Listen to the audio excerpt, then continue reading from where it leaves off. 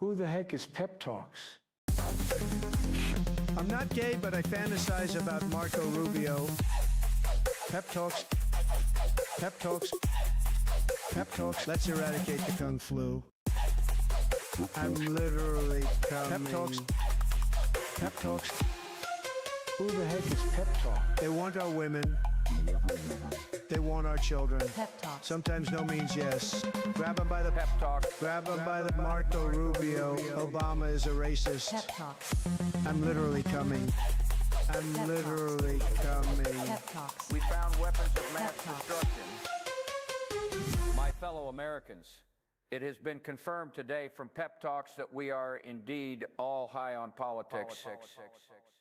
Good afternoon, everybody. Welcome to another edition of High on Politics. It is a Tuesday, and we are ready to break some news and just kind of hang out and go through the rigmarole of the day together. But that's the whole key here is together. So I appreciate you guys being here. Welcome, welcome. Also, if you guys are just joining us, I'm Pep. It's nice to meet you. I hope that you guys are open to having some political discussions with a little bit like we need to chill out. We just need to kind of put our differences aside, not go into all conversations with these preconceived notions of our opponents, and just man, I think that I kind of sat down and had some time with this one today, post my Pepaganda stream, which if you guys did not know, I have a stream on this space. You guys should really go check it out. This space is a all-day stream where I share the airwaves with other creators. It's kind of like a old-school TV station, what those were. We have all types of different programming. It's really cool. I highly recommend checking it out. I do a separate show there called Pepaganda. I'd say it's a different format, but lately it's been, just kind of an extension of the show, but it's okay. Hey, cover some different stories there. I make sure to keep it exclusive. So if you guys are interested in seeing some more exclusive content, go check out this space at This Space TV. I will have the link in the bio, or in the description. But real quick, just want to say hello. How you guys doing? Televani, thank you for being here. Really appreciate that.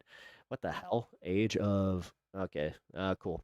Pinkerbell, how you doing? Like the stream on the way in. Yes. If you guys could double tap the screen and like the stream on your way in, really helps me out, especially in the earlier phases of the stream. And as a small creator, I really appreciate the boost. Yeah, man. Like anybody that goes out of their way to support small creators, I gotta say there's a special place in Valhalla for all of you, okay? So just remember, if you guys want to have that special place in Valhalla, make sure you hit the like button. You don't want to be left out, right? Oh, thank you for the flower. I really appreciate that. Okay, so few things. If you guys missed Pepaganda, I'm gonna be stretching a lot too. I got like this weird thing right here. That's what I get for working out at this age. So, on Pepaganda, I had me a little rant, if you guys are not privy to, or have not been privy to some of my rants, I tend to go off. I meant every word of it. Every word that I said, I fucking meant. I am so tired of going on Twitter, and you know what? Maybe it's the algorithm, because also the For You page on Twitter is a cesspool. The For You page is designed to piss you off. Whereas your following page, obviously, it's the only reason I can actively use Twitter.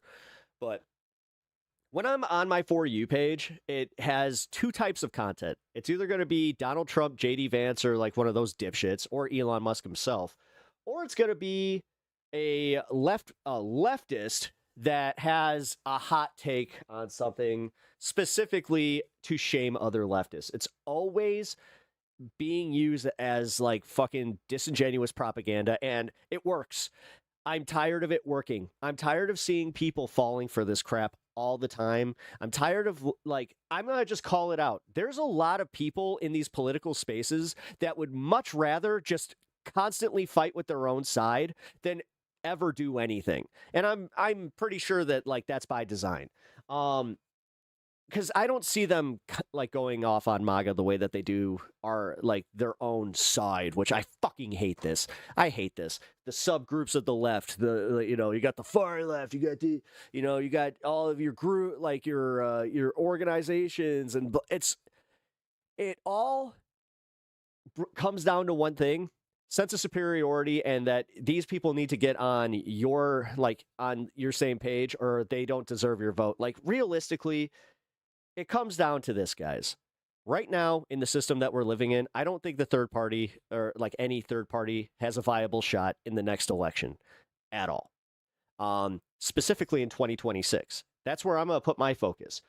And seeing what's happening to Thomas Massie has kind of woken me up to the fact that it's like, no, we're living in very scary times. Like we're about to have the House just completely filled with Trump sycophants, because also Massey's district, I don't think that's going blue. I'm sorry. Like, it just, so much BS is going on in our country, and I feel fucking powerless to really do anything when half of my time is spent arguing the semantics on how we're going to go about it, or just not even talking about how we're going to go about it, but how I should definitely think about like trying to platform like Graham Plattner or some shit like that, where it's just like, number one, I'm not going to. I don't care. I'll be honest. If Plattner wins, great. If he loses, I have my opinion on this, where it's like, yeah, they kind of did it to themselves, because this is where this all stems from, is somebody attacking Graham Plattner, where I'm just like, all right, well, what's the alternative? Susan Collins? Okay. And this is where I was trying to get to the crux of this. If it's not a psyop, then we did it like that, and we did it to ourselves. Holy shit, we did more work for the right wing and for Trump than they could have ever done. I'm just gonna say it. Like, it's ridiculous. And what the part that's even making me talk about this is the just uncompromising attitude of it. If we're going to be uncompromising with each other, I don't know, guys. I don't know what to say, but oh geez, kind of killed chat today. Sorry, I went on my rant so early today, but yeah, you know what? I'm going to make my feelings heard. That's what I'm here for. And informed citizenry is the only repository of the public will. Idiots degrade governments and societies. Yes, they do, but at the same time, we're always going to have fucking idiots in our societies. We just put them in charge. We let them get unfathomably rich, and then we put them in charge. Like, if there's one thing I've noticed, is that geniuses or like smart people, they actually are very bad with money, because they're out there, thinking about things that matter. Ironically, I've seen this argument with a bunch of those chud assholes, where it's just like, oh, if this guy's so smart, how come he's not a millionaire? It's like, because he didn't see his only value being how much money he makes or they make. They found their value in educating themselves and then educating others. They found their value in trying to better society in ways that aren't always tied to monetary gain, which I know. Oh my God. You're so dumb. You're so dumb.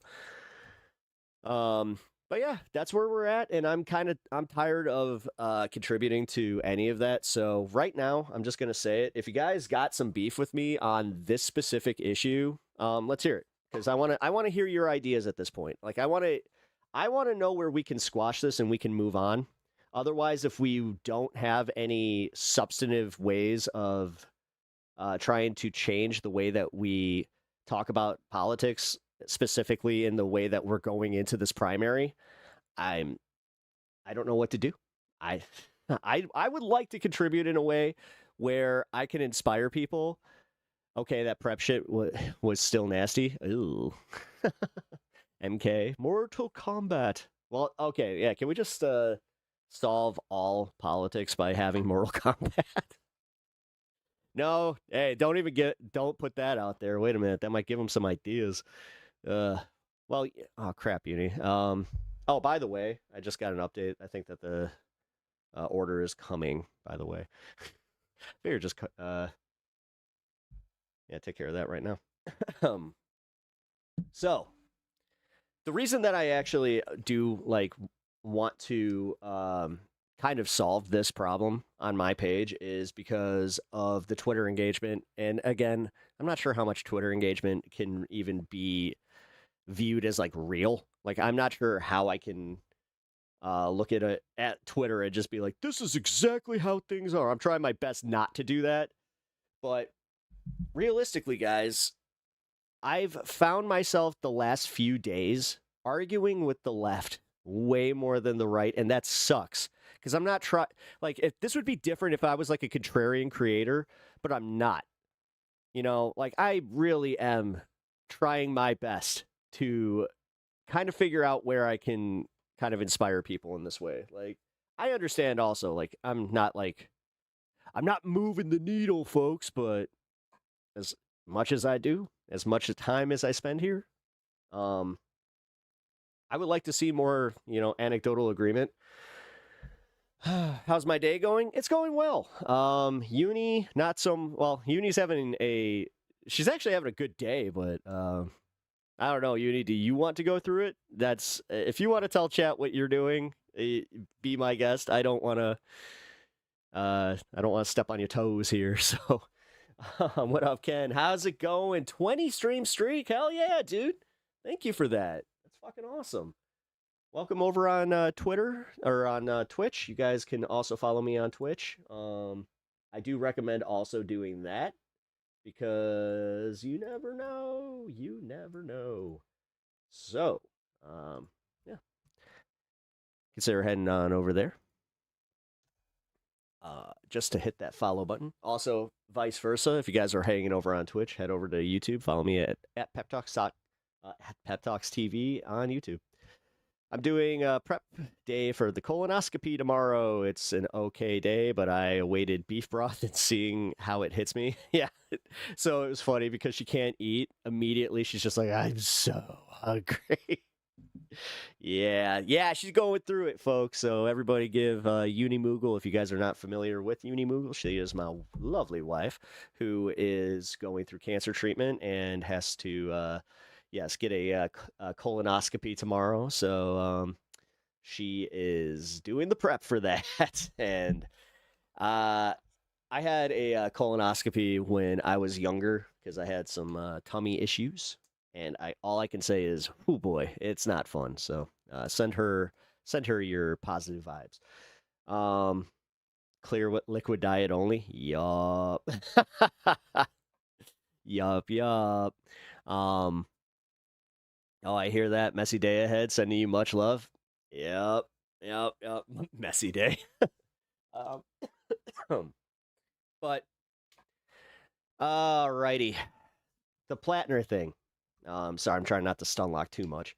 Because the Plattner thing is kind of what really set all this off. And this is why I brought up Twitter. I'm not sure how much of it's real. Like, I just don't know. Like, I'm starting to really get this, like, almost borderline conspiratorial brain where I'm just like, everything that is getting pushed to me that is like trying to prove that, somebody on the left is not who they say. Like, dude, I have so much anti-Hassan content pushed my way that I scroll past because I know it's just fucking bullshit hit pieces that either take them completely out of context or they're just complete bullshit. It's so messed up. How much Engels have you read, Pep? I only ask because I know you've read Marx, but I think Engels is very in line with how you operate. I haven't read Engels, actually.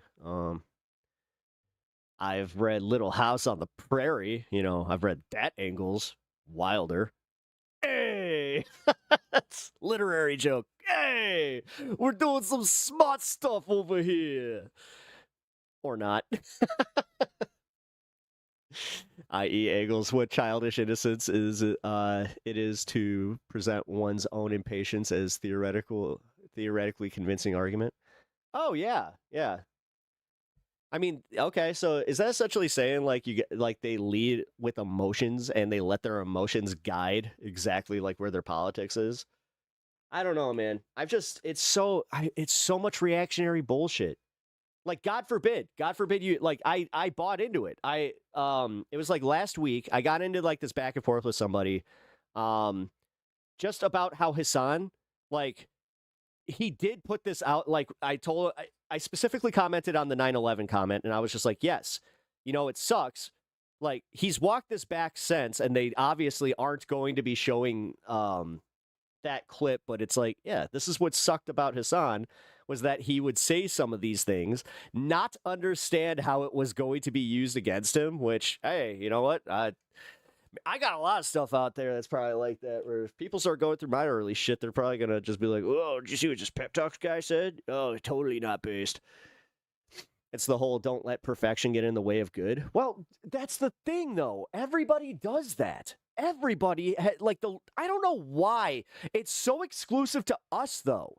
Like, fucking A, man. That's one thing MAGA has, where they will just vote whoever the fuck Trump tells them to vote for. They don't look into it at all. Thomas Massie, the most principled Republican in all of Congress, is gonna lose his seat tonight because Trump said, I can't have Massie there. Go vote for the other guy. He probably doesn't even know the other dude's name.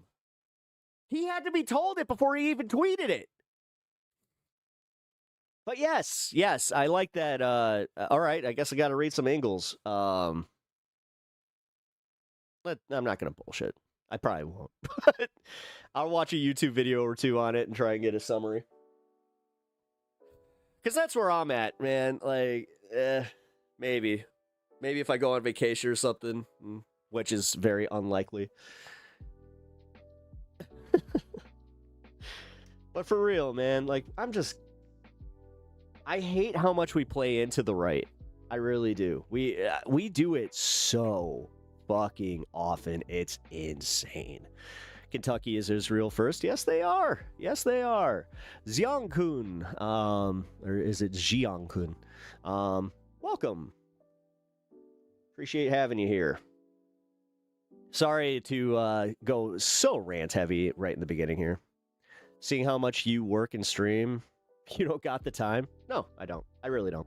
I barely have time to even play video games.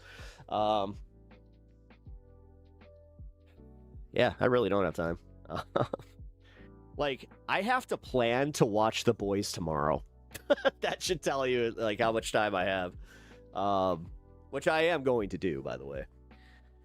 But, yeah, like I said, quick YouTube video. I'll get a baseline understanding of it, I hope. I don't know. I actually, funny enough, I watched a YouTube video about, like, being well-read. And it's like, if you've read these 10 books, then you're well-read. I haven't read a single one of them. I'm like, well then. 420, by the way, my local.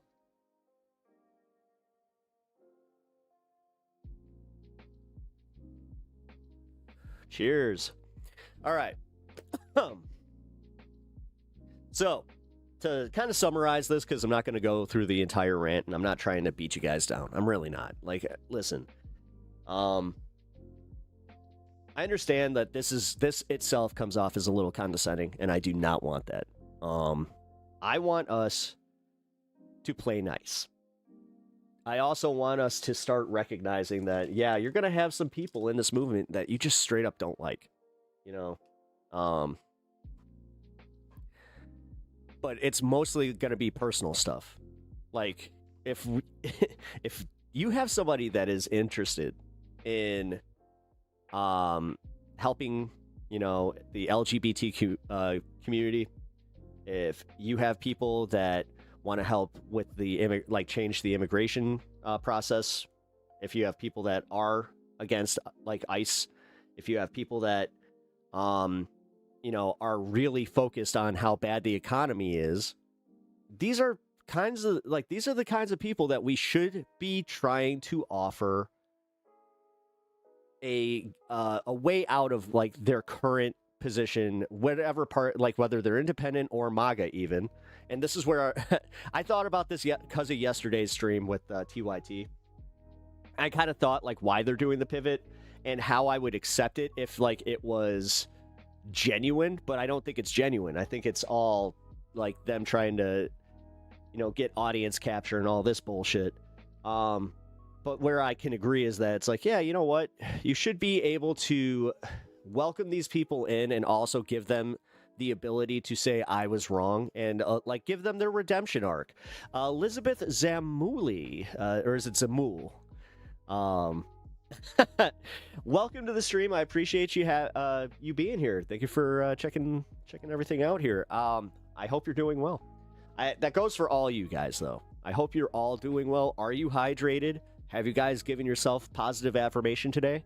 Because if you haven't, well, I'm here for it. You guys are wonderful people.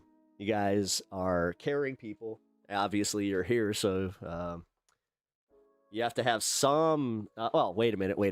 I do have hate watchers. I got to be careful about that, but in general, you are appreciated, and if it's even a small thing from me, I appreciate you being here. So thank you. But also, this is where I have to do the little ask, double tap that screen. Really helps me out. My edible will kick in. Oh man, self-care. So yeah, I had an Eddie on I think it was last Monday. It was either last Monday or Tuesday, but it was a mistake. It was definitely a mistake. It was only a 10 mg, and yeah, I was kind of like, oh, I can't really put my thoughts together. Thanks, Pep. We love you. Ah, thanks, Rebecca. See, I appreciate that. It always, I like that positive affirmation. It always helps me in my day. But I don't know. Sylvie, do you? Am I articulating this well enough? This is why I also love you guys, because you guys watch enough of my show and just in general know me through the show that I think you know my intentions, and sometimes I might not articulate them as well as I want to. So, out of me worrying a little bit about that. I hope that it's all good. I went to my psychiatric today and then dropped off my ballot. Should have registered Democrat, so I could have had more say in the primary. Oof. Or wait, should have. Wait, so what primary did you vote in, Kyle? I want to finish the mango habanero, Eddie. Ooh, yeah, that's right. Yeah, I forgot you got those. You were fine? No, thanks. I appreciate that. I'm just not trying to be woke scoldy or anything like that, because I hate that shit. That's kind of what stemmed, that's what kind of got me to this point, was I felt that shit coming on again. Because, yes, I got into it again with our favorite streamer, or not streamer, our favorite Facebook person, I guess, the atheist socialist. You're literally Angles trying to tell the dipshits that they are too bullish, that they do have to work with these people they don't like and or agree with in order to get their compromises. Yeah. Yeah, okay. Dude, Angles is based, apparently. This guy sounds based as hell. Now I am really interested, because yes, that's literally what I'm trying to do. It's just guys, I know this sucks. Welcome to reality. This is where I was saying it's online brain bullshit, where we constantly think that we're going to be able to put together this perfect candidate that's just going to win over the masses. This is why Kat Abou-Ghazaleh, and I said this on my last stream on Pepaganda, but Kat Abou-Ghazaleh, the reason that she was legitimately shocked that she didn't win is because she wasn't listening. She was not looking at the facts that the people in her district were not the people that were representative of her stream and the people showing up to her fucking online events and all that shit, because that was all outside support. And we didn't have a lot of youth vote in this district as much as she needed to carry it. So, yeah. I don't want to see another one of that, that situation happen. Which, man, we're already going, we're cratering towards this. Dude, we have so many fucking dipshit Republicans like that are just trying to push us to just be like, yeah, fuck Pritzker. Like, we got this guy, Darren Bailey. He's a billionaire, right? Get this, Phil. He's like a farmer billionaire or whatever. So he's going out saying that J.B. Pritzker, bad billionaire. And leftists, this is all the shit that you should be paying attention to. You know what? Good campaign. Good campaign, because those are the people that will probably see that shit and just be like, yeah, you know what? I'm going to show these Dems. I'm going to vote against them. I'm going to vote for this Bailey guy. Fuck it. Which, at that point, congratulations. High five. You've been fooled. Like, high five. You're a Republican now. Like, that. Well, no, I'm a leftist. I had to make the Democrats see where I was coming from. It's like, Oregon primary. Okay. Circuit court seats, county commissioner seat, and tax measure. Oh, what's the tax measure? Yeah, actually, I got some information on the tax measure that just went in Florida. Dude, if you have solar panels in Florida, you're about to get fucked. Oh.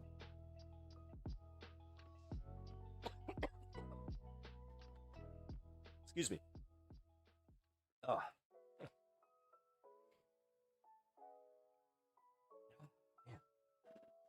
Got one of those sneezes that's like trapped right here.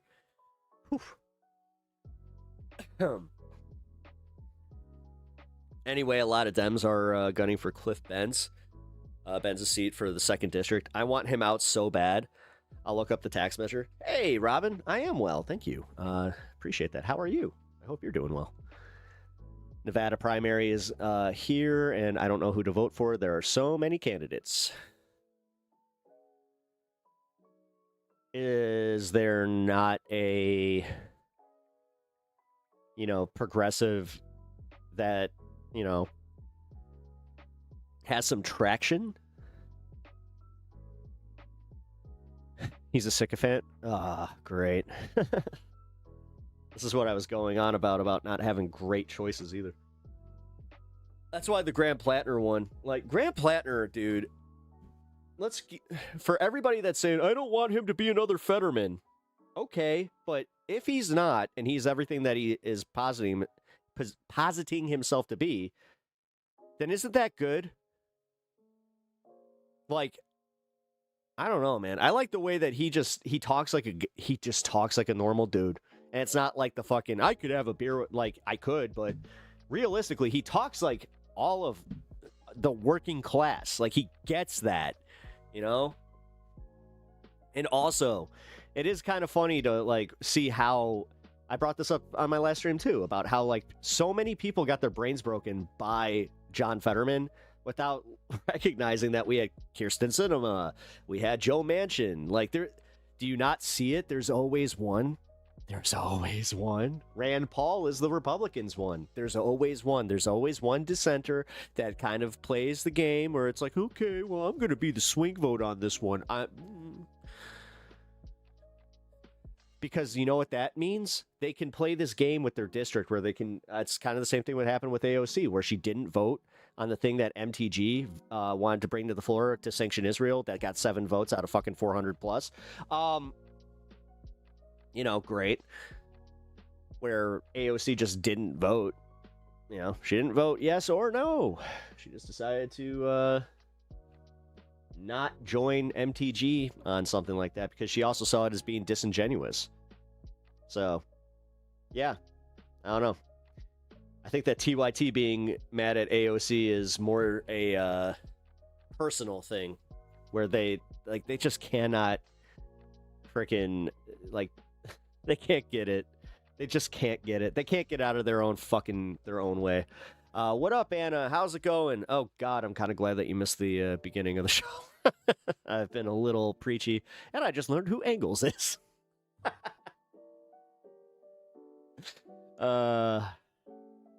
Wait, you active right-wing, left-wing are different. It's the same as Christianity and communism, all Jewish bullshit with the same end goal to destroy... Oh, shut up.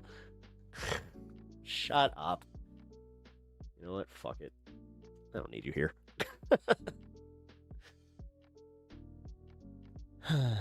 Angles? Yeah.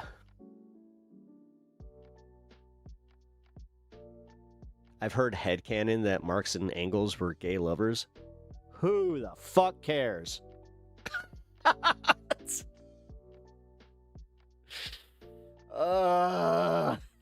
Sorry. Go Doomer somewhere else. Yep.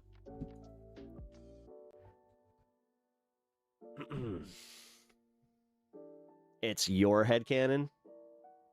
Hey, whatever you need. If you want to write a fantasy novel about it, have at it. I don't care. I don't care if they were. I don't care if there was rumors. I barely knew who the guy was until like 10 minutes ago. All I know is that, I got kind of the same message as according to Sylvie here, where I'm just trying to get people to not be so militant with their ideals, and not welcome in people. Like, if you're going to be that rigid and you're going to, like, just constantly push people away from building a coalition and trying to actually, like, build this movement, and then, like, if you lose them after you get them in, fine, you're just gonna have to accept that. Like, that's how I do things here. Like, literally, like, I have to, like, try and sell people on my ideas. Sometimes they'll subscribe, sometimes they'll really enjoy shit, but then I'll say something and they'll be like, well, I disagree with this, so I'm gonna unsub. Some people even like to tell me that they're gonna do it. Like, they make a whole thing about it and make an announcement. Second on my mayor ballot seems pretty cool. Looks like a crazy professor is 49, and one of his top 3 issues is trans. Easy vote. Easy vote. I mean, it's a primary. Guys, this is also it. The primary realistically is the place where you can play this game of, like, all right, whoever. Like, I like this person. Like, I personally... I kind of got robbed of that. Like, I didn't get to really vote for the candidate I wanted to vote for. I wanted to vote for Mike Simmons. I voted for Kat Abou-Ghazaleh because realistically, with her and fucking Dan Biss tied, I was like, shit. You know, I could be the make or break on that one. As much as I want to vote for the candidate that I want, like, that I really support and that I truly thought would be the best choice, you know? I did crisis mitigation or whatever? Or crisis aversion? Shut the fuck up. Dude, no one cares. You know what? This world revolves around race. No, you're just dumb. And you are one of the dumbest people on the internet. Anybody that constantly thinks about race this much, you got something wrong with you. You're broken. Like, you're a broken person. And there's nothing that I don't think that you can be fixed, because I think that this one really does, like, it's deep-seated in you. Like, you're never just going to see past it. Shut the fuck up. I'm done with you.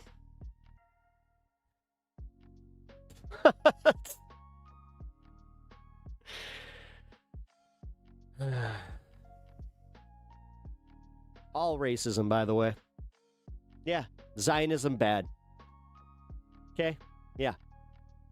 The country of Israel and their government, yeah, bad right now. Yeah. Does that mean that, like, all the people that live in Israel? No, because that's a fucking stupid statement to make. When people tell me that, oh, you're American, you must support Trump. No.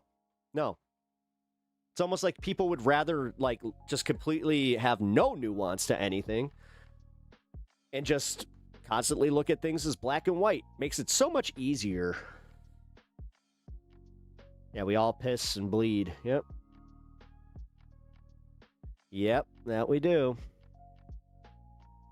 Not gonna lie. Have you been there? I haven't. That's why I can't make that statement. I can say what I've seen with the fucking West Bank settlers. I can say what I've seen as far as some of the videos out there, but I don't know. I haven't experienced it for myself, so I am going to just 1000% say that I don't know, and that I think that it's reductive as fuck to constantly, like, to look at a group of people and just be like, they're this way.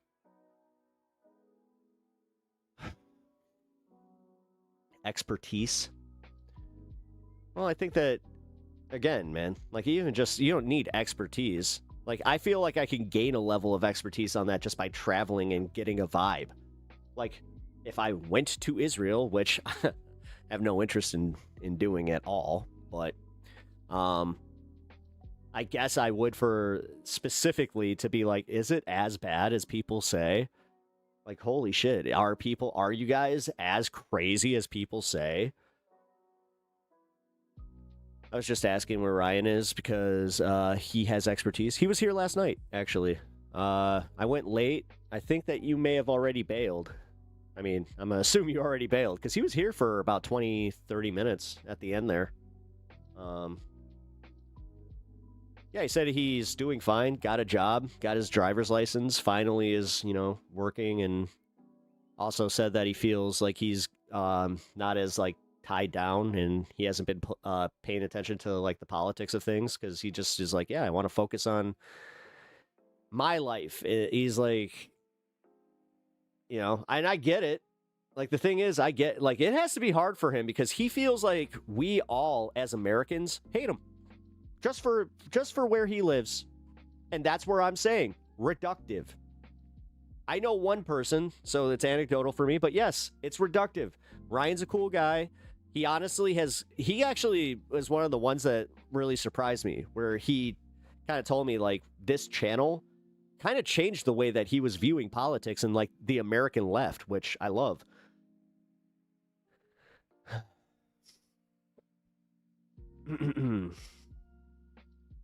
Bruno. Hey, Bruno. You live in Alberta? Oh, cool, man. What do you think of Mark Carney? Because I saw that, like, there's a kind of like this pushback with him where he's opening a lot of, like, space and a lot of, like, I guess accounting space for, like, some of these bigger corporations, investment into the country. But I saw, like, a lot of the discourse was talking about how he's selling off industry he's selling off what is, like, I guess what we would call, like, the private farms or whatever the fuck to giant corporations, and he's essentially selling your future. Australia, yes, I'm in Chicago, sorry. It started in 1948. Every president since then is complicit.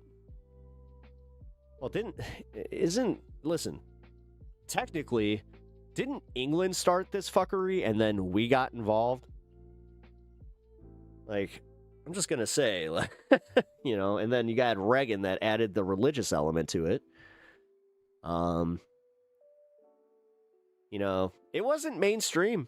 Like, I'll tell you what, it was not mainstream to be a Zionist in any way. Like, I remember being in school and I hadn't even heard the term, like, Zionist really until fucking this latest iteration of Palestine.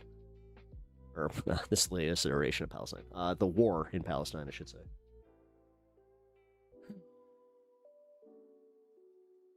What? What are you talking about, Robert?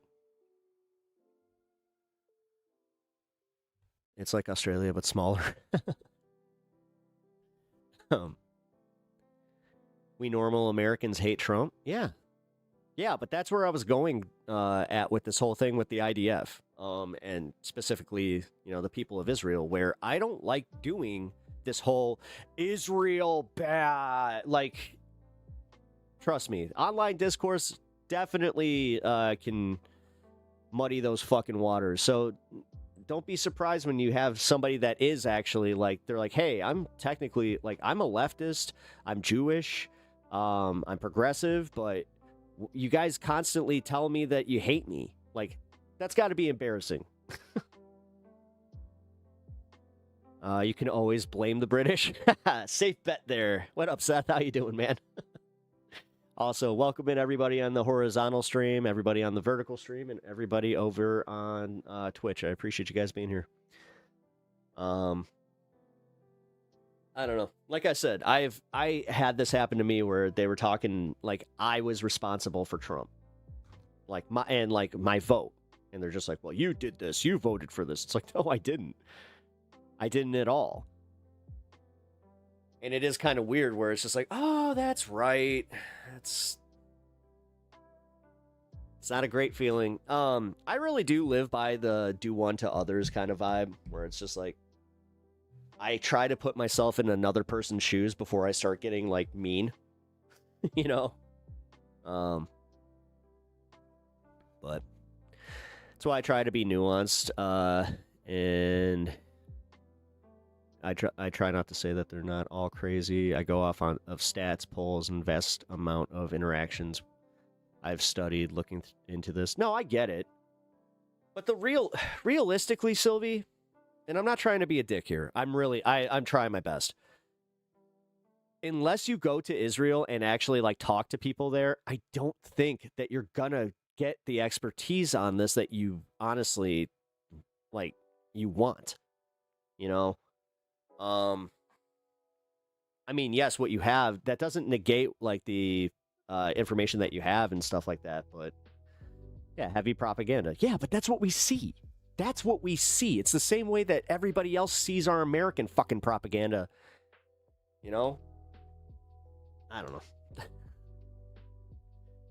I just want to be better about this. I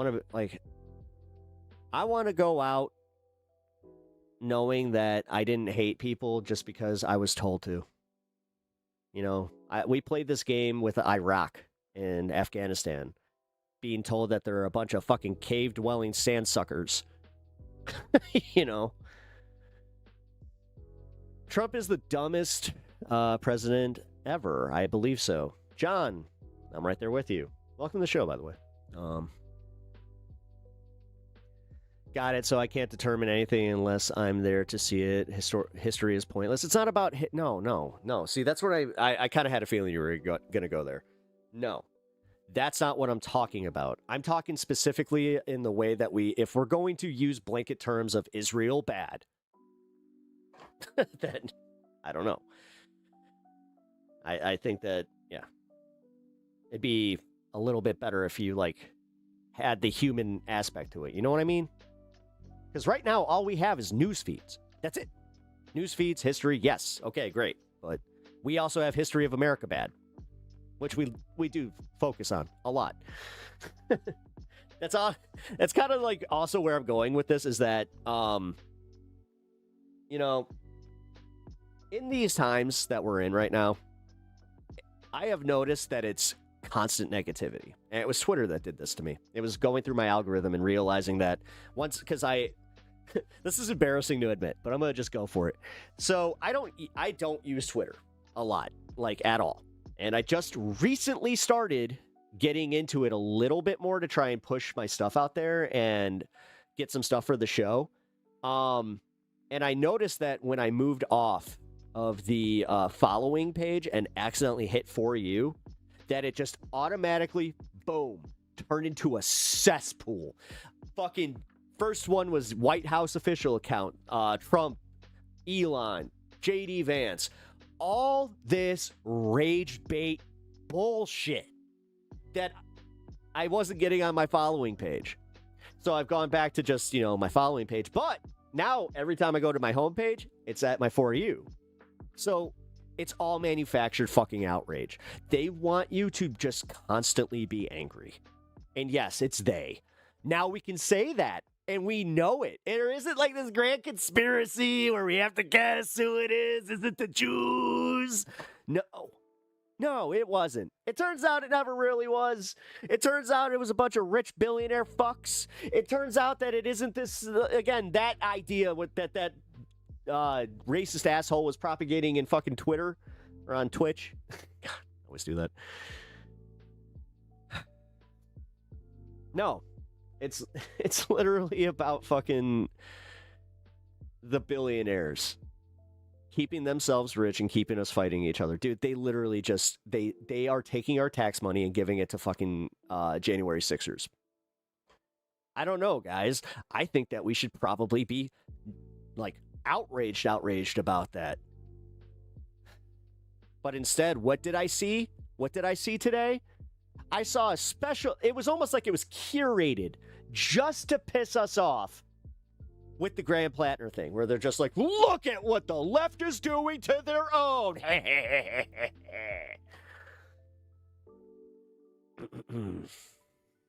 Wait, you mean it's rich guys? Yeah, no way, right? That's crazy.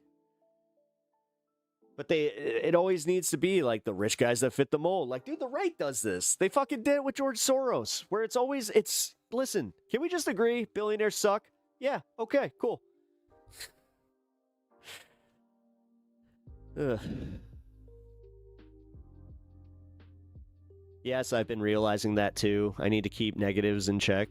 Yeah, I'm telling you guys, things suck. They do. We're at war. Our economy's a mess. But the reason that our economy is a mess and we're even in this fucking war is because we were fucking manipulated into this bullshit.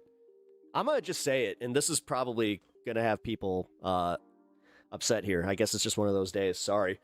But I think that it's bullshit to constantly play this game of, well, Kamala would have done the same thing. That's just the easy cop-out for us to just be like, well, I don't have to blame, you can't blame me. Can't blame me. Or it's like, no, you really can't because singly, no, I don't think it would have necessarily mattered. But that's also where I'm going to call out the Brianna Joy Gray bullshit, where it's like, okay, but if you don't want to be blamed, then you can't sit there saying, well, we cost her the election because of her stance on Palestine. Like, come on. Gonna need to change it from hot take to pep take. I mean, again, I started the show like this, man. I really didn't finish that rant from earlier, so I kind of brought it here, and saying Kamala would have done the same thing is so dumb because it removes all agency from her and her administration from having any decisions of their own. Yeah, because it's easier that way. It's easier for everybody to just be like, it's not left, that one, it's not left or right, even though it fucking is. Let's be real here, okay? As much as we can play the conspiracy game, it's not. It's not that.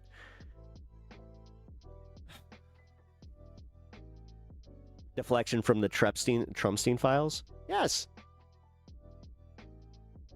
Which deflection? Do they even need that anymore? The American public doesn't give a shit. They don't give a shit about the victims. They don't give a shit about any of it. They don't give a shit about the billionaire cabal that's controlling everything. They just don't care.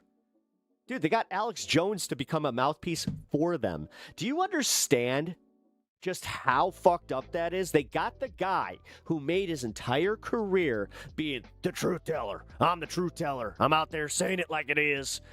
I'm out there connecting the dots for all the conspiracy theories and the globalists. Yeah. Seems to have cut those strings the second that they tied to, one Donald Trump, Elon Musk, or any of his pals. The average person just says they don't think anything will happen, so what use is there in caring? Yeah. No, the average person does think like that, but that's also why the average person does suck. Get the fuck out of here, dude.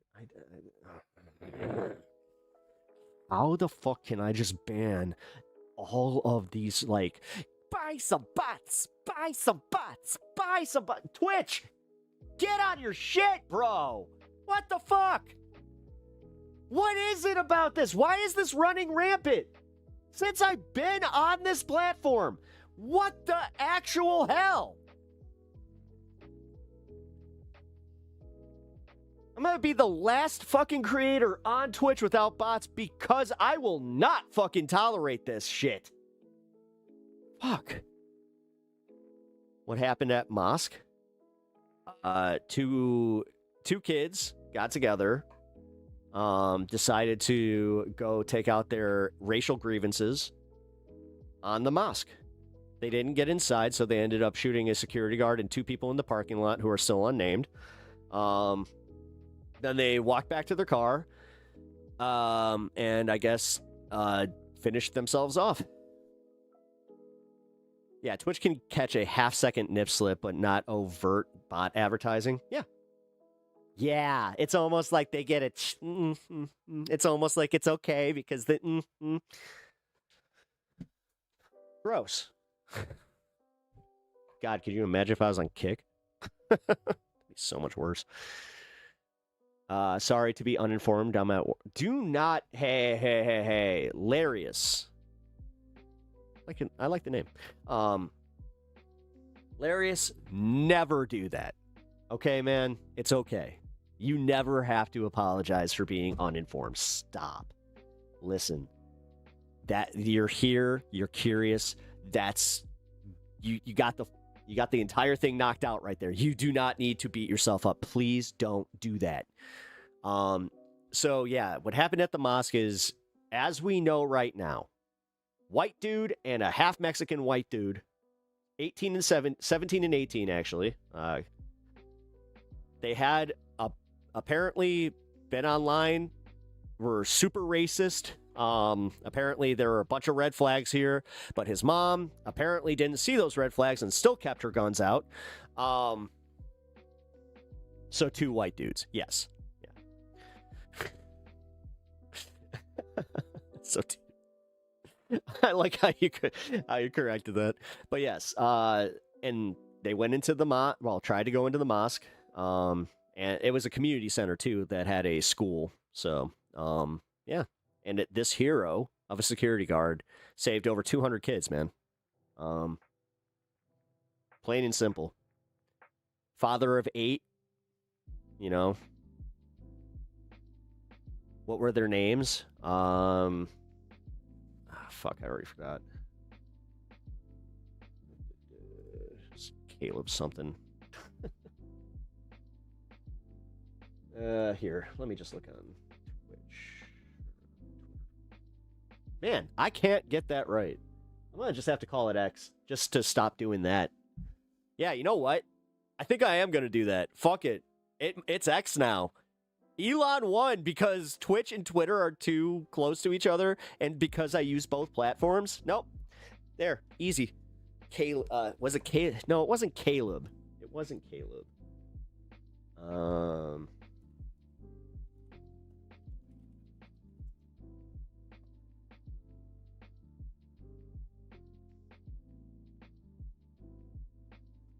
It isn't Racial Pride, the manifesto, which I'm reading right now, is a total slop bucket of neo-Nazi accelerationism and misogynistic rants.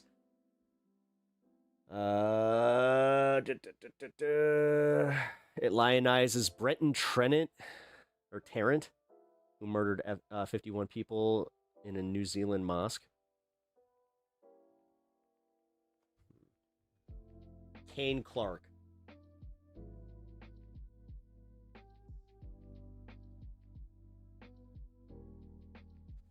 They're already making it about trans shit. They're making it about trans shit. Holy shit. Because they're saying that the shooter had dyed green hair and also here, lives a TikTok right here. Holy fuck, dude. This is disgusting. Because, like, this is why I was asking about why they didn't have this stuff coming out yet. Holy shit, dude.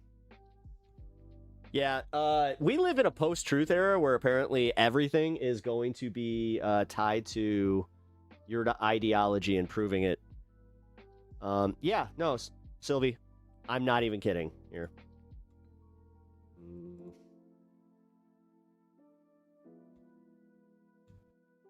Ignore my identity.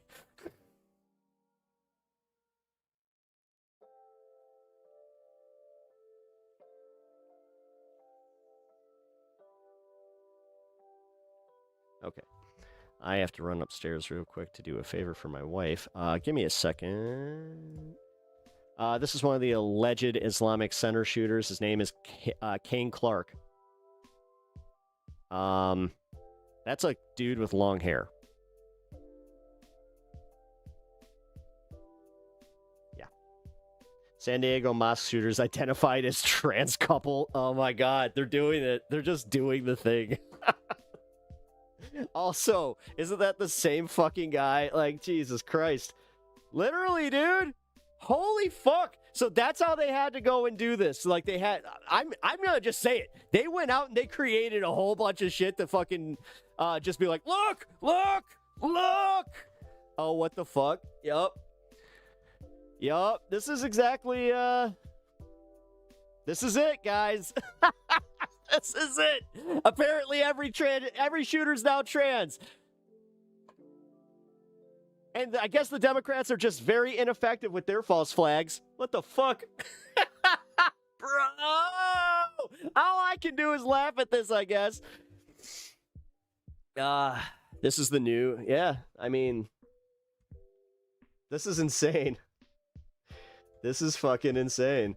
Not sure how, about other shooter, but this trans... Yeah, he doesn't look Hispanic. Yeah, weird, honestly. You senior law enforcement officials briefed on the investigation. King Clark, Caleb Velasquez as subjects. As suspects at the shootings.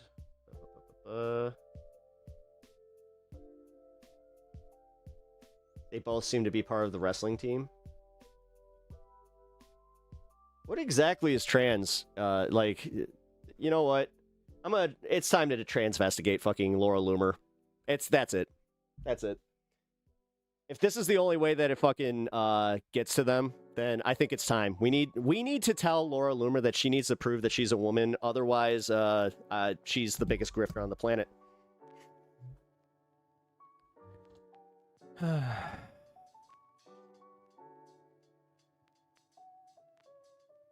Dude, what? I don't know. What do you guys think? They want to bring out the fucking... Dude, if they thought that the left was mean before... Hey. Oh, just wait. Now we'll start playing on their insecurities. Now we can actually, like, you know... I mean, look at how they react anytime that we say it, like, insinuate one of them's gay. Like, dude, what? I'm just... This is the new normal, guys. Because, like, look, here. So, they're saying trans, right? Where is it? Here, this is the New York Post article on it. Green-haired mosque shooting suspect would help elderly neighbors with groceries. Well, I mean, we know him fairly well, not real personally, but we're good neighbors. We were here when they moved in. They had the older son was, you know, small, and then she was pregnant and had the younger one, which I understand must be the one that there might be involved. Just absolutely unbelievable. I think they've been here close to about 20 years. Yeah. Yeah. Yeah.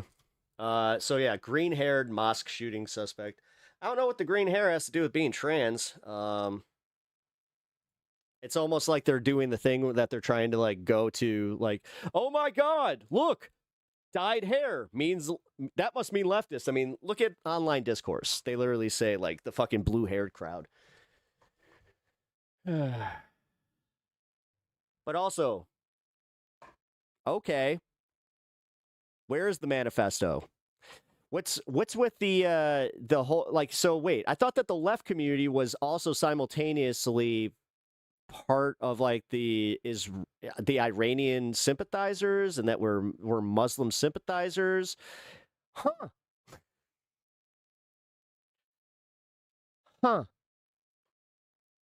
Odd how that works.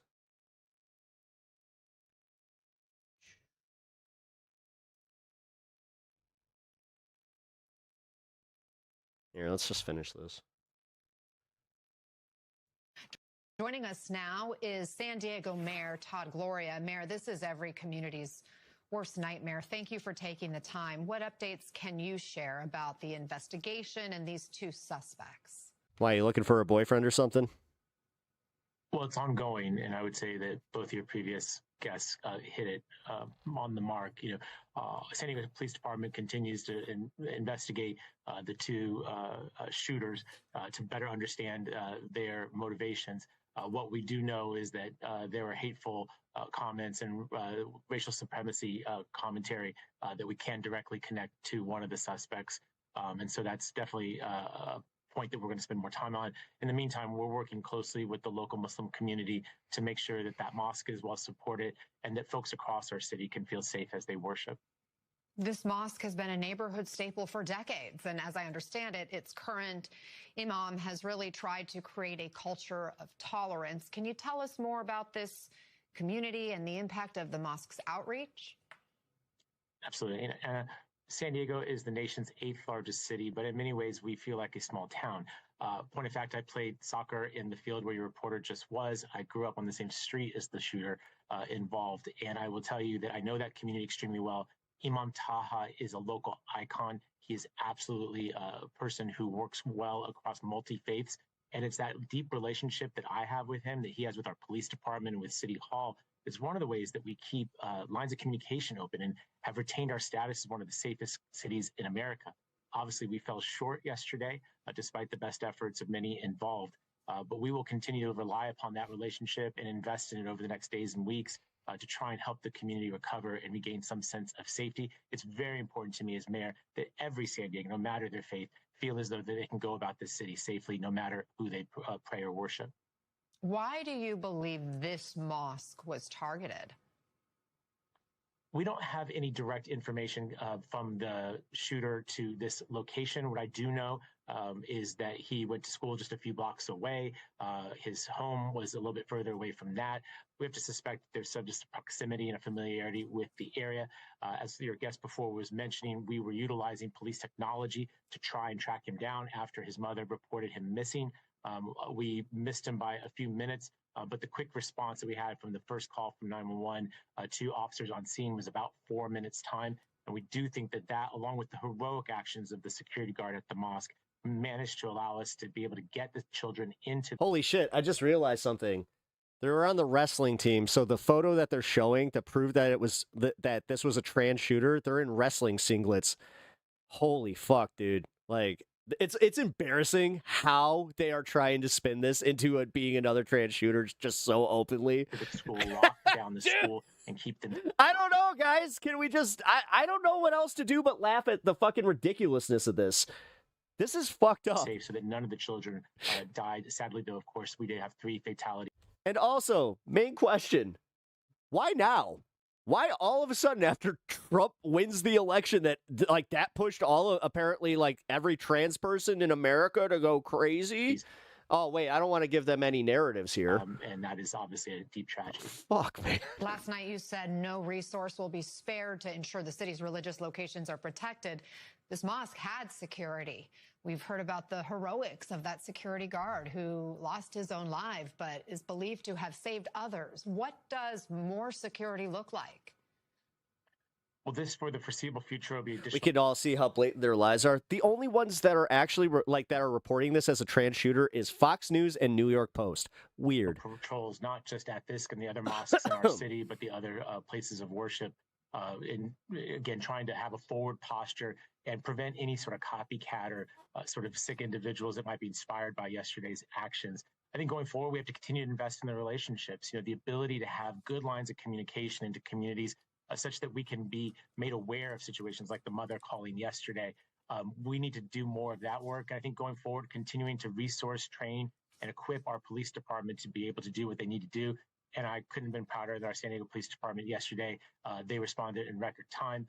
They were able to get on site and limit the loss of life. Nothing will make up for the loss of the 3 individuals that were there. But from investing in our police department to working with our local communities, we can retain our status as one of America's safest big cities. Can you tell us any more about the victims? We learned of the security guard who died, but what about the others?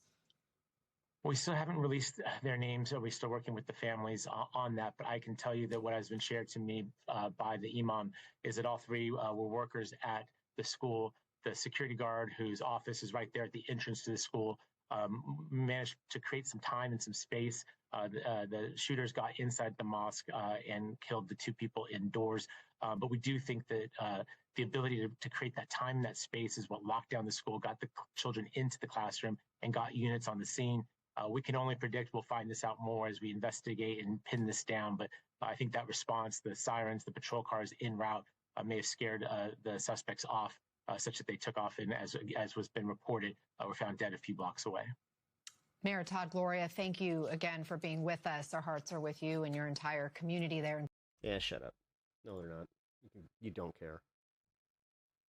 specifically the timeline. What he said is just a little over 2 hours ago, authorities were called to.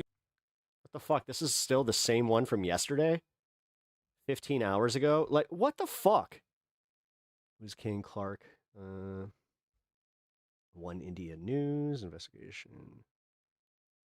Kane Clark's home in Claremont was not the only home surrounded today by law enforcement. A home in Chula Vista was as well. NBC7's Omari Fleming joins us from a spot actually not too far from where I'm now to take a look at how this could be connected perhaps to the shooting right here at this mosque. Omari. Well, Catherine, we are working to figure out whether or not a search warrant was executed at that home in Chula Vista. But what we do know is that online records do show that the home may belong to the family of that 18-year-old suspected shooter who died right here behind me, where police are investigating, as well as his suspected accomplice. The two suspected mosque shooters were found on Hatton and Salerno dead in this white SUV from self-inflicted gunshot wounds, according to San Diego's police chief. We thought he abandoned the car, but apparently he was still in there once the cops came up. Just a few hours after the teen suspect's deaths, San Diego police officers in SWAT gear surrounded a home on Paradise Trail in Chula Vista. Online records show members of a Vasquez family live at the home. Multiple sources tell us 18-year-old Caleb Vasquez is one of the deceased suspects in the deadly mosque shooting. A number of neighbors around the house say the family was quiet but nice when spoken to. Not many were familiar with the teenager living there. Oh, fuck. They always say some weird shit like that. It's just a very unassuming family. Here's what one neighbor witnessed when police swarmed the house on Paradise Trail. They never used the megaphone that I heard, but they seemed to be looking for somebody. And I heard that they made a phone call and the person they were looking for was not in the house. So they went inside and searched. After being accused of shooting and killing 3 people at the Islamic Center of San Diego and Claremont, police say the 17 and 18-year-old suspects took aim at a landscaper on Salerno and Hatton. They say his helmet saved him from a bullet to the head. He jumped onto the ground and he was just taken by paramedics. I don't think he got shot. He was sitting fine. We talked to him, but he was saying that it happened right in front of him. The two teens' final moments came on Batista, about a block away from the attack on the gardener and 0.3 of a mile away from the mosque. Members of the Claremont and Muslim community now left with so many questions. We're all in shock. That's number one. Shock, devastation, sadness, horror. I think, to be honest, it's just why? Are we safe? These are the questions that come to our mind. Where can we be safe? Why? What's the motive? And that mosque member and others say the problem is this doesn't, Fox News and all the Republicans are trying to spin this so quickly because they're just well, all right, this looks bad because they went after Muslims. If this was Jews, we could probably spin this. If this was Christians, we could spin this. But shit, they went and turns out that they were hateful racists, and you guys happen to know who sides with the what side the hateful racists like to take. You guys may not be the hateful racists, but say that their religion is all about peace, and they're hoping that this sparks people to go ahead and come learn about it so they can learn and respect what their culture is all about. And now they're putting pictures of the guy at a wrestling meet just because he had long hair, in fucking cornrows. And they're trying to do the thing too, where they're look, he was wearing a women's swimsuit. It's that's a wrestling singlet. In Claremont, Omari Fleming, NBC7. I'm sorry. This is so serious, but it's so fucked up that it's wow, this is mind-blowing. Holy shit. It just doesn't hit. Oh yeah, that's right. I had a whole bunch of other stuff that I want to cover here. That one. Here we go. Yeah, see? This is what they're saying is proof of them being trans, which, listen. I have long hair, not trans. I know. Surprise.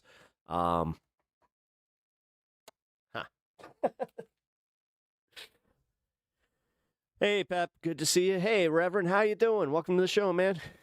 Glad to have you back. Why the damn landscaper? Sad on all ends, but why the damn landscaper? Kind of seems like they were firing at anybody that didn't have a certain amount of melanin, which is kind of weird. You know, I said this earlier, like where it was just like, yeah, with the last name Vasquez. It's like you'd think.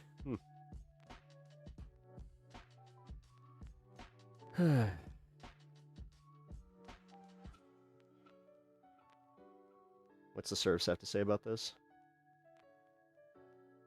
It isn't racial pride. The manifesto, which I'm reading right now, is a total slop bucket of neo-Nazi accelerationist and misogynistic rants and multiple sections that are completely unfinished.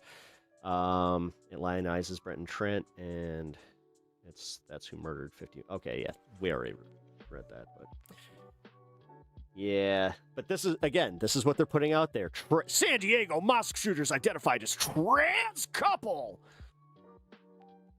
Not a single source outside of right-wing Twitter is saying that they were trans. And the New York Post saying that they had, one of them had green hair. Oh yeah, no. This is, like I said, this is almost, it's, if it wasn't so tragic, it would be fucking hilarious. I mean, unfortunately, all I can do is just laugh at how disgusting everybody is, where, yeah. First thing we're doing is trying to be like, not my politics. That should tell you exactly where it is. But there's also the whole reason that the left are a little vigilant about this, because, yeah, it's fucking blatant. Like, I brought this up on my last show on Pepaganda, where I was talking about how Kash Patel, like, ever since Trump came into office, now every shooting is, it fits, like, whatever mold they need it to. Like, Charlie Kirk shooter. Transferee adjacent. Minnesota shooter. It was a trans lefty, even though it was not. We gotta ban the horror. It's fucking so obvious, guys. But hey, you know what? Kamala would be doing the same thing. Just remember, Kamala would be doing the same thing. According to some idiots on the fucking internet. Jesus. Did I break? I think this might have actually broken me finally. It's just like, guys, it's so fucking stupid. Also, like I said, these retards, they see this and they are trying to say that, look, wearing a women's swimsuit.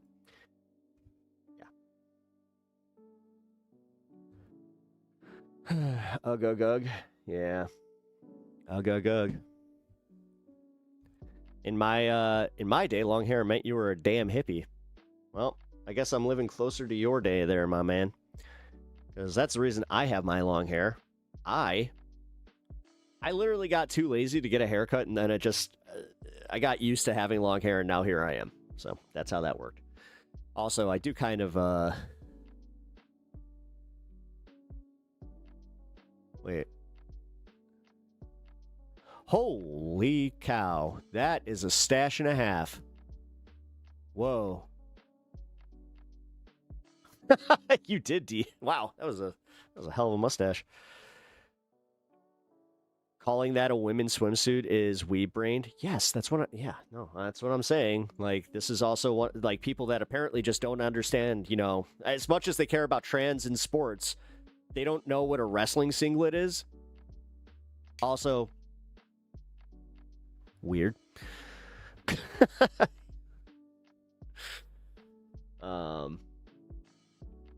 But yeah, we will be going through this a little bit more a little bit later. All right, let's do some random news for a minute. Yo, is that Godzilla in the background? That's awesome. That is Godzilla. That's my boy. Dude, I'm a fucking very big fan of Big G. Although I would have to say that it's more important to ask who's my second favorite kaiju.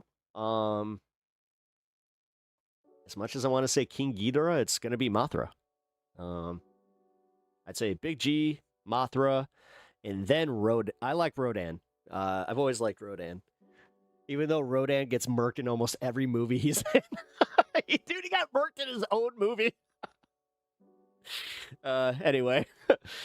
I'm not going to stun lock on Godzilla, but appreciate you appreciating the Godzilla. And yeah, hit that like and subscribe, man. Yeah, I cover politics and we cover some pretty heavy shit, but we also have fun here. Does the Mighty Morphin Power Rangers Megazord count as a kaiju? No. That is a tokusatsu robot. So if you are talking in the vein of Voltron, I would say that it's more in line with that, or like the Shogun Warriors, as we call them here in America. Gamera is friend to children. Gamera rules. I don't know. Like, Gamera used to be, yeah. Unfortunately, my first exposure to Gamera was Mystery Science Theater, and then I was just like, oh, so this is the funny kaiju. But then I realized, like, later that, yeah, he's actually got some decent movies. Yes, I am. Except I'm not. If this is balding, I think that you need to figure out what that is. But hey, you're back. Cool. You're still balding, and I'm still here. Get fucked. You're still a loser that doesn't have his own show. Yep. Keep trying. How much donations to shave your head? $200,000. Not even 100,000. $200,000, and then I'll shave my head. Usually I wouldn't even, like, give an answer for it because, yeah, I don't know, but you can grow your hair back, or I can buy a whole bunch of wigs with that kind of money. Don't shave it until you, cash is out of the bank. Oh, fuck, yeah. No, that would have to be in my account. All right, so, yeah, we went right into the heavy stories, which kind of upset the flow of everything. But you know what? I did kind of have a rant to begin the show with, and I can already tell you that there are going to be some people that ain't going to be happy with me. But that's just fine. This is important. It's the big trend right now. Restaurants going retro to try to bring customers into dining rooms. Bradley Blackburn got a taste of how they're putting nostalgia on the menu. Ew. In the hills of Tunkhannock, Pennsylvania, a familiar red roof catches the eye. Inside, the vinyl booths, Tiffany-style lamps, and yes, the salad bar. Oh, fuck off. Oh, no. Yeah, this is good marketing. Remember from decades ago. I mean, it's amazing the As long as they got an arcade machine. comments we have about they have the red cups. Yeah, the red cups. Yes, we do. Tim Sparks got his start working at a Pizza Hut that looked like this. He's now president of Dayland Corporation, which owns this franchise and more than 80 others around the country. They've redecorated many restaurants to rewind the clock. It looks exactly like the one that I remember from when I was a kid. Yeah, that's what we were after. Some Pizza Hut classics are now top-performing locations. Customers show up for a piece of their childhood. It just brings back memories. Yeah, no, honestly, oh, dude, they even got the art. To share with their own kids. When you finally find something that tastes how you genuinely remember it tasting, like, you can't let it go. Yeah. People come from Yeah, it's because they're also using the old ovens, I'm guessing. 2 and 3 hours away, and I'm not making that up. Yeah. More restaurants are serving up nostalgia. Franchises like Burger King actually did a good job, too. King and KFC Yeah. returned to old-school logos and packaging in Yeah. recent years. At Pizza Hut, they even brought back Pac-Man. Oh, there it is! Oh, I gotta go to Pennsylvania, apparently. Sparks, this is much more than a game. It's a mission to rebuild places where families can connect. If we could get them in here as a family, they do tend to put their phones down and actually have conversations and speak with each other. I'm not going to tell you I know how to fix the world, but I do think that family is a good place to start. He hopes to renovate more of his restaurants as long as he can find enough of those lamps. They're hard to get? Yeah, they're almost impossible to get. A familiar taste. Well, cheers. Cheers, bro. Bringing people together. Just like I remember it. Yeah, because it's in the pan. Like, it's literally the fucking, like... Bradley Blackburn, Man, that's cool. Okay, so if you live in Pennsylvania, lucky you. Holy shit. Like, I want a Pizza Hut Classic. I don't think that there's a chance that we're going to get one, man. Like, if there's one thing I remember is, like, all the Pizza Huts closing. Now, what would be really funny is if somebody, like, came in and bought, like, the old Pizza Hut location. Because, like, I remember... Let's see...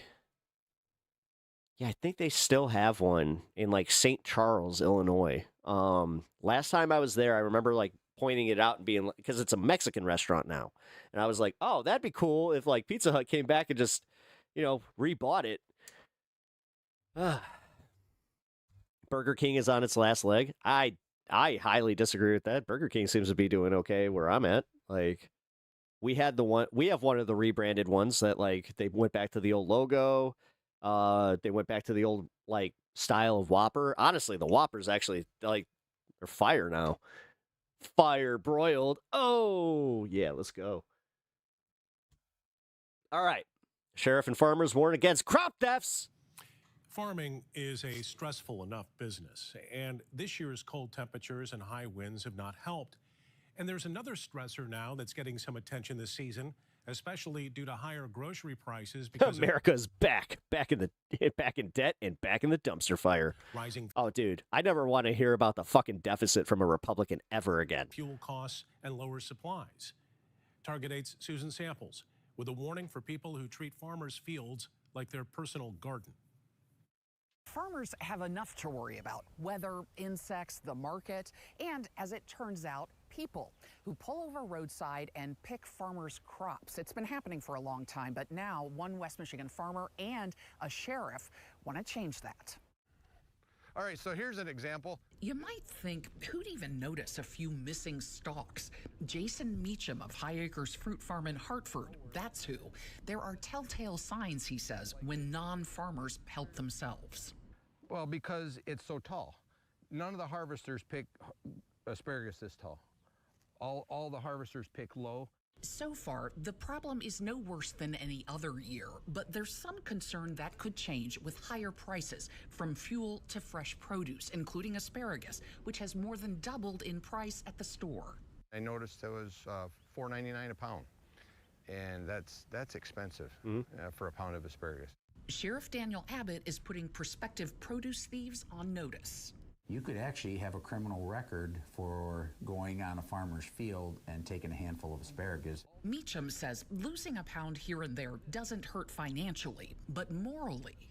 You know, the cars are full of kids, and they see mom and dad run out in the field and grab a handful. This guy sucks. Of asparagus, or they take. Dude, I don't know. Maybe have a little thing on the side there where, you know, you give them the option to buy directly from you for a little bit, you know, or is this part of your contract where you can't do that because you're one of those guys? You know, a handful of apples off the tree, or grapes, or strawberries, or whatever it might be at the Wow, this is going to be a hard time for a lot of people. Yeah, the signs are all here. time.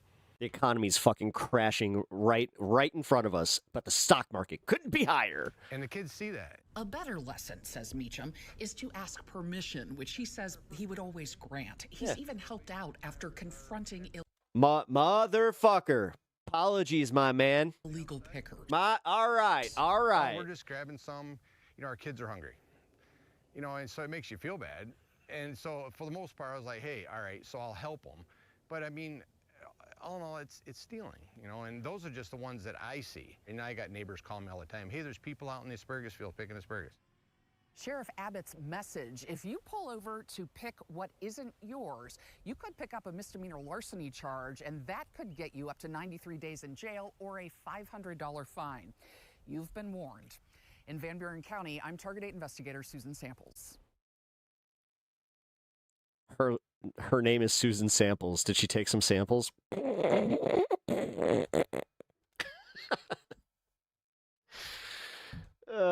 Had to. Let's dig deeper into that ex-Air Force analyst charged with spying. We've got our Peter What is this music? from our New York newsroom. Fine, be that way. Here with those details. Peter, how's it going, man? Let's get right to it. People are searching. Who is Monica Witt, and what exactly is she accused of doing? That's a great question. She is someone. All right. Like, I don't know what that music was, so just to be safe. Who served in the Air Force for about a decade, ending her service in 2008. She then became a defense contractor, and with those roles, she had access to top secret information. Now, prosecutors allege that she first visited Iran for a conference held by an anti-American group. She was warned that that conference might actually be a recruiting front for counterintelligence efforts, but despite those warnings, she returned in 2013, where prosecutors say she defected. Since then, they allege that she's provided top secret information to Iranian forces that have endangered U.S. personnel in the region and have assisted other terrorist organizations. Oh, this is a lot. Oh, shit. This is a little bit worse than I thought it was. Well, Peter, so it sounds like they've been aware of her for a while. Do we know exactly where she could be? At this point, it's unclear. They say they're now increasing this award. Lisa, you are so much more likely to become a beggar than you think. For And honestly, with your attitude, I hope it happens. I literally put most of my energy today into Lisa Ann failing. I hope that something bad happens to you. $200,000, hoping that perhaps... Don't know what it is, and I'm not going to be very specific, but I hope that you don't theoretically get a very bad fucking case of anything or have something, you know, with your health happen that's not covered. Someone knows information. Oh, Lisa, you're going to die alone. About her. All they know is Shut that up. they believe she is in Iran somewhere. On top of that, Seriously, the fact that you can't recognize what's happening, I don't care if you make $1 million, you're still a fuck up. FBI isn't really saying more about why now, but in a statement, the FBI agent in charge of the D.C. Counterintelligence Office said that in this critical time of Iranian history, they hope someone might know something about her that they could share. If that person comes forward, they're primed to get $200,000. Yeah, Peter, people are searching a ton about Monica's military background. What do we know about her time spent there? Yeah, there are a few really interesting things there in terms of her background. First, not only was she an intelligence expert. Your shitty attitude is what you did. For the Air Force. And you're getting exactly what you put out there. Kind of funny how that works. But this is the thing. You're not used to people matching your shitty energy, so... She also served as a special agent for the law enforcement branch within the Air Force itself. As part of that role, she had information related to counterintelligence. That includes kind of knowing the names and identities of people who might be operating undercover overseas. On top of that, we know she was in the region between 2003 and 2008 for her Air Force roles. Prosecutors at this point say that she not only revealed the identity of one person who was serving in U.S. intelligence, but also details about a top secret intelligence gathering operation. The story's almost unbelievable. Peter, thank you so much. You don't know my chat and you're trying to be mean. Coming in here hot, saying that, what was your first comment here? Everybody owes everything to the beggars.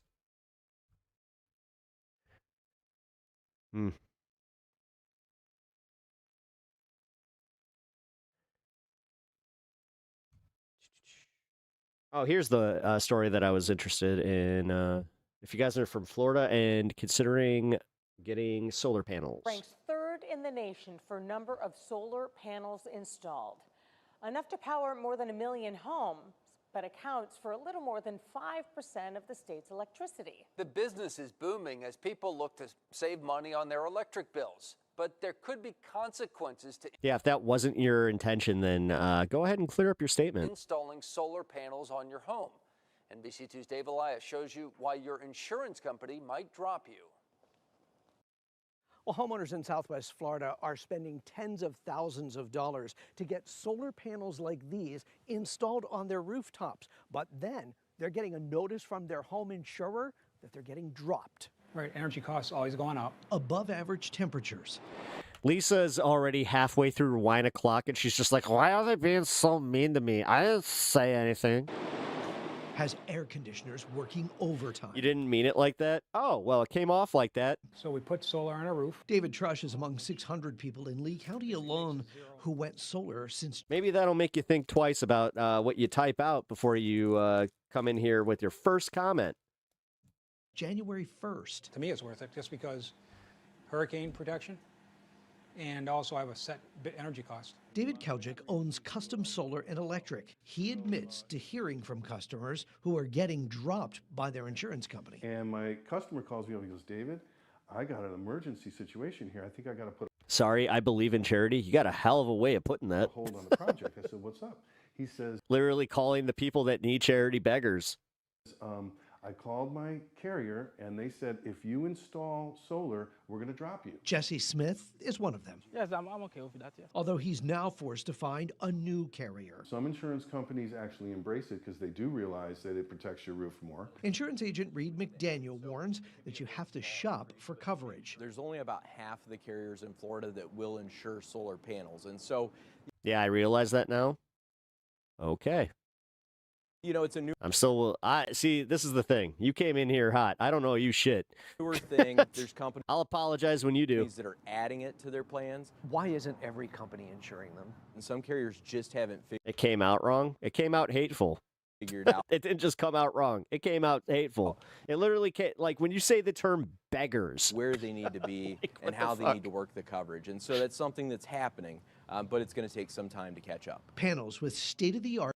Okay. Well, Lisa, I'm also sorry. I apologize for coming at you, but you know what? Lesson learned. Battery backup can cost on average of $50,000 to $60,000. Appreciate your apology. You're welcome to stay. McDaniel warns against not insuring them. In some cases, what we've seen is people added solar panels but didn't notify their insurance agent.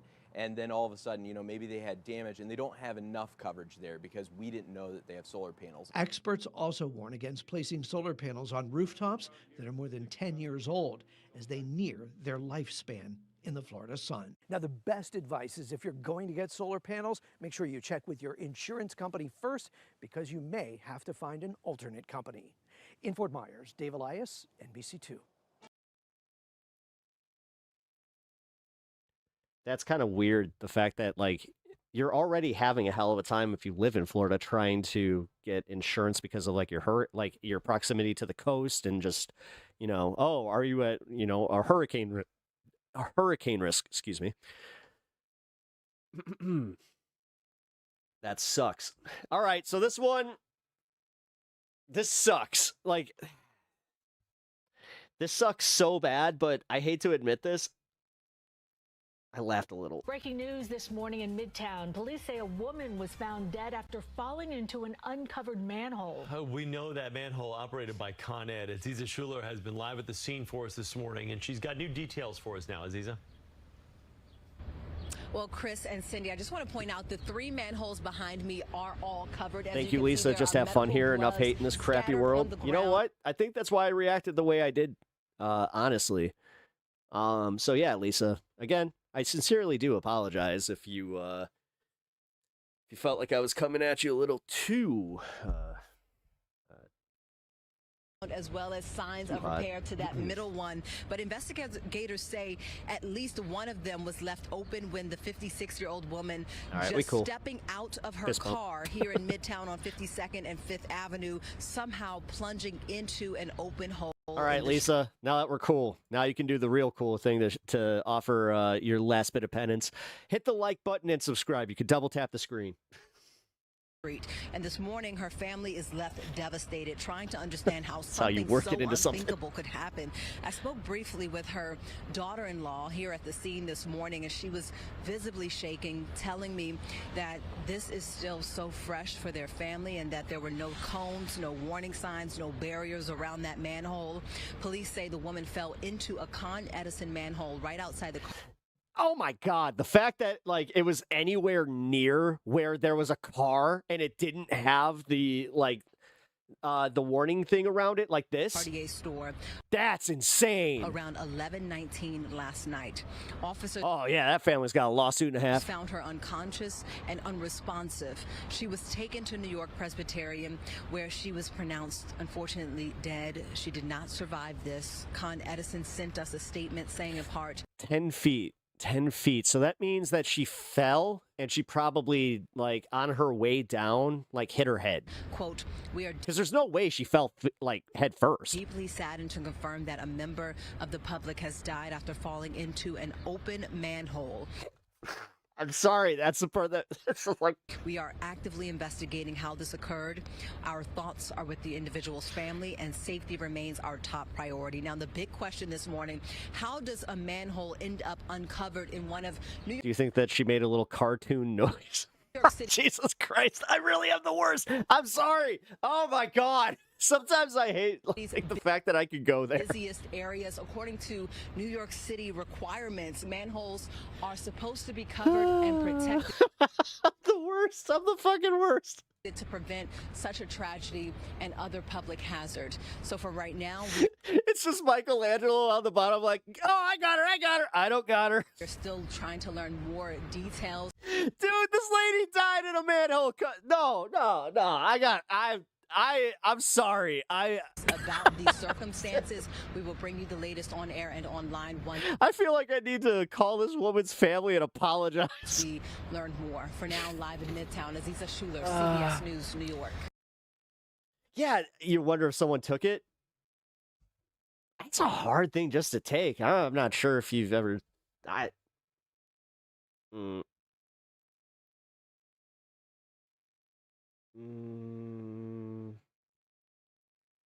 did I just get sent this? Hold on. Somebody sent me over to Majority Report. I'm not sure if they meant to send me a link, but somebody sent me over to Majority Report. Like, it just took me to their page. No context either? Okay.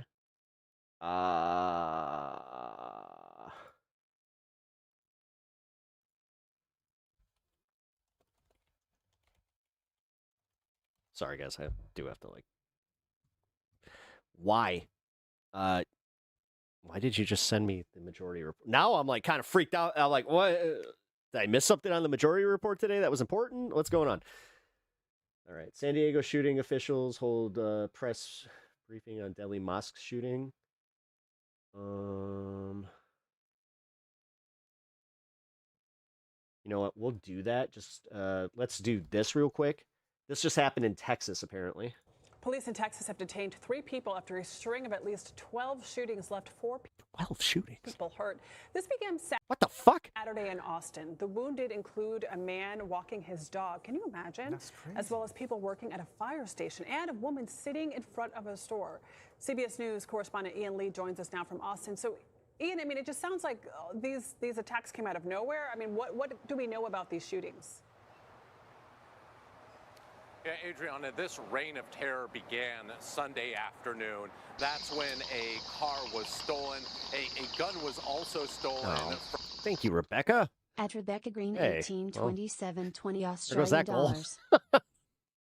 I guess I will also be making that noise here in a minute. Thank you again. You don't have to you don't have to do the whole goal. I thought I had at least an hour. It's okay. It's okay. I'm gonna jump over there. From a gun shop, and then the shooting started. At first, the authorities Dude, he just walked in, bought the gun, and then just started. This is my point. Dude, okay, I live in a state where we have a 2-week waiting period, and people act like that is a fucking affront on their rights. didn't know if the Yo, dude, no, we need background checks. This is so fucked up. shootings were linked, but after 20 calls, they kind of pieced everything together and realized that this was a shooting spree, and so the whole part of Austin went on a lockdown, telling people to stay inside because they didn't know who was doing this. Multiple cars were being stolen. Things kind of died down, Saturday night, but then Yes, background checks. Why are you laughing at background checks? What the fuck is wrong with you, you dumbass? picked up again Sunday. You would sit there like crowing about how we need background checks for every trans person because there's an influx of trans shooters. Still, or am I wrong about that? And you're just like 2A guy all the way. No, we can't do anything but just give everybody a pew pew. creating this panic. Police were on the lookout. Finally, though, they found a Yeah, it does work. The thing is, this would have prevented that. Like, had he been in Illinois, they would have been like, okay, now you got to wait 2 weeks. so he wouldn't have been able to just commit this spree. White Kia pulled it over. And likely, they would have found something in his background check to go, nah. Because if you have, like, a proven record of mental health disturbances, then you don't get the pew-pew.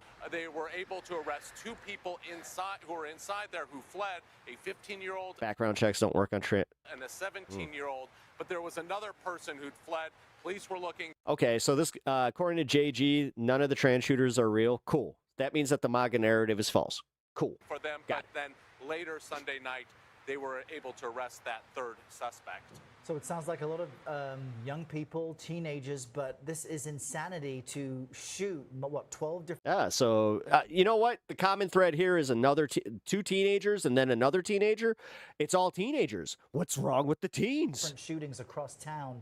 What do we know then about the suspects, and do they feel as if they have everyone? Yeah, Rebecca, but the thing is, who is unwanted and all that, like, at least suspected of being a part of this. Unless they're breaking, like, the rules, they can just ignore them.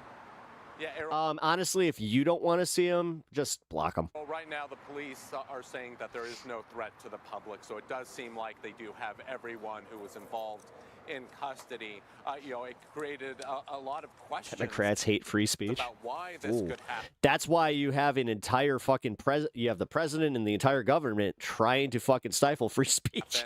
This is what You're a fucking moron. authorities said yesterday. Whatever, man. I don't know what a motive is. I don't know what motive would drive anybody to come and drive around senselessly in this city and in multiple parts of the city shooting. We need to take seriously the fact that we've got 2 juveniles, 15 and 17, running around with guns, creating this havoc. The 17-year-old has a warrant for a theft of a gun from the same store that the 15-year-old stole a gun from. So yeah, it seems like these people may have been known to the police, and so as this investigation goes, hopefully we can find more, because everyone woke up today wondering how something like this could happen. Errol. Yeah, Ian, we appreciate your reporting. We'll stay close for any updates. And these suspects are so young. It's just tragic. That's All right, Ian.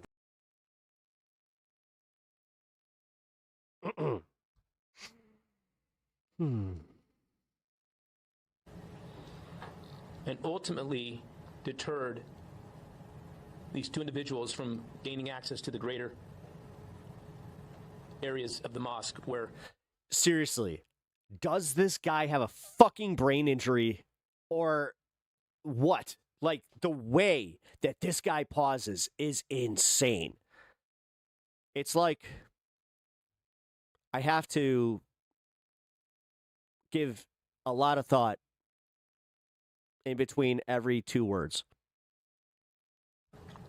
As many as 140 kids were within 15 feet of these suspects. Tragically, he died in that gun battle. The other 2 victims, as best we can tell with this video surveillance at the mosque, drew the attention of both of these suspects back out into the parking lot area, where they were unfortunately unable to flee. And both suspects were able to successfully corner them. He has cop smarts, Pep. He's doing the best he can. And kill both of them. While both suspects were outside, the massive response that was seconds away undoubtedly pushed both of the suspects to run back to their vehicle and flee the parking lot. And I want to be very clear, all 3 of our victims did not die in vain. Without distracting the attention, without delaying the actions of these 2 individuals, without question, there would have been many more fatalities yesterday. Here with me to tell you a little bit about these 3 victims is Imam Taha.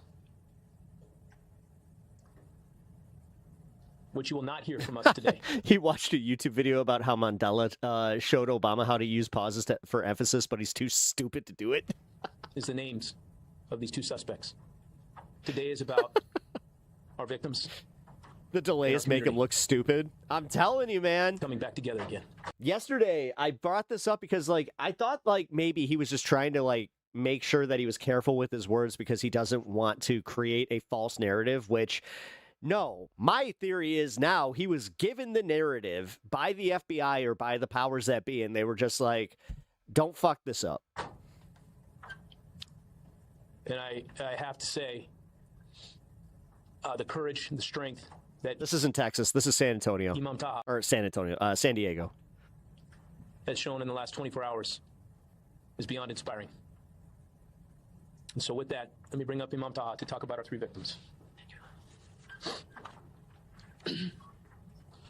Thank you, Chief Wall.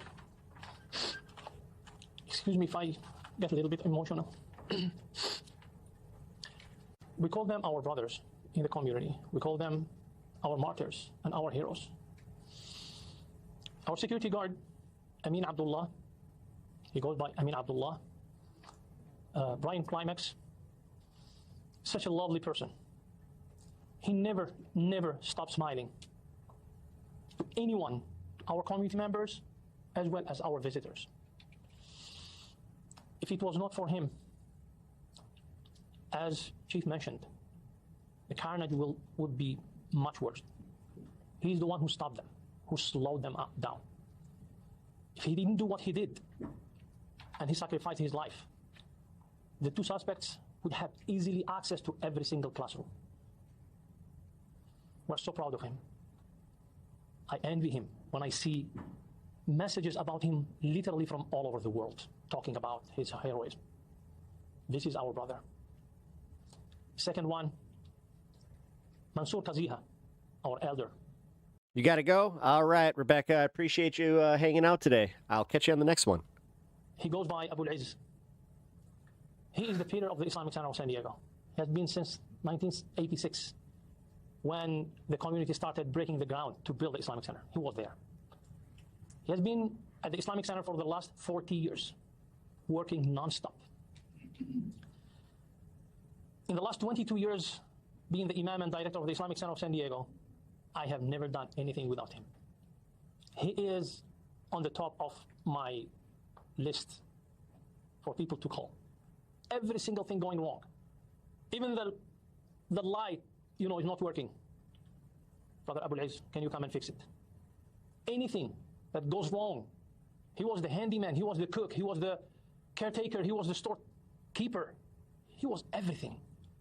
I don't know what I'm going to do at the Islamic Center without his assistance, his daily assistance.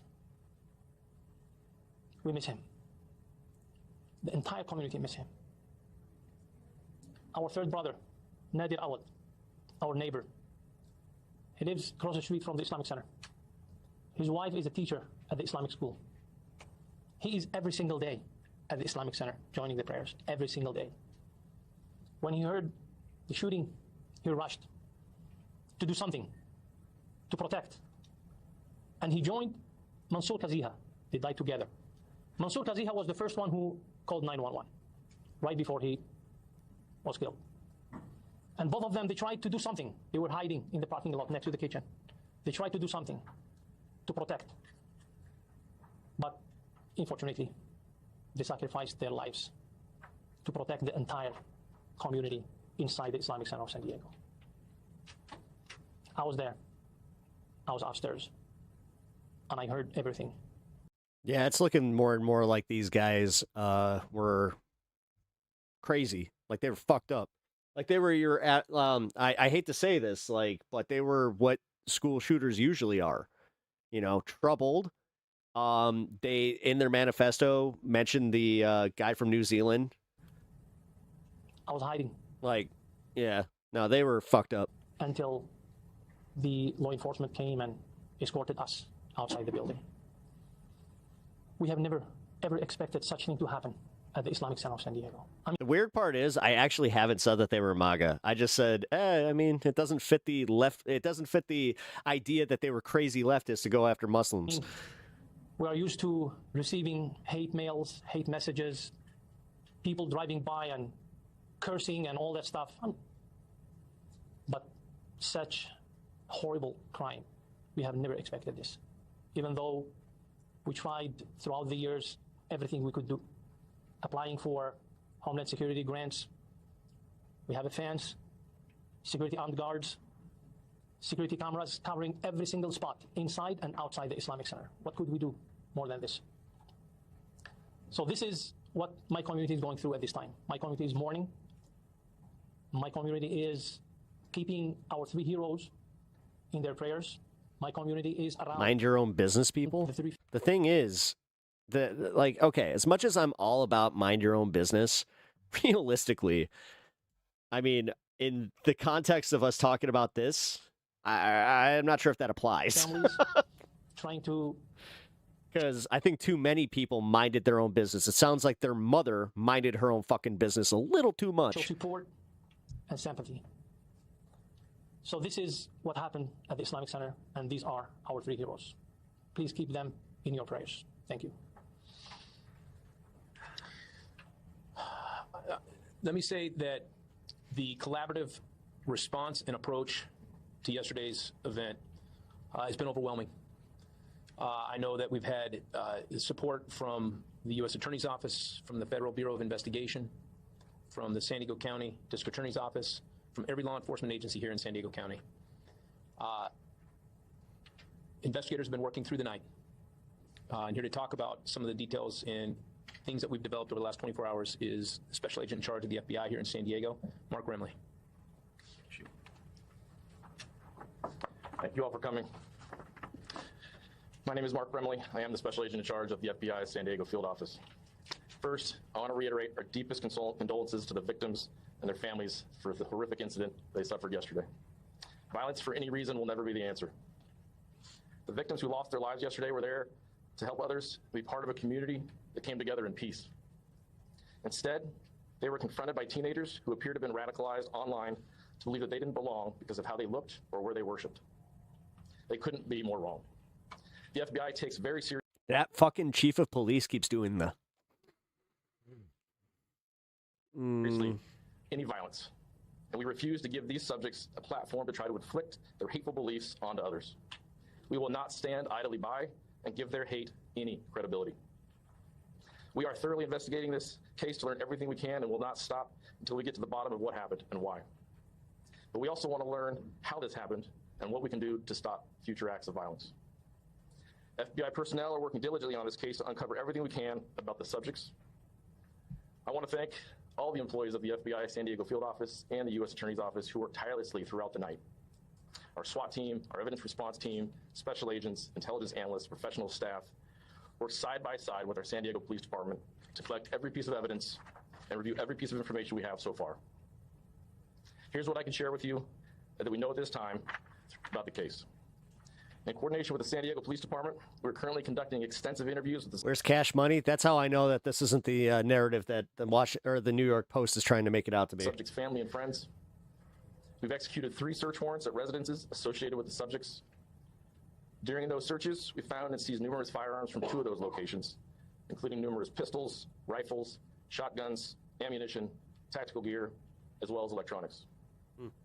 So far in this again, I also like how, again, with Libs of TikTok and the New York Post trying to insinuate that this is a trans problem, not the weapon problem. We've seized over 30 guns and a crossbow. 30 guns and a fucking crossbow? What? What? Bro! We're continuing to process the information from all the locations, and we will provide more information when we're able to do so. In California? Also executed search warrants on the electronic devices the subjects had with them at the time of the incident, and we're in the process of The kid was 17.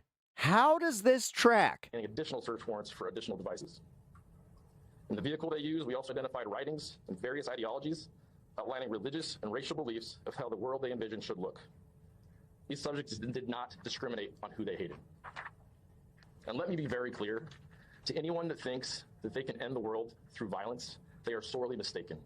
The FBI, our law enforcement partners, and our community are much stronger than you think, and we will always serve on the right of good. I want to thank all of our law enforcement partners who responded to yesterday's shooting without hesitation.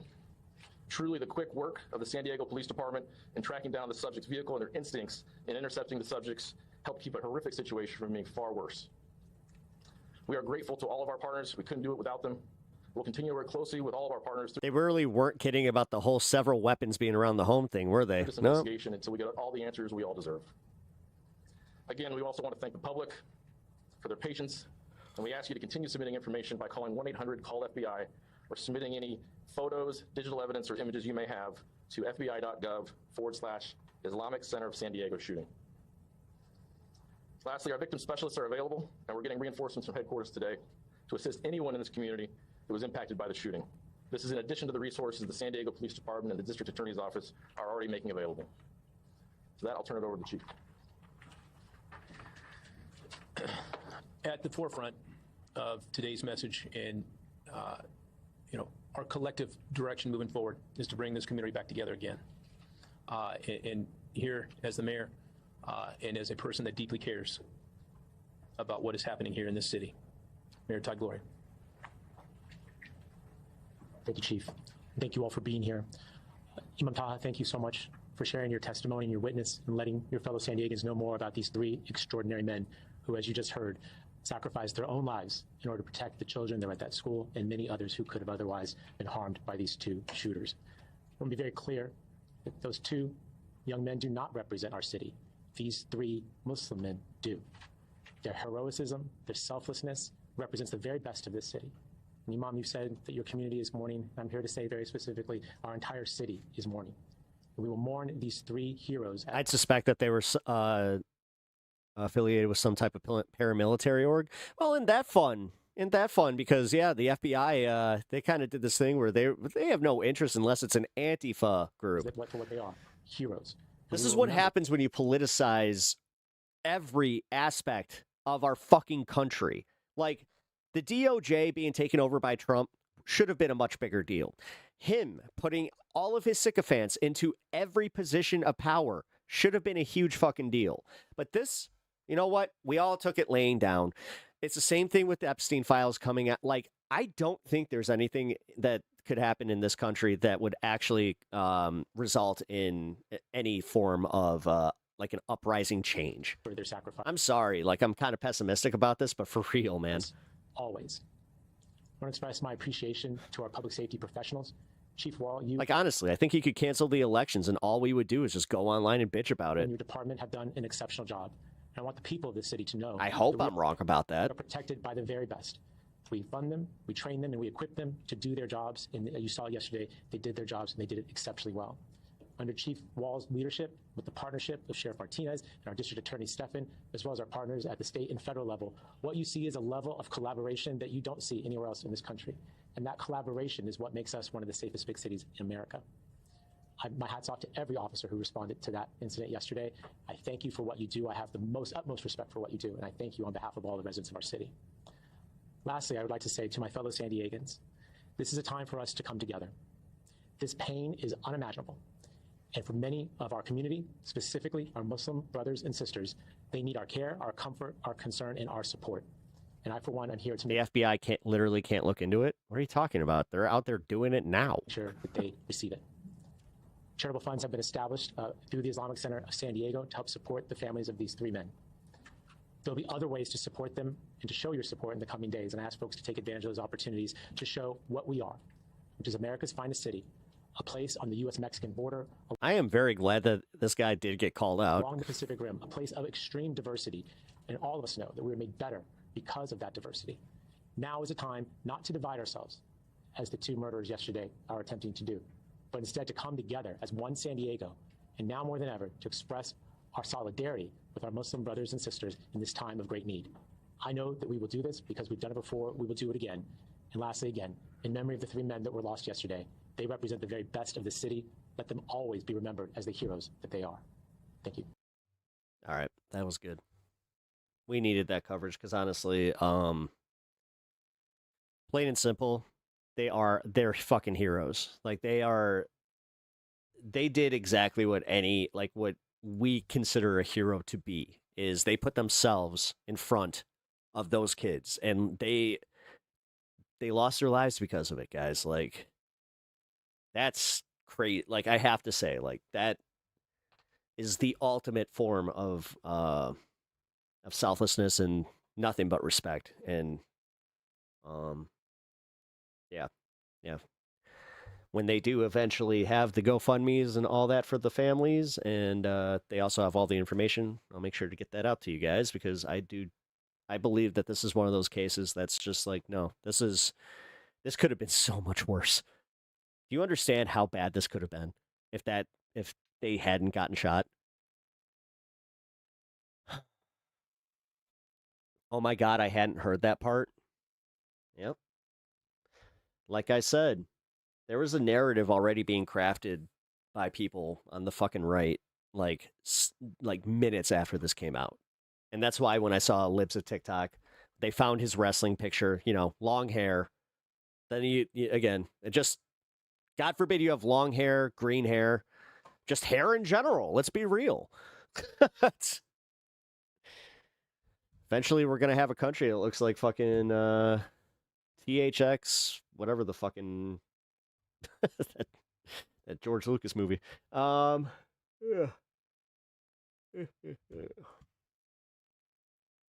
Here we go. We got the Todd Blanche stuff. All right, but hold on. I haven't seen this one. Let's do this one. I have seen this one. Okay. Because I have seen this, I got to run upstairs real quick. I got to go check on my wife. She requested something, so I will be right back. Buzz cuts for everyone? Yeah, apparently. You know what? What you know about the Cankle strain? Oh, shit. Did I spell Cankle wrong? I think I spelled it right. I ran it through spell check. It didn't catch it, so. Ben Holland. Thank you, Mr. Chairman. Mr. Attorney General, this is an I'll be right back. outrageous, unprecedented slush fund that you set up. Simple question. Will individuals who assaulted Capitol Hill police officers be eligible for this fund? Well, as it makes plain, anybody is just let me know if they're eligible for the fund. As was made plain yesterday, anybody in this country is eligible to apply if they believe they were victim of weaponization. Mr. Attorney General, let me ask you this. Are there going to be rules that say that if you've assaulted a Capitol Hill police officer or committed a violent crime, you will not be eligible? Why not make that a rule? I expect that, because I'm not one of the commissioners setting up the rules, I expect that there You're will be appointing 4 of the rules 5 set up. members, aren't you, Mr. Attorney General? Pardon me? You're appointing 4 of the 5 members. I am appointing all 5 You can certainly members. set up the rules. I would hope you would make a rule that anyone convicted of assaulting a police officer or a violent crime is simply not eligible. They should not apply. Well, let me ask you this, because you compared it to the Keepseagle case. But I think you know full well that in that case, the settlement agreement was approved by a federal judge, including the payments to people who were not originally parties to the lawsuit. No federal judge has approved this fund, have they, Mr. Attorney General? No federal judge did approve this. So that's a big difference between this case and the case that you compared it to. No, it's not. Did a judge sign off on this case? No. A judge did sign off on the other one. Yes, but your question was whether it's a big difference. It's not. Of course it is, because that allows for an independent person to look at it rather than the There was no independence. There was no independence. There was a single commissioner. A judge signed off on it. A judge had nothing to do with deciding the money. There was a judge who looked at it and signed off on it. So to compare that case to this one is incredibly deceptive. Let me ask you this about the Epstein case, because as we speak, many Epstein survivors are in New York. They're reading portions of the Epstein files about the abuse that they suffered. Otherwise, they might have been here with us today. At a House hearing, your predecessor refused to acknowledge the pain experienced by some of those victims when the administration improperly released their names and identifying information. So I want to know where you stand. I spoke to the representatives of some of the Epstein survivors yesterday. They are extremely frustrated that you keep calling for people to come forward with more evidence, but you have not met with them to hear their stories. So simple question. If I connect you with these survivors, will you meet with them? Absolutely. And what you just said is false. I have met with them. I've met with many of the lawyers for the survivors of victims, as did Attorney General Bondi. So whoever told you that, unfortunately, gave you bad information. Okay. But I would Well, encourage them. I would encourage them to reach out to the Department of Justice, because like we do every single day, we absolutely care for victims, and we absolutely want to hear from them and their lawyers. Well, I've been told directly from the representatives they've not had a chance, at least this group, to meet with you. So Did they represent that they asked? So I'm glad to hear that. Did they represent they asked for a meeting? Can I ask you to commit that the Justice Department will not recommend a pardon for anyone named in the Epstein files? Can you repeat that question? I'm sorry. I didn't hear what you said. Can you commit that the Justice Department, you, the acting Attorney General, will not recommend a pardon for people named in the Epstein files? When you say people named, there's tens of thousands, hundreds of thousands of, quote, people named. How about Ghislaine Maxwell? Can you commit that you will? Yes, I can commit to that, of course. Okay. Let me go back to this slush fund. He's such a little kid. Because there's How in the also fuck an individual does he have such ineffectual who, after being just pardoned by dipshits? the president, went on to molest 2 children. And that person actually tried to buy the silence of these children by saying that he would pay them some of the funds that he was hoping to get from your slush fund. Can you commit to making the rules so that that person is not eligible for a payout under this fund? Well, you're obviously lying in your question, because there's no way that this person committed to that. But the slush fund, as you call it, which is not, didn't exist. I'm certainly but I not can lying. commit. Mr. Attorney General, don't ever do that again. I am reporting what again? he said. He said on the expectation that he hoped to get some of the funds from a payout. He's been From hearing the, what you we've said all from been the hearing. slush fund. No, and the thing is, he brought it back. Like, he actually, Van Hollen brought the receipts on his next follow-up. Senator, and that didn't exist when he said that. This is the fund that the president and all of you have been Only one in here? telegraphing Man. all along that Yeah. you are going to use to help the president's friends. Can you point to a Mr. single Attorney General, telegraph I have a I last made? question. What telegraph did I I have a last question for Okay. you. Do you know that it is a criminal offense to lie to Congress? I am very well aware of that. I'm glad to hear that. Thank you. Is this the second one? This hearing in just a moment. Anticipating getting payments from the.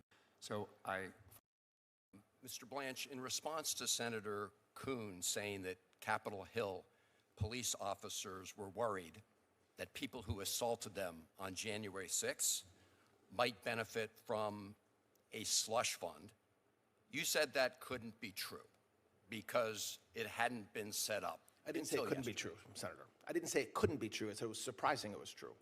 Okay. No, you didn't. We just watched it. So you said that couldn't be true because it wasn't set up yet. Those were your exact words. it is very possible that people have been anticipating getting payments from the administration, people who were part of the attack on the Capitol on January 6th, right? You're asking me to speculate on the possibility of something? Have you not heard of anybody anticipating getting payments from that?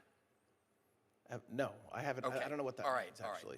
Mr. But I won't Chairman, speculate. I want to put it in the record, submit for the record, a January 2026 Washington Post story, a long story entitled, "For Many January 6 Rioters, a Pardon from Trump Wasn't Enough." And it goes on to quote, the President of the United States, when asked about these payments, said, "A lot of people in government now talk about it because a lot of people in government really like that group of people," unquote, referring to the January 6 rioters. Are you not aware of that statement from the president? I have never read the Washington Post. Well, I can tell you that there are a lot of people I accept for that you a read it. long time who've been anticipating payments. You're not aware of that? That, fact, when I you're asked- telling me there's a lot of people that were anticipating payments? Yes. No. Well, I'm not aware. Okay. Well, Mr. Attorney General, you are in a bubble because the reality. Because I don't read the Washington Post? No, Okay. no. Obviously, you should be in touch with some of these folks. Because, No, I mean, you're the acting attorney general. It's almost like you should know this shit. I asked Oh, you God. Oh, God forbid we have expectations of the fucking leadership in this country. specifically about an individual who had molested kids and been convicted about his anticipation of getting a payment. And you said that couldn't be true. In fact, that was a lie. I want to read you. I didn't. Oh, by the way, Razor, what up? How you doing? I got the transcript right. Good. You said, welcome in. I'm obviously lying in the question because there's no way the person committed to that because the slush fund did not exist. That's what you said. I'm going to read from you, Mr. Attorney General, an affidavit from the Hernando County, Florida Sheriff's Office. And I want you to listen carefully to what this police officer said about this criminal named Andrew, pardoned by the president, now being charged for child molestation. He says, Andrew also told that since he was pardoned for storming the Capitol on January 6, 2021, and he was being awarded $10 million as a result of being a January 6er, Andrew did tell that he would be putting him in his will, referring to one of the victims of his molestation. He would be putting him in his will to take any money he had left over. This tactic was believed to be used to keep from exposing what Andrew had done to him, signed under penalty of perjury by someone in the sheriff's office. And you're telling me you don't know about all these people who have been signaled by the President of the United States and others that they're going to get payments. I think that that's what you just read is disgusting. It's horrible that happened, but that's not what I said. I mean, you can say you're telling me and then make up something that I'm not saying, or you can let me speak. Mr. Attorney General, yes. I'm reading from the statement here. I got a transcript of what our exchange earlier. And you essentially said, well, you're obviously lying in your question because there's no way this person committed to that because the slush fund of which you called it did not exist, just as you suggested. Right, and it's true that even the affidavit that you just read said that he would be awarded this criminal suggested he'd be awarded $10 million. Now you're playing absolute word games. I am not playing a word game. Of course you are, because people words matter. Words matter. Crazy. So if you're going to quote me accurately. Mr. Chairman, I'd like to put in the record, January 6 rider pardoned by Trump was sentenced to life in prison for child abuse. Pardoned Capitol Hill rider tried to bribe child sex victim with promise of January 6 payout. And I will close with this, Mr. You can't tell us today that this individual would not be eligible for a payout from this fund. I find that obscene. And I'm going to ask you one last time. The fact that any of them are. You keep comparing this case. Honestly, I think that there's going to be a huge push to not pay federal taxes soon. To the Keep Eagle case. In that case, as you've admitted, a judge... The fact that they're paying out people that fucking did an insurrection on the Capitol. Yeah. Ultimately signed off. I'm asking you, makes a lot of sense. Proceed with this fund, will you have a federal judge sign off on it? I didn't compare the cases. What I said is the commission that we set up yesterday is nearly... Just a reminder, if any of you guys live in America, we're all on the hook for this. Identical to the commission. It's our tax money going into the pockets of people that went and committed violence on the fucking Capitol and against the Capitol Police. That was set up. But sure. During Keep Eagle. They were targeted because they're the victims. They're the real victims. So please, you repeatedly put words. But also, just remember, all of us can apply for this, so every single one of us should apply for it. And then you say, oh, I'm playing a wordsmith. Words matter. Mr. General, so they do matter. You said they were... I'm not even kidding. I'm going to get the website for everybody to go and apply. Look, the transcript will speak for itself. It will. But you compared in your own release. In the Department of Justice's own release, you compared it to this case. And in this case, a judge signed. My final question is, will you agree, as they did in that case, that before you proceed with this fund, a federal judge will sign off and approve it? Will you agree to that? Federal judge. So there's no mechanism. Actually, there is a federal judge presiding over this case. The case was dismissed by the judge last night. Yeah, because you moved to create this fund. I didn't move. I did not move. The settlement result, Mr. Attorney General, come on. So let me. Man, he sure doesn't do a lot of shit for being in charge. So you're not going to submit this proposal to any federal judge or independent. There is no judge. Any independent authority What does that mean? An independent authority? It means not somebody who's getting to pick 5 of the members who was the president's former personal attorney. That would be somebody who would be independent. I'm the acting attorney general, okay? The fact that I used to be President Trump's lawyer is just a fact, but I'm the acting... Yeah, it's also called a conflict of interest. Attorney general, so don't say the president's former personal lawyer will do something. You pussy lawyer. The acting attorney general will do something. Mr. Attorney General, you are acting today like the president's personal attorney, and that's the whole problem. You have a whole banner of his face hanging over the Department of Justice, and you and everybody else walks under it, and you are acting like you're his current personal attorney. Mr. Chairman, I have no further questions. Yeah. Don't exactly have a lot of faith in anything actually, and anybody that actually committed crimes getting persecuted or prosecuted. Yeah, but I guarantee they're going to be, I mean, dude, they're looking at James Comey. Like, yeah, dude, they're going after his political opponents. It's all fucking bullshit. When we subpoena phone records, we do not want the bad guys to know that we did it because we're still investigating. Trump is a fixer for the Russian Imperial Mafia, allegedly. But the idea that could be done to a United States senator and that it would be okay for a prosecutor to just do it, not even a scintilla of evidence anybody did anything wrong, and then not provide notice to is in some ways the worst form of abuse by the Department of Justice. Well, in fact, there's a constitutional ban, and I think a first-year law student should know that. When AT&T was requested to provide the same records, they saw the constitutional problem. Right. They stopped. Verizon was willingly handing over my records and those of other my colleagues. And I just asked myself, what was the purpose? What was the motivation for them to violate my constitutional rights?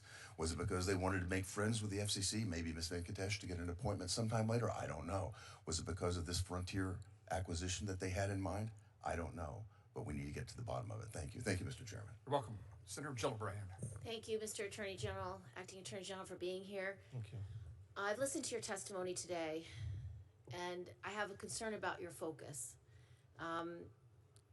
New York City was the site of the last major terrorist attack against the United States at 9/11. We benefit greatly from what you've mentioned, this whole of government approach, where we integrate CIA, NSA, DOD, FBI, DOJ, all integrated seamlessly, NYPD, to keep our city safe.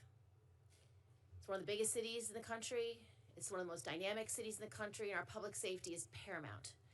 But I've looked at your record, and I'm deeply concerned that you are not using this whole of government approach, because I see you slashing programs left and right that we know work for all sorts of things, from drugs to gun trafficking to community policing to cops program, slashing. Chaos is is literally part of it. So many programs that I know work. So I want to take you through them and hear from you why your focus isn't where New York City and the state and the country need you to be, which is our public safety. So first of all, do you think that China, Iran, Russia want to do us harm and would undermine our elections? Yes. Why did you delete the whole department then that is supposed to protect against the undermining of our elections?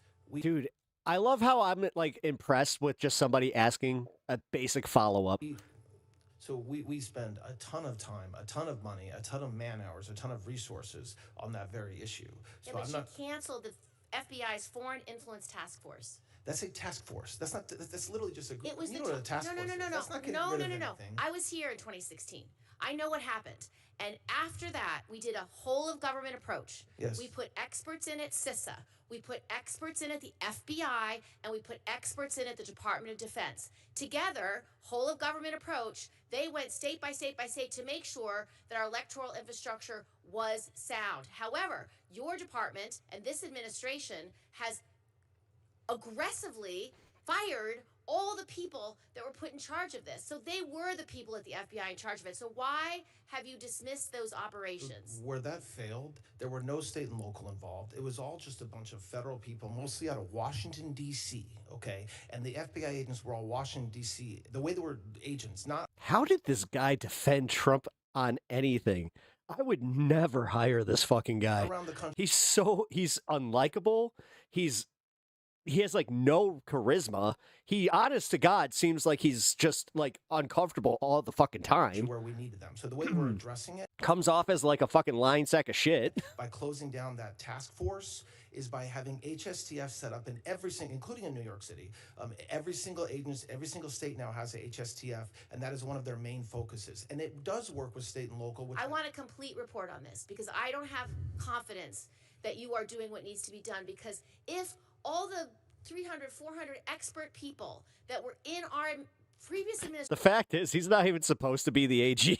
multiple administrations, Democrat and Republican administrations, if none of them are good, That's kinda and funny. you're starting over Cheers. from scratch, that doesn't sound like the recipe for I didn't say success. none of them were good. That's not what I said. Well, Did they've not all say been that. dismissed and they've all been fired. In all three He's not. He doesn't. He's not gonna have the viral moment that Pam Bondi did. But holy shit, he ain't doing good. We fired the people from DOD. We fired the people from CISA. We fired the people at the FBI. They were all dismissed. They were not all dismissed. Many of them are still here. Ask for a briefing, look into it, and give a report to this committee. Because I'm telling you, if you agree that our adversaries do not have our goodness in mind, they don't have our I do protected agree with elections that. in mind, Yes. I need laser-like focus on solving this You're getting problem. laser-like focus. All right, I'd like a report on that. Second issue, gun trafficking. We have been working so hard as a federal government to stop the flow of illicit guns into our communities, where someone can sell guns out of the backs of their trucks from some criminal gun dealer who's trying to get these guns into the hands of criminals. And we're supposed to get data every year so we can show that our gun trafficking laws are working. These new enhanced laws where police officers can now go cross state lines to do their investigation. Why are you not giving me the data about gun trafficking? I need to know if it's working. I need to know if these cases are being prosecuted. And I can't even get data out of your department. Wow. Well, the cases are being prosecuted. We did. Will you give me the hundreds data so I can assess I don't know it? what data you're talking about. Just The number of weapons that have been seized, the number of cases that are being prosecuted. We keep track of how many weapons have been seized that are trafficked, and I'm waiting from your department over a year to get that data. To the extent there's data that we're Will you required send it? to Okay, no, next that's point. not okay. I Cut me got off. like 5 That's okay. points. I only get 5 minutes. Next point. Wow. She's cooking his ass. Violence intervention grants. You are slashing these community violence intervention grants. They work. We know they work. One of them was to New York. Yeah, weird. For 4.2 million slashed. It prevents youth violence. These are programs that are working. Did you analyze whether this program was working before you slashed the funding? Yes, there's still a ton of funding for those programs. Not They do the work. ones in They New York. do. You just deleted them. Delete. It's shocking. Oh, she got a viral It moment. wasn't delete. That Okay, is well, 4.2 absolutely not true. was deleted for the Local Initiative Support Corporation that funds. It's not a deletion. It's just that we're not seeking funding for it through this exact No, process I'm for that seeking exact. funding for it. I've asked for the money, and we've gotten grants for this, and you've just. Oh my God, he really is, dude.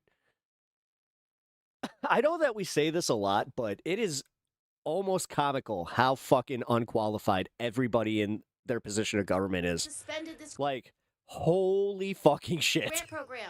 I'm happy to work with you to make sure we're spending the grant money in the right way. I don't have any more time, but there's the community-oriented policing grant cuts as well, the COPS funds. The sad part is most of these people weren't even actually like good at anything before this. These are all Nepo babies. Police officers in our community. Like, as I said, this guy, I have no idea how he's a lawyer. Policing development micro grants, they benefit from it.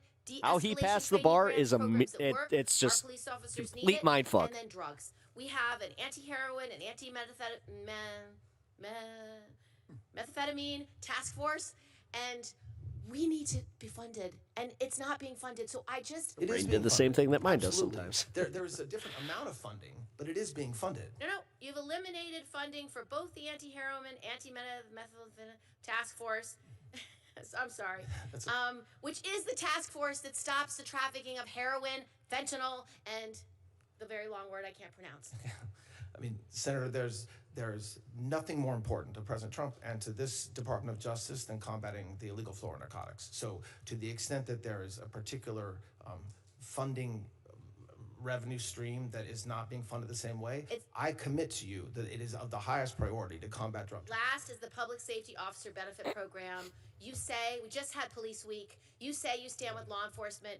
When you do not support this program and when these funds are not getting back to the loved ones who have lost TUI admin. their police officer loved one, It is not right. I need you to focus on this. I need you to get this right. We're committed. Thank you, Senator. He's like, thank God that's over.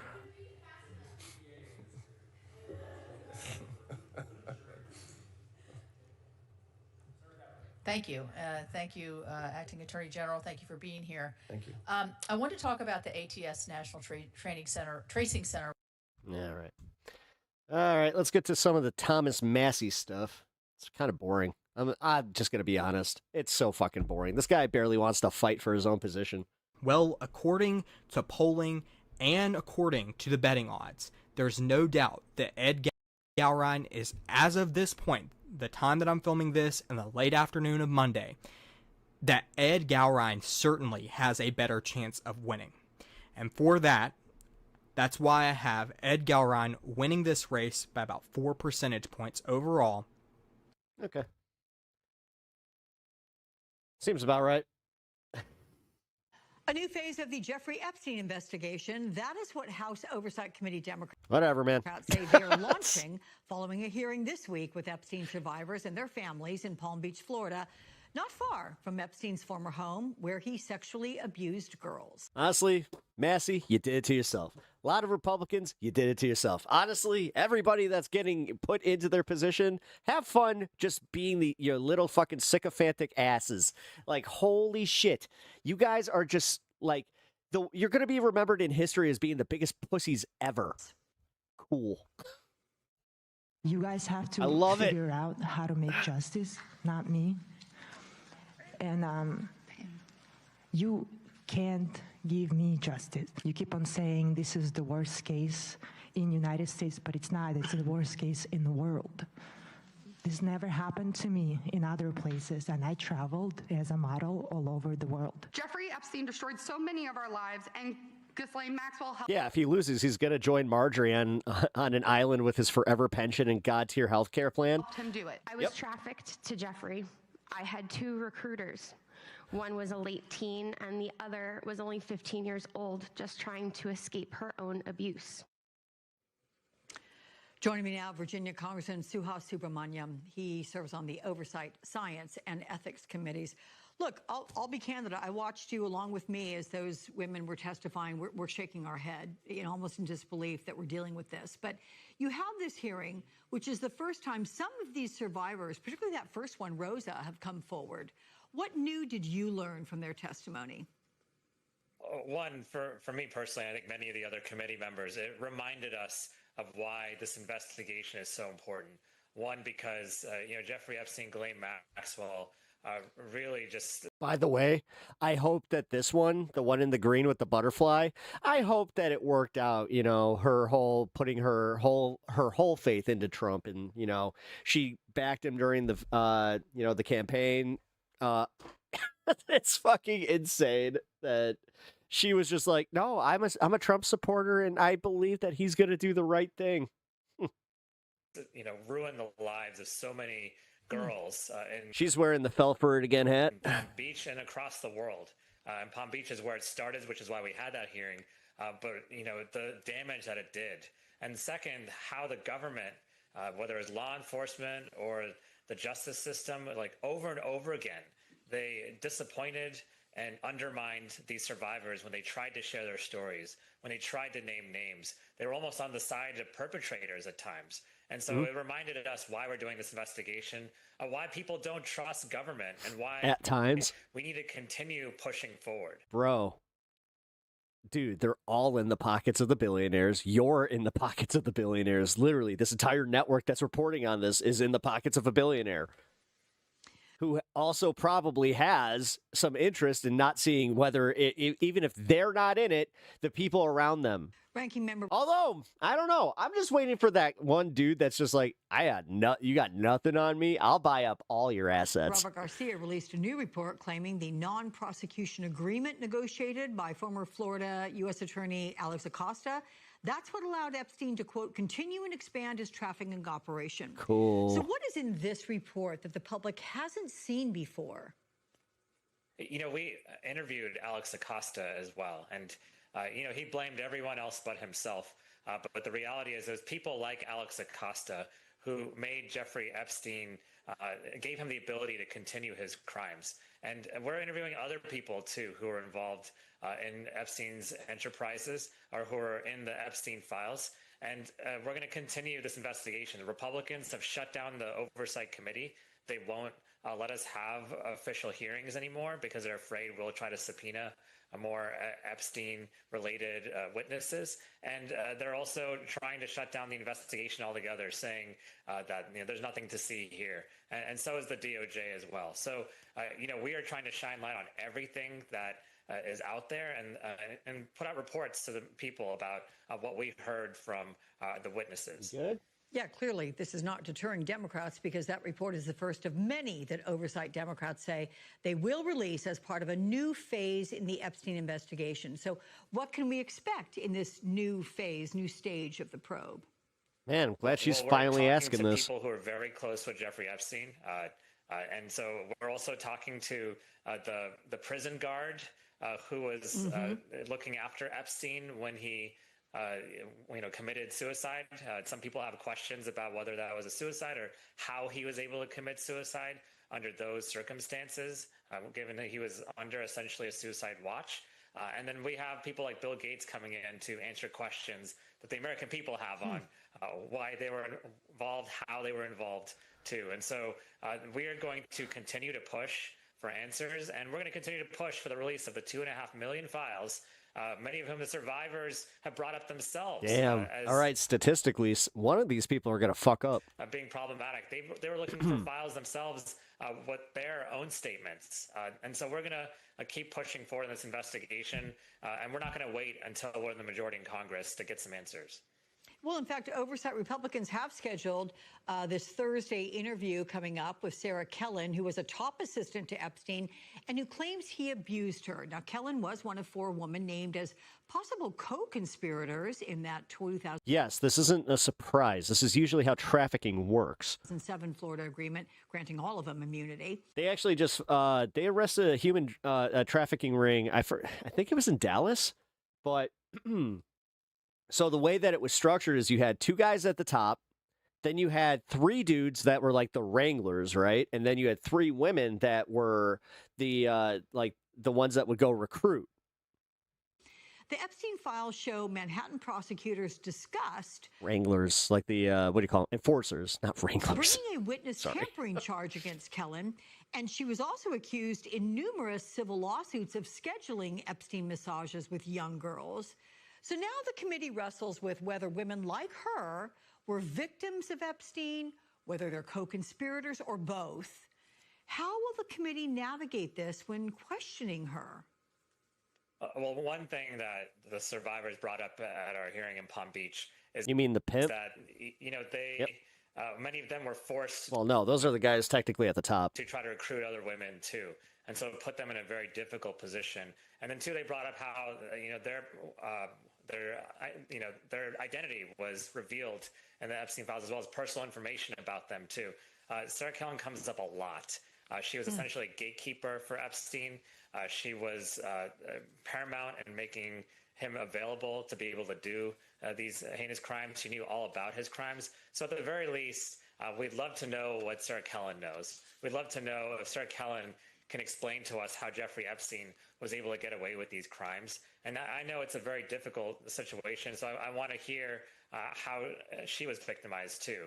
But certainly we want to protect all the survivors, but Sarah Kellen was very unique in that she was essentially an executive assistant, a scheduler, and an operator for a lot of Jeffrey Epstein's activities. So listening to that, are you leaning more towards a co-conspirator for her, for this one person? Nexium, yes. From what I've seen in the files, she's more co-conspirator to me than anything else because of how involved she was. But to me, I want to hear what she knows. In the end, I would like to solve the bigger problem, which is how Jeffrey Epstein was able to get away with these crimes, why people are still covering up for the people involved with Jeffrey Epstein and Ghislaine Maxwell, why a pardon for Ghislaine Maxwell is even being Because the president shut it down. discussed publicly, given what a Todd Blanche shut it down. monster she Our government shut it down. What are you talking about? has been. God. And so Sarah Keller may have some key answers that will help us in this investigation. Okay. Congressman Suhas Subramaniam, it's good to see you again, sir. Thank you so much. New testimony this week in the House Oversight Committee's Epstein I kind of like her reporting. investigation. On Monday, lawmakers will hear from one of the prison. Which one was Nexium? That was it was like it was the one with the girl from Smallville. Chloe from Smallville. She was like one of the recruiters. So like what would happen is this guy, he would recruit people into like his cult. And then, then he would kind of like brainwash them to do whatever. Guards on I don't know, guys. I'm not in the mood to explain an entire, like the whole process of cult integration, but look into it. The patterns are there for all of it, including MAGA. Epstein died in his I went through it with my Christian. Like, I think that's why I just have very little patience for it, is because I broke from a cult. And the thing that really kills me is the fact that I'm like one of two. Manhattan jail cell. Then on Thursday, the committee will interview a former Epstein assistant who was listed as one of the 4 potential co-conspirators. MLMs are based on literally MLMs are based on the psychological structure of cult worship. Abuse. This after Democrats heard dramatic testimony from survivors at a hearing this Most MLMs will even say it's like you're not necessarily selling the product as much as you're selling yourself. week in Palm Beach Which, not problematic at all. County, where many of Epstein's crimes took place. Here's what one of those survivors told me yesterday. We know that Maria filed her first report in 1996. My abuse in 2004 was really the middle of that timeline. And then to see Rosa, who is talking about she was abused and raped while Jeffrey Epstein had an ankle monitor on. 5 years, I think she talked about? Yeah, for 5 years. And so you're talking about a timeline that spans from 1996 all the way to 2008, just in our testimonies alone, just in that room. And so there's so much within there that you can start to pick apart. Joining me now is Virginia Congressman James Walkinshaw. He serves on the House Oversight and Homeland Security Committees. Welcome back to the show, Congressman. So, one of the survivors who testified came forward for the very first time and said that Epstein raped her for at least 3 years, including while he was under house arrest. What other new points? Yeah, guys, remember, we have been this is stuff that we should have known about back in fucking January, February. Points did the committee learn from the testimony of these women? Well, I think we heard decades of And the problem is, this is like page 5 news now. failure by the federal government, starting with Maria Farmer's report in 1996 that went seemingly And short of like a viral moment, it's probably going to stay there. ignored. And we heard, I hate to say it, guys, but I think Donald Trump got what he wanted. From different women who were abused by Epstein and Ghislaine Maxwell at different times. Incredibly powerful testimony from Rosa that you shared there, who was abused while Epstein was serving the sentence from the sweetheart deal that he got from Alex Acosta. So it's really breathtaking, the scope and the length of these failures, time after time after time, the government failing to protect these women and girls. And I think our hearing in Palm Beach highlighted that. Yeah, heartbreaking, in fact. Oversight Democrats announced a new phase in the investigation, starting with the report claiming former Florida U.S. Attorney Alex Acosta allowed Epstein to continue his Alex Acosta should be in jail. trafficking of young women. So It's fucking insane how none of these people are in jail. what can we expect in this next stage? What are we doing? Well, I think what we released in that report was a demonstration of the way that after getting the sweetheart deal, while he was allowed to continue raping and abusing women and girls, Epstein then really took his trafficking ring global and started to recruit more girls and women from across the globe. So that sweetheart deal from Acosta had far-reaching implications. As you noted before this segment, we have a series of depositions and transcribed interviews starting tomorrow with Tova Noel, one of the prison guards. We're going to have Pam Bondi on the 29th, one of the potential co-conspirators, Bill Gates, Leon Black, a lot of meaningful depositions and interviews coming up. And look, our goal ultimately is accountability, so that anyone who was involved in these crimes or had knowledge of them is held accountable. And depending on their role, there'll be different kinds of accountability. But to get accountability, we got to have transparency. We still don't have full transparency. We don't have all the files. We have illegal redactions. We have key figures never interviewed by the FBI. And our investigation is trying to address all of that. So what do you want to ask Tova Noel tomorrow? Again, the prison guard, he'll be speaking with you. Tova Noel is... It's going to get so much darker before this is over. Purportedly the last person... Well, dude, we're desensitized. Everybody is so desensitized now. To see Jeff... And now it's going to get so much worse because this is the shit that you could crow about it all day. Most people are going to just be like, I'm broke. I don't care. For Epstein. But then it's also like, yeah, you're broke because of the president. And it's just like, don't you say that. Failed to make her rounds to check on him over the course of the night that he was later found dead. We know that she made a $5,000 bank deposit that was flagged by the bank as suspicious. There's reporting from the Miami Herald that Epstein was paying protection payments to employees at the prison. I have a lot of questions about that. What was the source of that $5,000 that she deposited based on the salary she was earning? That's a very large amount of money to make in a single deposit. Was there any connection to Epstein there? She was indicted, but made a plea deal, so didn't really face significant questioning and scrutiny. So our interview with her will give us the opportunity to ask questions about the night that Epstein was killed and everything leading up to it. The night that Epstein... Oh, shut the fuck up. Was... Dude, seriously, with the advanced AI we have, are you telling me that we can't run this shit through a fucking program that could take out the CSAM and then give us the rest of the fucking files? Dude, no. That's the shit. You're literally like, Ghost Dog, all due respect, that's the fucking bullshit that's running interference for these fuckers. Leading up to... You're sitting there accepting why we can't get them. And then you have Thursday when the committee will interview Sarah Kellen. Unless I'm misreading that, which I don't think I did. Epstein's personal assistant, who was named as one of the 4 potential co-conspirators in Epstein's 2007 non-prosecution agreement. Some survivors say Kellen participated in and or was complicit in their abuse, even as she says she too was an Epstein victim. How will the committee navigate this when questioning her? Well, I think we have to be cognizant of the fact that one of Epstein and Maxwell's tools... Like, sorry to be so angry about this, but that's, yeah. ...was to turn victims into accomplices. And, yes, the CSAM doesn't have to be released and can be redacted. That's a dumb reason. It's a question of where is that line and who should be questioned. I think... No, that sounds like we're trying to do this thing where we're trying to accept why we're not getting them. We should ask... Well, you are. The questions that need to be asked. I hope we'll get honest answers from her. But I start in that conversation in a different place than those who are clearly accomplices of Epstein helping to make these crimes happen. Okay, so I misread it. My bad. I'm going to treat... I didn't see your comment on that one. ...someone who was also a victim a little bit differently than someone who was not victimized and was just participating or had knowledge in the crime. So we have to be careful, I think. So you were just stating it as a matter of fact. Okay, yeah, for sure. We're going to want to hear all that you uncover with the questioning there. Congressman, thank you so much for your time with us. Appreciate that. Thank you. Thanks for having me. I literally said, I'm like, dude, I could be misreading this. The president... When I say shit like that, that means I'm not even too lazy. I don't want to go back into chat and fucking find it. Pushing the DOJ to make a deal that could create a potential slush fund, and you'd be stuck paying for it. Yeah. God, I got to say, that was... crazy. What the fuck? Did they really keep it? Oh my God, they kept a fucking commercial in here. Ooh, that's lazy.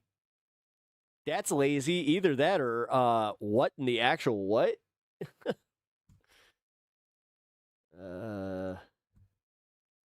New today, a French prosecutor investigating Jeffrey Epstein's alleged sex trafficking network tells French media around 10 new suspected survivors have come forward. The Paris prosecutor says they are among 20 who... Fucking France out here doing the work that we can't. ...contacted authorities during a probe into potential Epstein abuse in France or involved... That is lazy. ...French accomplices. The widening investigation... But I would be just as lazy. ...into the late sex traffickers' crimes comes after House Oversight Democrats held an unofficial field hearing this week in West Palm Beach, Florida, with emotional thanks, DA. What up, dude? testimony from Epstein survivors, including... I also appreciate the call out. Rosa, you ain't wrong. a model from Uzbekistan who described being abused while Epstein was under house arrest and had never spoken out publicly before. I spoke yesterday with Epstein survivor Danielle Bensky, who also testified. It was incredible to hear Rosa's testimony. I think she's opening doors for a whole new community of survivors that we really haven't seen come Man, that must have been a good before. hit. My cat was just like, whoa. We know that there are a lot of victims and survivors that have come from other countries whose visas were fast-tracked, and we just haven't been able to really hear like those the smoke? stories yet. So Yeah. I think her bravery was so like tremendous the smoke? in stepping forward and bringing that information to light. And joining me now, Mary Corcoran, co-founder and executive director of the Save How was the show today, man? America movement. Thank you so much for being here. My pleasure. Glad to have you here as we look ahead to tomorrow because your organization, it is holding an event. It is going to be in New York. It is building on the momentum that you saw from this week in West Palm Beach. What exactly are you planning tomorrow? So we are doing a 24-hour Epstein Files filibuster. Wow. So we will be reading from the Epstein Files for 24 hours straight. We have 10, Nice. at least 10 survivors that are joining us. They will be opening and closing the filibuster. And the idea is that we want to stop time. We want to give voice and space to this testimony and bring eyeballs back to this story.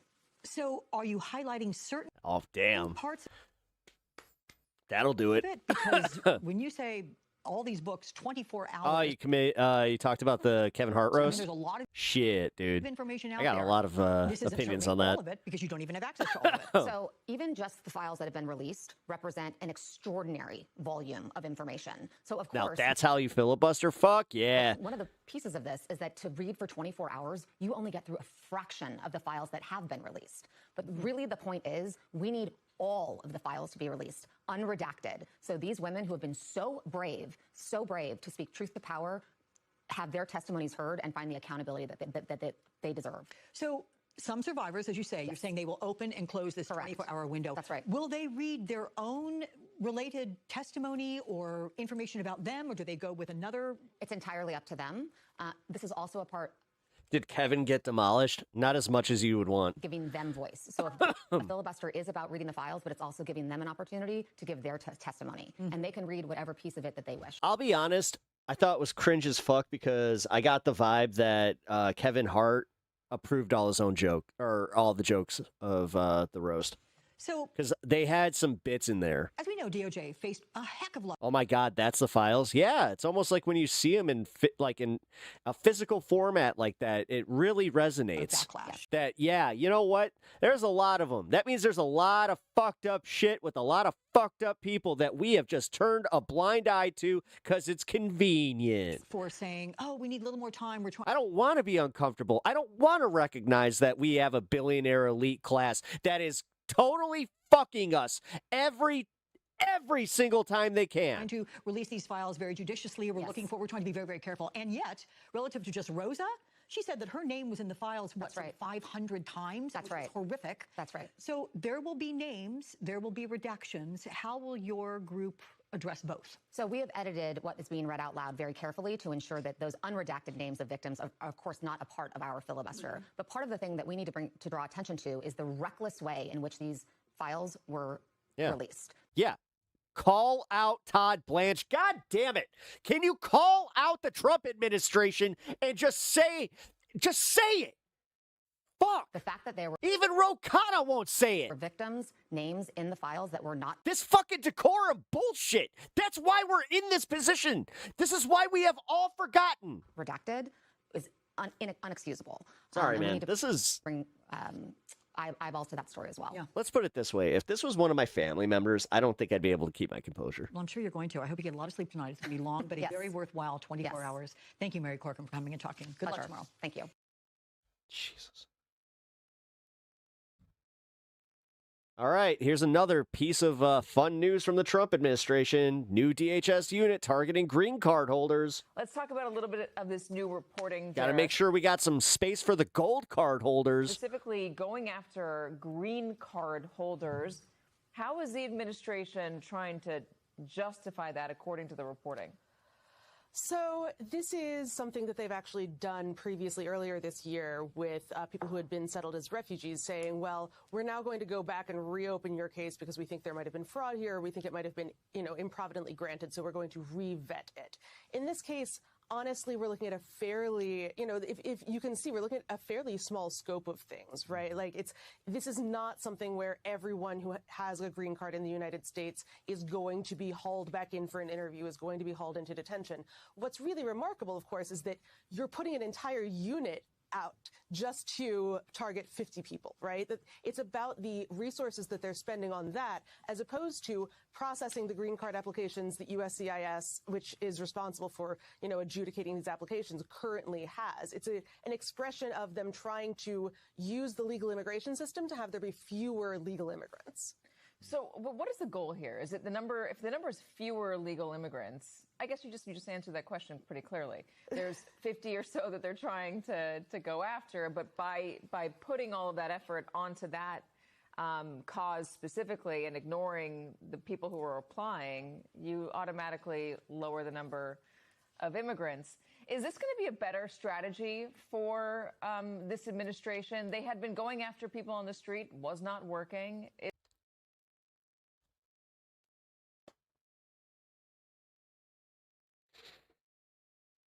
So I bought into the clickbait, and yes, this is actually, if had they done it this way, I hate to admit it, we wouldn't have even known. Is this a quieter and potentially? Oh my God.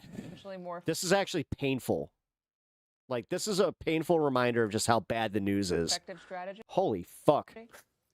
I mean, they're doing both at once, right? This is the agency that's responsible for, for looking at immigration applications is different from ICE, the agency which is doing the enforcement. So they can, in theory, do both. Of course, both of these have something of the same thing at root, which is it doesn't matter if you have legal status in the United States. We're going to arrest you first. We're going to treat you as a suspect first and ask questions later. And that feeling that people who have all their papers. Wait. Oh my God, do they really have me about to fucking do this? Holy shit, this is actually gonna happen. I'm about to fucking play devil's advocate, for ICE. What? But 50 green card holders. I'm sorry, but that sounds like they are actually targeting people that I might have committed a crime, and they're actually going after them because they are the ones that, like, technically they were saying they were going to deport in the first place. In order. Oh my God, that was like painful. Like, I feel like I need to vomit after that. Who actually do have legal status, that doesn't protect them from being swept up. What did I miss about the clickbait? By ICE or having their. It's about how they said new DHS rule. Here it says new DHS unit targeting green card holders. I mean, they got me. Status questioned by the government. It's that kind of insecurity that is really a problem for immigrants trying to make decisions about how safe they feel in the U.S. So, sounds like they're going after political ops. Mike, what does it do functionally for those who are already here and are now worried? Well, I think politically this has been a fiasco, and that I think is the real problem. It was just pointed out what we're talking about in terms of the real-life impacts of this policy, this narrow, specific policy. We're not talking about a large number of people, and that really, I think, points out to the dilemma that the administration finds itself in. They have turned one of their greatest sounds like they're going after students strengths politically into an extraordinary weakness, and they've drawn themselves into this place where their policy is incoherent. It doesn't make any sense. Do they need a whole new unit for it? They're trying to say we're not doing mass deportations while they're still trying to. No, that's the stupid part where I'm just like, what? Effectively engage in a mass I think that you can send a few agents. And it gets back to what you said in the intro, which is this extraordinary. Unless they're deploying the unit where it's like, well, I guess, I mean, if they're doing it all at once, I don't know. Loss of trust. So at 41%, this is really one of the. I'm sick of running fucking playing devil's advocate for ICE. I don't want to do this anymore. It's not fun. Lows that Donald Trump is at in terms of his fuck ICE approval ratings with the American public on what has always been a core issue. And if you look at the 2018 midterms, his first midterms, this same old song and dance is what they were trying to do to stop what ended up being a blue wave. That blue wave seems to be much, much bigger. His support levels for immigration are lower, and the economy is heading south. So there's no good way out of this cul-de-sac that they've driven themselves into. It's interesting because in 2018 they were talking about the caravan that was coming over, and that was scaring everybody. There's a caravan of immigrants coming for the United States. Be nervous about it. Donald Trump is going to stop it. They were trying to use that. The approach this time appears to be a little bit different. Let me read this from the Wall Street Journal. Mullen has told associates, this is the new cabinet secretary, ahead of November, his primary marching orders are to lower his agency's profile and avoid bad press. So the issue It's literally just like, hey, you guys, can you just like not be assholes? Of immigration recedes in the public consciousness, according to people familiar with the. They're literally trying to. They saw the polling and they were just like, guys, team meeting. It turns out that going in there and acting like you have your own personal Gestapo isn't exactly a great idea. So what I need you to do is, can we Gestapo a little quieter? Matter. Polls show voter approval of Trump's handling of immigration to have declined, and the president has told advisors that some of the previous team's moves went too far. Mark Wayne is an idiot. I mean, that's like the only thing keeping us kind of like in the hope field that they won't just stay in power forever. So if you just take it out of the headlines and you don't put it in people's faces, Gotta go eat dinner, might be back later. Hell yeah, dude. in January in Minnesota. Like and share the stream chat. Hey, Devil's Advocate knows what's up. I'll catch you later, brother. Does it become a better issue once again for this administration? No. It goes away as an issue. And this is one of the things that Donald Trump has done since he got into politics back, in the formal way back in 2015 when he was running for president. He's made immigration a very central issue to his campaigns. He has dialed up unique issues, things that you would never have thought would rise to the level they did, Springfield, Ohio, stuff like that. And he is, whether you like him or not, a master communicator. So he's been able to do that. Here, if you have his own people and relatively skilled folks saying, He's really not, though. He uses just the most basic fucking techniques. Dial it down. I mean, is he going to be... Oh, my God. I fucking hate everything. I do. I just hate everything. We got people that like recognize how crazy shit is, and they're like, yeah, but he's a master communicator. Competition with folks who are trying to take it off the radar while he tries to put it on. The final thing I'll throw in the mix is this, too. In the previous hour, there was a report on farm bankruptcies, and that may seem off radar for this. It's not. In a lot of rural America, the concern about immigration policy, the sense that it could rise up at some point, or I might need to go to 420 early and become another flashpoint, has become a real challenge for farmers and other folks who do rely quite I've already done 2 hours today. I was like, why does the stream already feel so long? Often on immigrants to like help I them, very rarely have this. Do their work. And so because I've already covered so much politics today. I think understand in a deeper sense. We're gonna start pivoting soon. It doesn't necessarily help Donald Trump in the same way that I don't care. Okay, I'm done.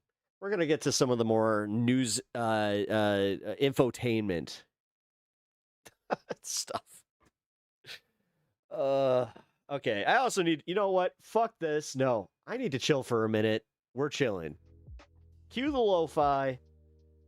Let's relax. What's up, guys? That's fucking A.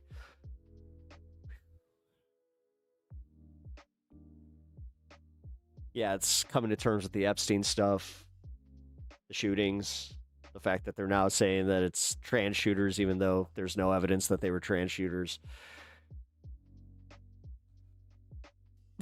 That's it. No, it's No, it's the news. Okay. Wow, this actually did it. This was like, I kind of came to terms with, today was a lot. Holy shit. Met several Rhodes Scholars, and they're all the same. Meaning? Wait, Hell Pep? What's up?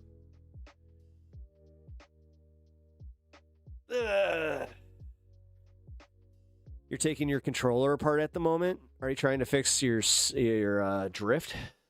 Because I got that. I have like 3. Yeah, I have 3 PlayStation controllers that all have stick drift. Like, you want to talk about the biggest like fucking scam? Yeah, we're gonna just make it so that they all do this. We're not gonna change any of the design at all, but we will offer a upgrade option that you can change out the sticks. So if they start drifting, you can change them out. Capitalism. Isn't it awesome? Isn't it awesome? You guys remember, like, growing up in the 90s where, like, if you got something, like, and it was broken, then you could just, like, go replace it? Yeah. GameStop, I worked there, and we used to have a pretty awesome return policy and also just a cool, like, swap out policy because it didn't cost us anything to swap out broken controllers. So, yeah. Cost the manufacturer, sure, but whatever. You know what? I know what I'm going to do. We're going to play Operation Epic Fury in a minute. Well, in a little bit. Let's see. I think that's what we'll do for the, like, fun half. Because... For, Operation Epic Furious. I want to try and... I want to see just how far we can get. I want to know, like, because apparently I did miss something. And there is a way to get to some of those other parts, but will we figure it out? I don't know. What up, Robert? How's it going? God damn, dude. I don't know what's going on. You know what? Maybe it's my attitude. I don't know. Maybe. Damn. Just kind of got that, like, weird, just today. Nice, a pep adventure time? Yeah, we'll do that. As I said in a little bit, like, I still got show to get to. I want to do this breaking points thing. I want to do this MAGA voter thing. Yeah,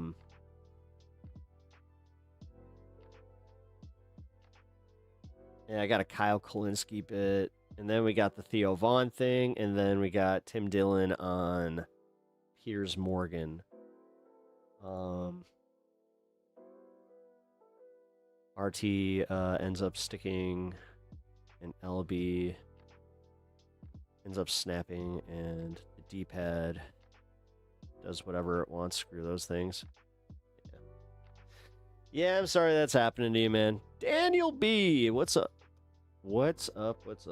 How you doing, man? Welcome to the stream. Got some awesome topics and clips. Yeah. No, we do. I got some pretty awesome stuff coming up. I just need a break. Like, damn, dude, covering Epstein shit is just like, that's just fucking soul destroying.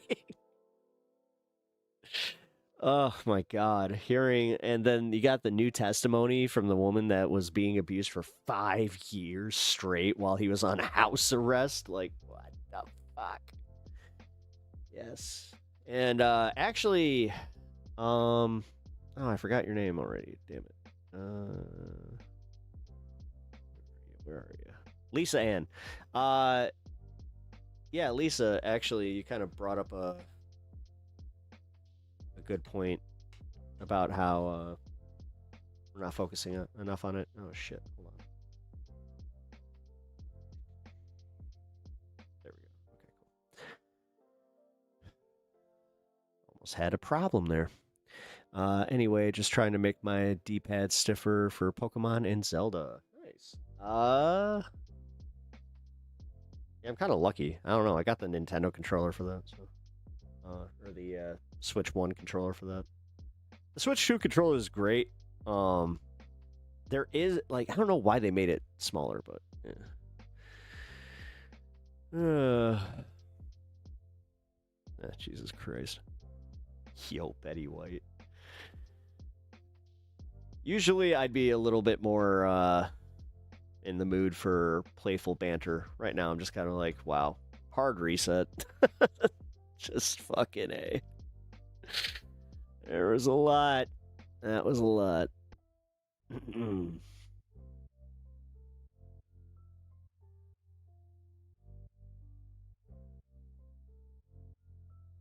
Oh, yeah. Lisa Ann actually said that seeing the files in their full form, that was another thing. Kind of opened your eyes to it, right? Where you're just like, holy crap, this is a lot worse than I thought. Is so the same. Please open files so we can proceed forward. The thing is, dude, they're out. Like, part of the problem is, did you see how many files there were? There's no way that you can humanly, like, just, you can read all of them.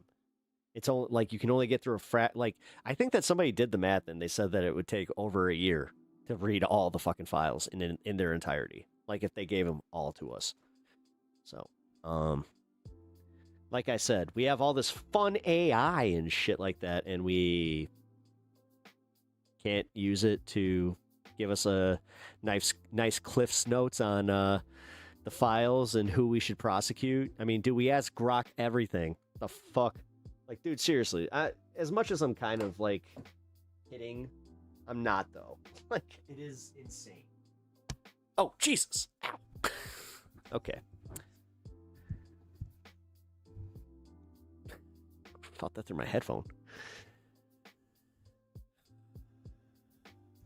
Sounds like a case of weaponized, tism.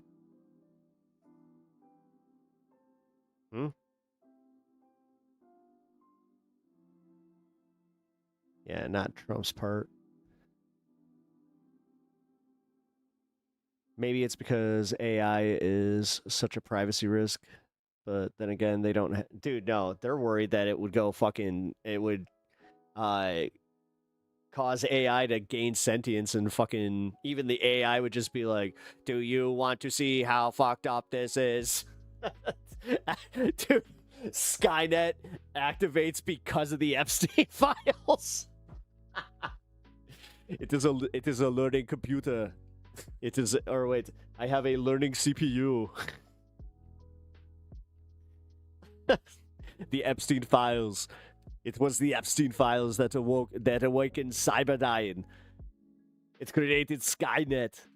Yeah, and then all of a sudden then it created us Terminators, because us Terminators were actually there to go after the Epstein class. But then we got sick of the Epstein class because we realized that humanity is so stupid that they cannot function, thus creating the apocalypse. Dude, have you been watching the AI lawsuit trial? No. What? There's a what? No. What? I didn't even know there was an AI law. What's happening? Breaking news. That's funny. AI is using the files to blackmail the Epstein class. Man, I might as well have not even started horizontal today. What is up with that? Ugh.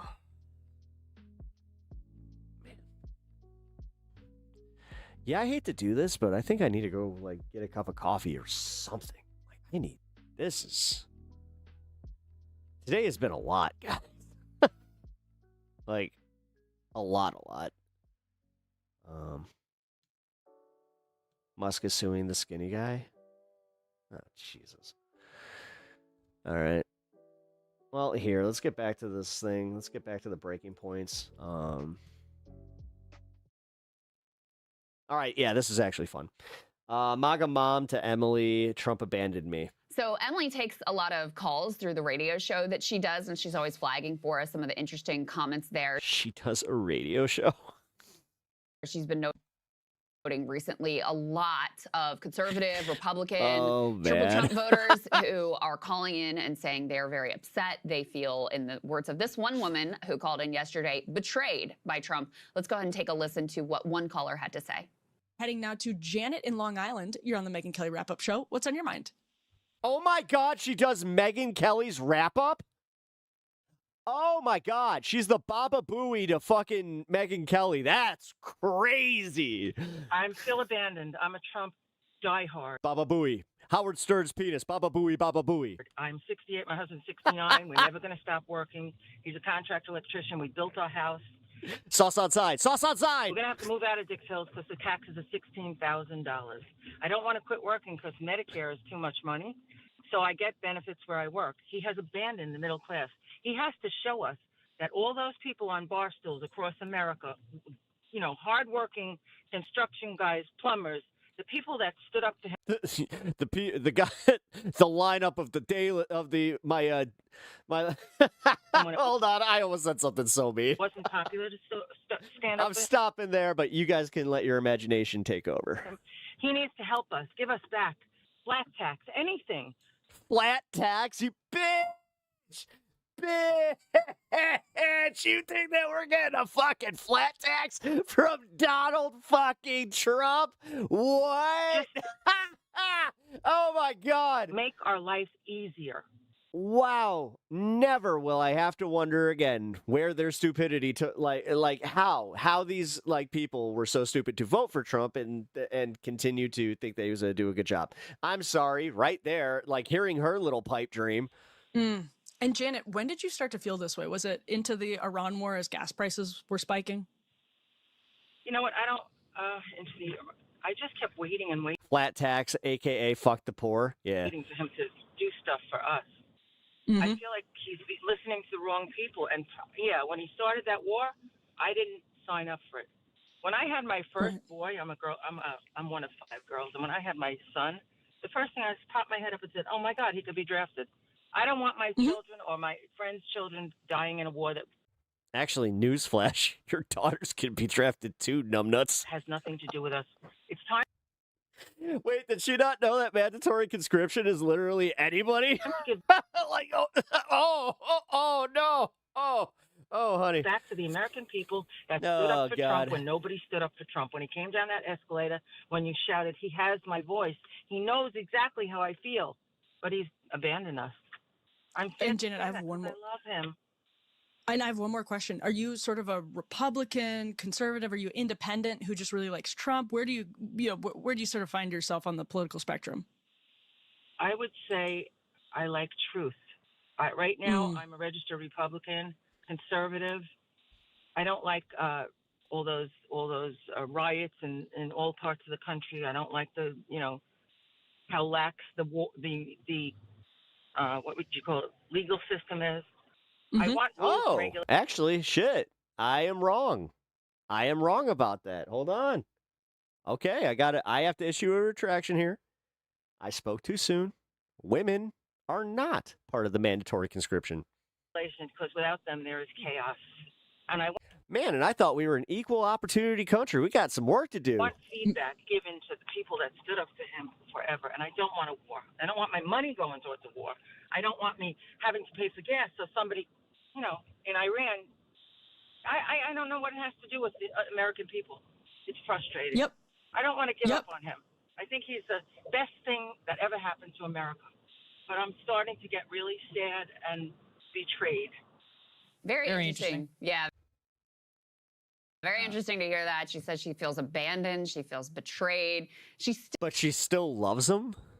She says at one point, "I love him." No, my God. She says, "I think he's the best." It's like a fucking divorcee that's like, "I loved your father, and you know what? I still do." Best thing that ever happened to America. And yet she's also watching, He's a major piece of shit. I hate that he did this to me, but I loved your father. One of her friends have a baby and be like, "Oh my God, I don't want this baby boy to be drafted. I don't know why we're in this war with Iran.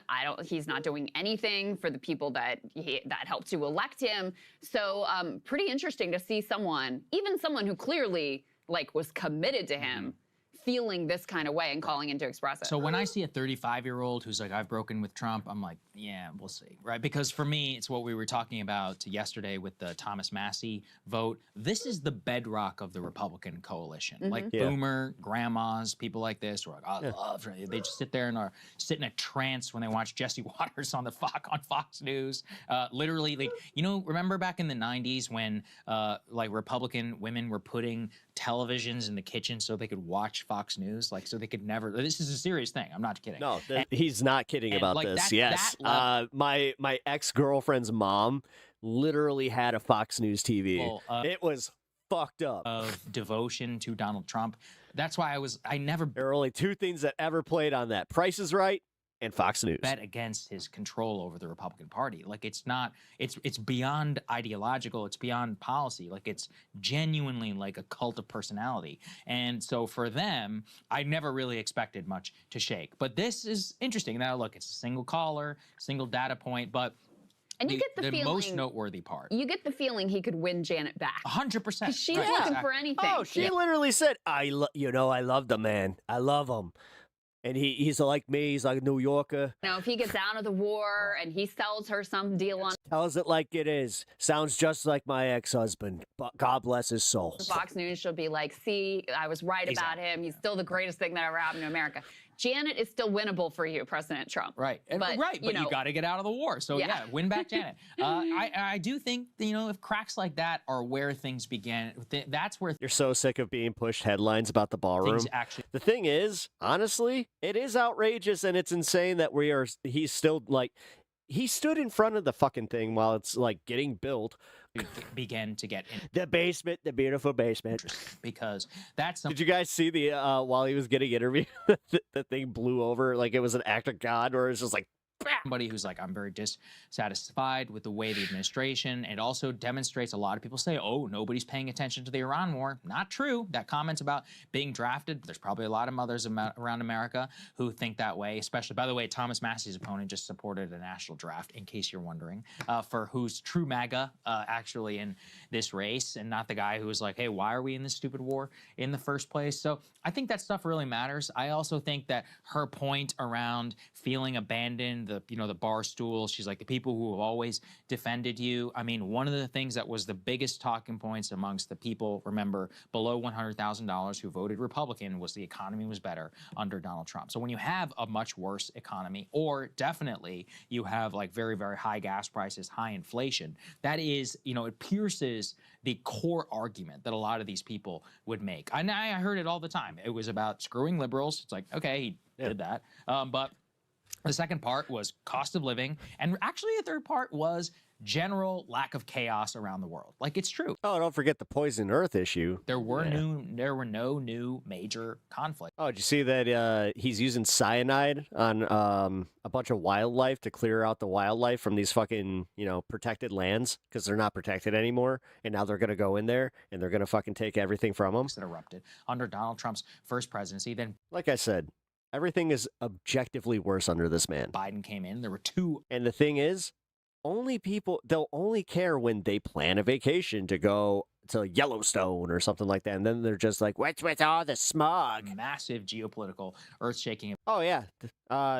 Events. And then when Trump came. Just another thing to add to the fucking shit that is Donald Trump. I mean, not only are those two still going, He'll be back. But he all did right. a third see you in a by minute. choice. For literally no reason whatsoever. So that does begin to pierce the veil of a lot of the majesty. Evicting the bison. Yeah. The, stuff around the first term that people built up in their heads.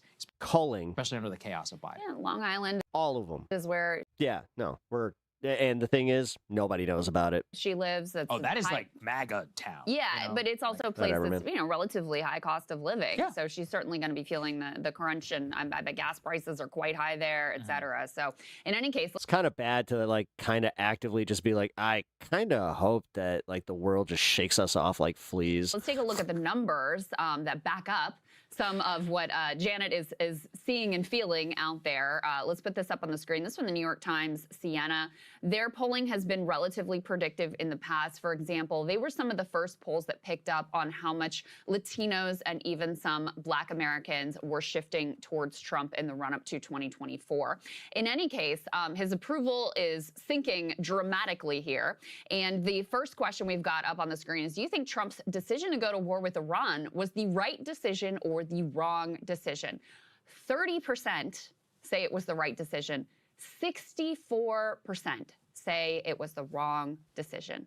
2/3 of Americans. And let me tell you something, folks, this is very different from previous wars. Typically, Americans get right on board with the latest war that they are being sold. This is very, very different. The Iraq War favorability numbers at this point in the war were sky high. There was a loud, vocal anti-war minority, but it was a decided minority of the country. Just to keep this up, with Democrats, it's just basically unanimous. That probably won't surprise you. Only 5% say that it was the right decision. 93% say it was the wrong decision.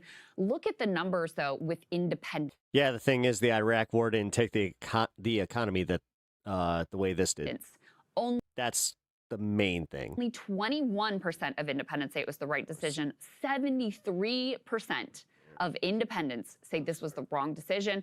And with Republicans, they overwhelmingly support it. 70% are on board. But, for Trump, with Republicans to have 22% saying it was the wrong decision. That is a, notable minority. That's not nothing. Normally with his decisions among Republicans, who at this point, if you're a Republican, you are a MAGA Republican, normally when he makes a decision, basically everybody gets on board with it on the Republican camp. So that is a notable minority there of the coalition that is unhappy with this. Let's go ahead and put B2 up on the screen. We can see some of the numbers inside of this poll.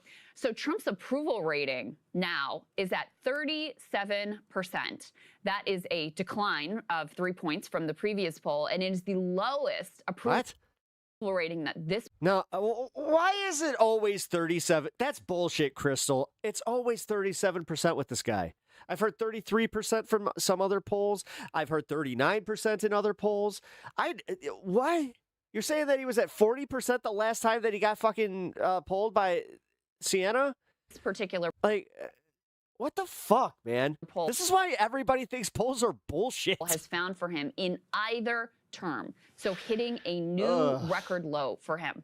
Also very noteworthy, you can look on the right side of the screen, you've got his net approval on key issues.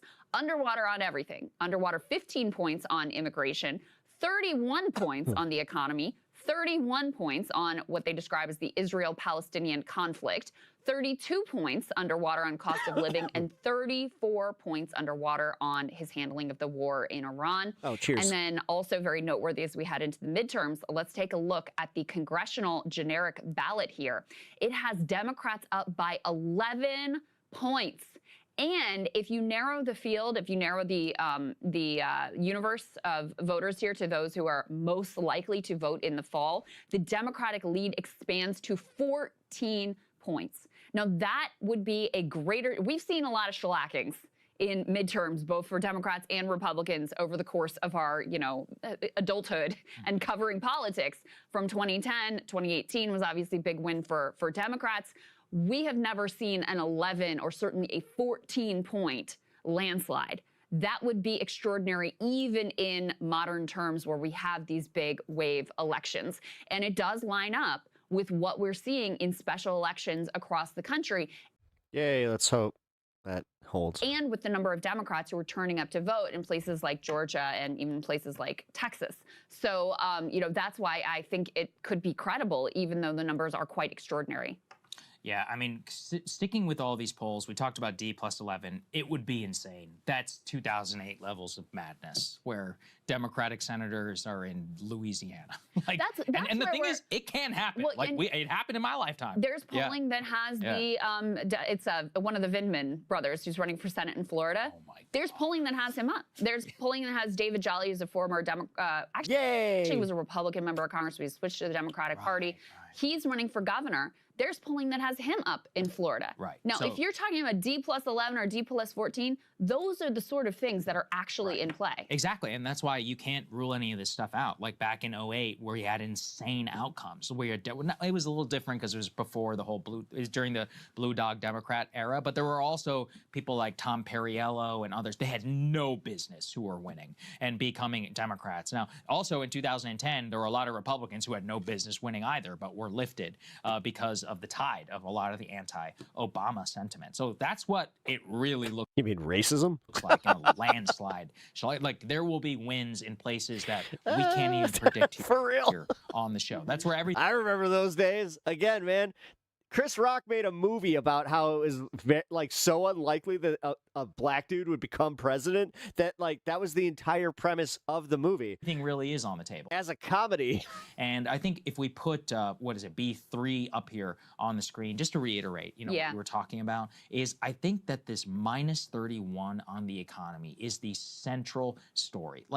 At the end of the day, that is the number one thing that people will be thinking about on top of cost of living. Now, last time, the only counter to what I say is that this was similar to some of the numbers that Biden had. It's actually lower. Look at that cost of living, minus 42. The thing is that it was similar to a Biden. Remember, people were not happy with Biden over the economy. But Biden got saved by the Supreme Court in 2022 on Roe versus Wade. So that is the last, it's possible to have some sort of black swan style event. We can't predict it. I don't really know what it would be.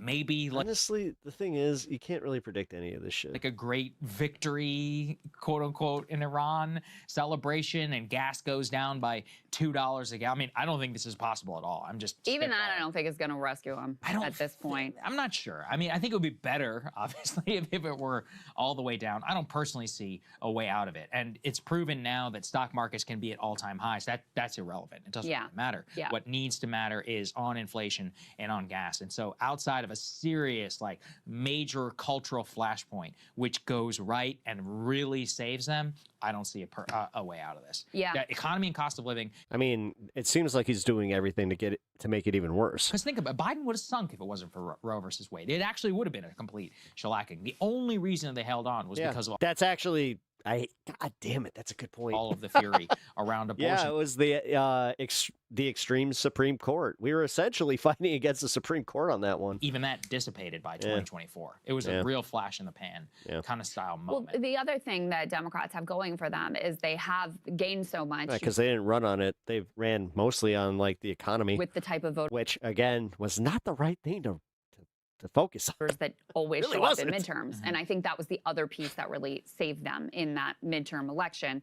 And then it ended up, being kind of disastrous because that was what solidified Biden's position and everybody rallied around him. And then there wasn't a primary and then he couldn't talk. And you guys all know what happens from there. We end up with Kamala with no democratic process and the whole thing ends up being a disaster. So it probably would have been good for the Democrats ultimately if they had taken some beating in the midterms. It would have been a bit of a reality check. But in any case, it's neither here nor there at this point. CNN's Harry Enton was weighing in on just putting in context how historically bad these poll numbers are for Trump. Because even though, yes, Biden's numbers at this point were also pretty grim, after he withdrew from Afghanistan, that's when his poll numbers really took a dive. And then, the economic concerns mounted and it became increasingly apparent just how feeble. I guess breaking news, Massey lost. He was at that point, and he never recovered from there. These numbers are worse than anything that Biden saw during his. It's official that. Oh, now it's official. Wait. We need to wait for their last fucking stand, like the last Republican standing, to be ousted before we accepted that? No way. His term, including on the issues. Think cost of living minus. Man, 42. I'm mean today. I'm sorry, guys. I just kind of realized that. I've popped off at a few of you, and only it was 20-some% who said that Trump was doing a good job on cost of living. That means that the Janets of the world, some people who are in, not just that voted for him, but at the core of his coalition are saying this for cost of living, no, he's not doing a good job. That is quite extraordinary. Let's go ahead and take a listen to Harry Enton putting this in some historical context. Majority of Americans are against this war, and regardless of what exactly he did mean, the context matters, but also here's what also matters. Democrats love that comment. They're going to cut it and put it in so many ads before the midterm elections. My goodness gracious, it's a dopey comment from that perspective. And more than that, we're talking about 79% of Americans disapprove of Donald Trump on gas prices. That is the highest percentage that any president has had disapproving them on gas prices in any question I could possibly find. We're talking about when we're talking about inflation, right?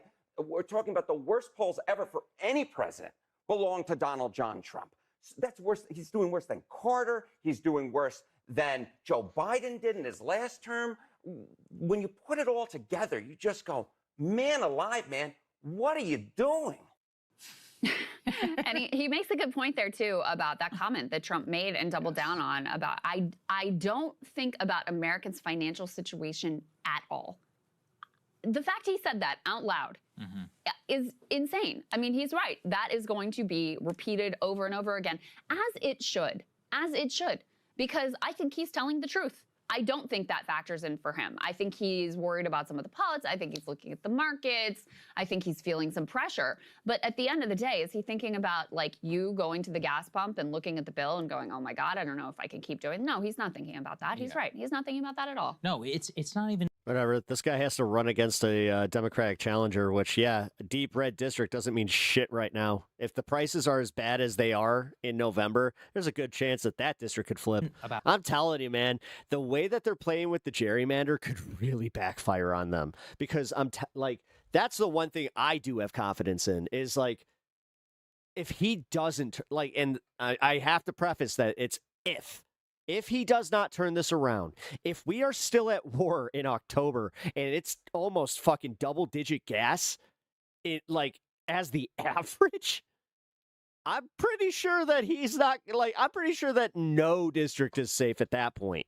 Thinking about it's in the totality of where the position has. And this isn't just the hopium, man. I'm just telling you, it's been taken on Iran.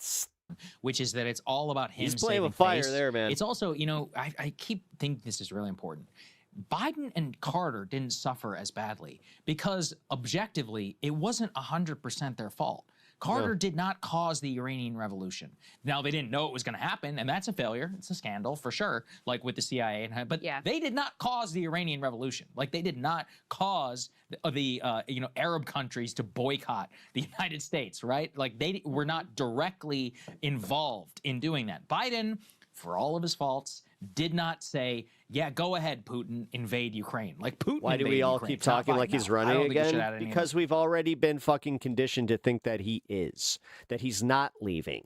And you have a lot of fucking Republicans that are now coming around to the idea that, yeah, you know what? It's not just we don't give a shit that it's unconstitutional because the Constitution, we use it to wipe our ass. Sanctions BS in the first place. That's on Biden, in my opinion. But Putin's price hike was enough for a lot of brain-dead Americans to say, okay, it's not our fault. First Amendment, really, it's that best piece. You don't get any skid marks. Or it's not his fault, right? This one, it's literally your fault. Like, it's your fault. Yeah. You did this. Is that reset the counter? It was here, and now it's here. You decided to invade and created this entire mess. That's part of the reason why it's nearly as bad as Iraq. And I remember reading, a lot of the post-analyses of Iraq, and one of my favorite biographers, I actually got to talk to him before he died, Gene Edward Smith, and he said Iraq is the worst foreign policy mistake in the history of the United States at the time, prior Iran. And I was like, how could you say that? And he's like, look, with Vietnam, we got dragged in, but it was never as much of an explicit war of choice. Wars of choice, he told me, are always in a completely different category than being dragged in or morasses of international situations which get you pulled in. And so for Trump, to choose this war and then to have such an explicit signpost that we've now all seen, it's almost 3 months. We're 10 days away from a 3-month anniversary of this entire thing. Yeah. That's, a quarter of a year. It gone, evaporated. Yeah. All of this oil.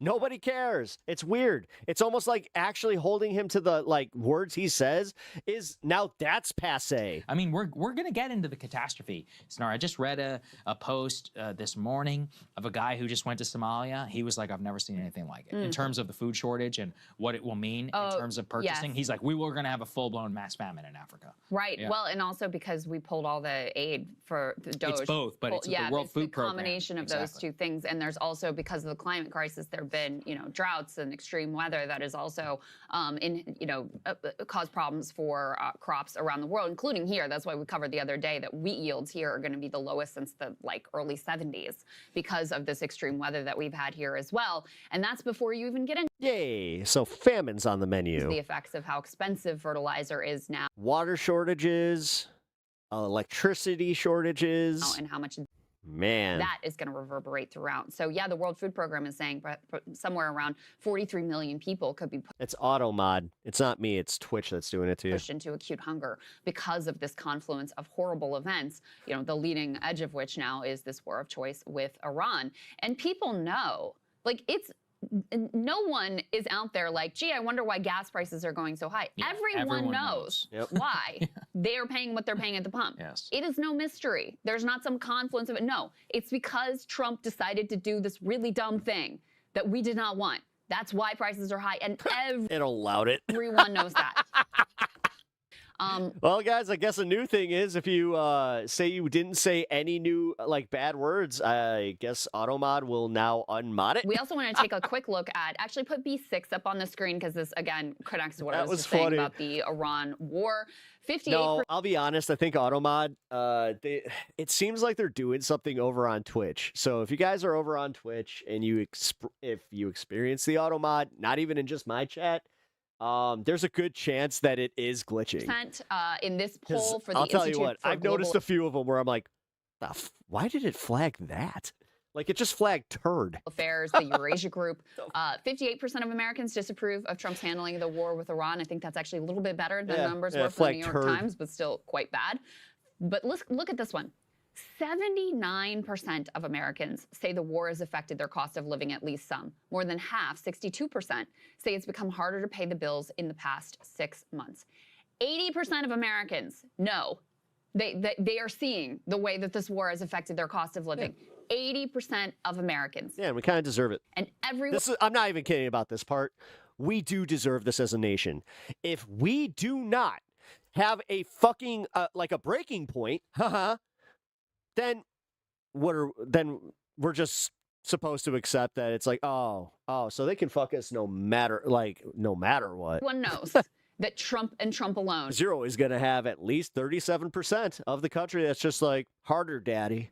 Made this decision. Maybe they're telling us, oh, Israel dragged him into it, whatever. But at the end of the day. No, it literally, she called JD a turd. Like, she called JD Vance a turd, and that's what flagged it. It said, do not trust JD Vance. He's a turd tool. The big boy. Or two. That made the decision, and the blame lies at his feet. Last piece here, which is just interesting to take note of the way that public opinion has shifted so extraordinarily on our dynamic with Israel. Let's put B5 up on the screen. This is also from that New York Times Siena poll. So they asked this question: in the dispute between Israel and the Palestinians, which side do you sympathize with more, Israel or the Palestinians? Palestinians actually narrowly, but still very significant, beat out Israel 37% to 35%, and the rest say they don't know, or they both equally effective. Gosh darn effectively. That is such a sea change. I cannot even tell you. I mean, it has never. You're trying now. You're just like, which one was it? Palestinians have never come anywhere close to the sympathy Americans have had for Israel because of the overwhelming propaganda that we have been fed here, and just the assumption, Israel's our ally, they're the good guys, period, end of story. Now, dig in here by party. Democrats, forget about it. It's overwhelming. 57% say Palestinians, only 17% say Israel. Independents, it's also quite significant edge for Palestinians, 44% versus Israel, 29%. For Republicans, though, and this is what we were talking about yesterday and our concerns about Thomas Massie and whether he'll be able to pull off his primary victory today, it is still quite overwhelmingly in favor of Israel. And so I think that's why Marjorie Taylor Greene doesn't mean dick.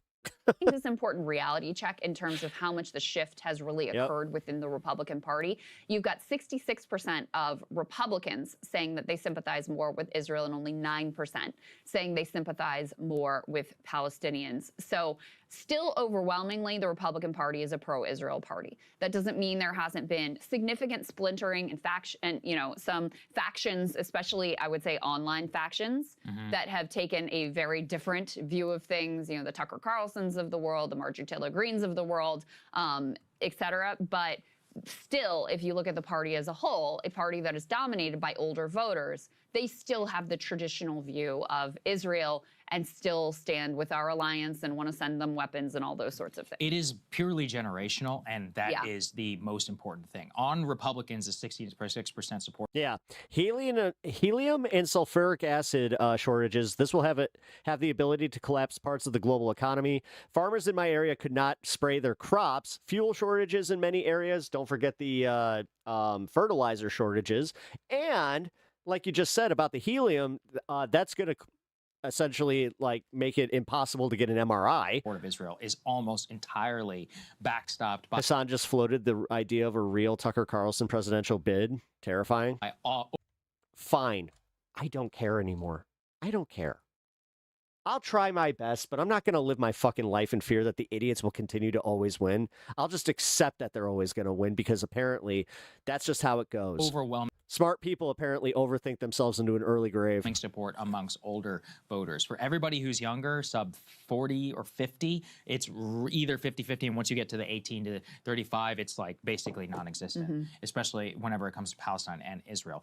Remember, it's always going to be a bit different. Like, for a lot of liberals, this is a humanitarian issue. For a lot of for a lot of Republicans, younger Republicans, it is a nationalism. It's a nationalism issue. Like, it's intolerable to have people like Miriam Adelson and Paul Singer and these people just try to come in and, bomb Thomas Massie with hundreds of millions of dollars and all these super PACs and all these other things, which it's basically like taking away your autonomy. So it's always going to be different about who do you sympathize with or not, but the net effect is actually going to be very similar. Hassan's a political commentator / analyst, it means nothing that he's floating the idea other than he thinks it's possible. In terms of cutting Israel off from foreign aid or treating them like any other country. Yes, That's we've all been speculating that for months. a nightmare for them. It's literally a nightmare. But I do think it's an important distinction just to explain for why that number. Honestly, it'd be the funniest thing ever could happen where it's going to be Tucker Carlson versus Jon Stewart.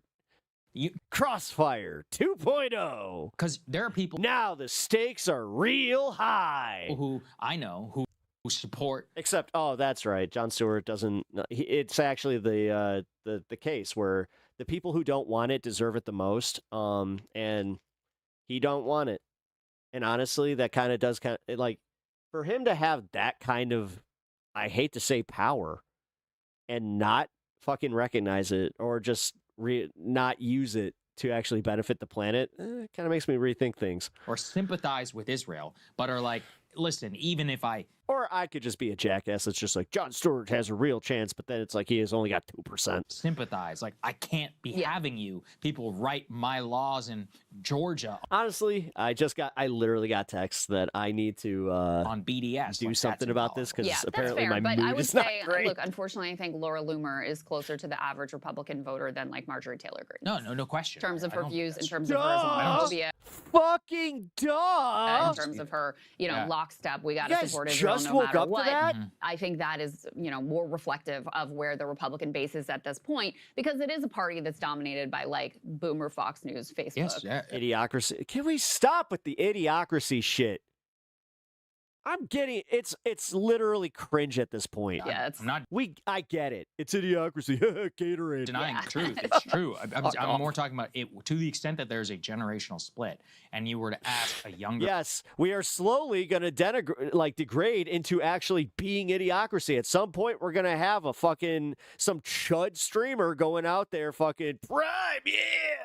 A Republican why they don't support Israel. Sorry. You will get a very different answer. It's cringe but true. It's just that it's overused. Actually, than necessarily if you were to go to some Gaza pink hair protest. And like I said, I'm going to go grab something so I'm a little less cranky. In a totally different universe from where they are. And that's fine. I don't care. I'm just explaining how that would manifest itself in some polling and what the future of that may look like. Yes, So, I completely agree that it comes from a very different place.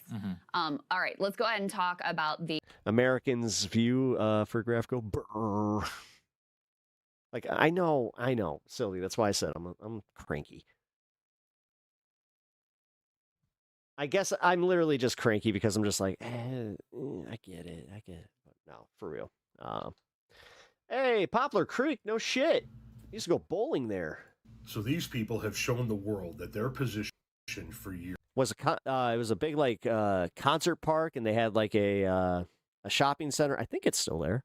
Has been, I got mine, fuck you. And now that they're the ones looking at losing theirs, it's do half a wow, caffeine. This isn't right. Ooh, I got it. I know exactly what to get. Here, I already watched this, so I will be right back. Tom's a rad ass guy. I'll make sure to share his stuff. Just sounds like somebody's having the day they voted for. Not a socialist, but everybody deserves a right for health care. That's socialism. And you need... Wait. But hang on a minute. You're saying I'm not a socialist, but then you're like, I do, though, want socialized health care.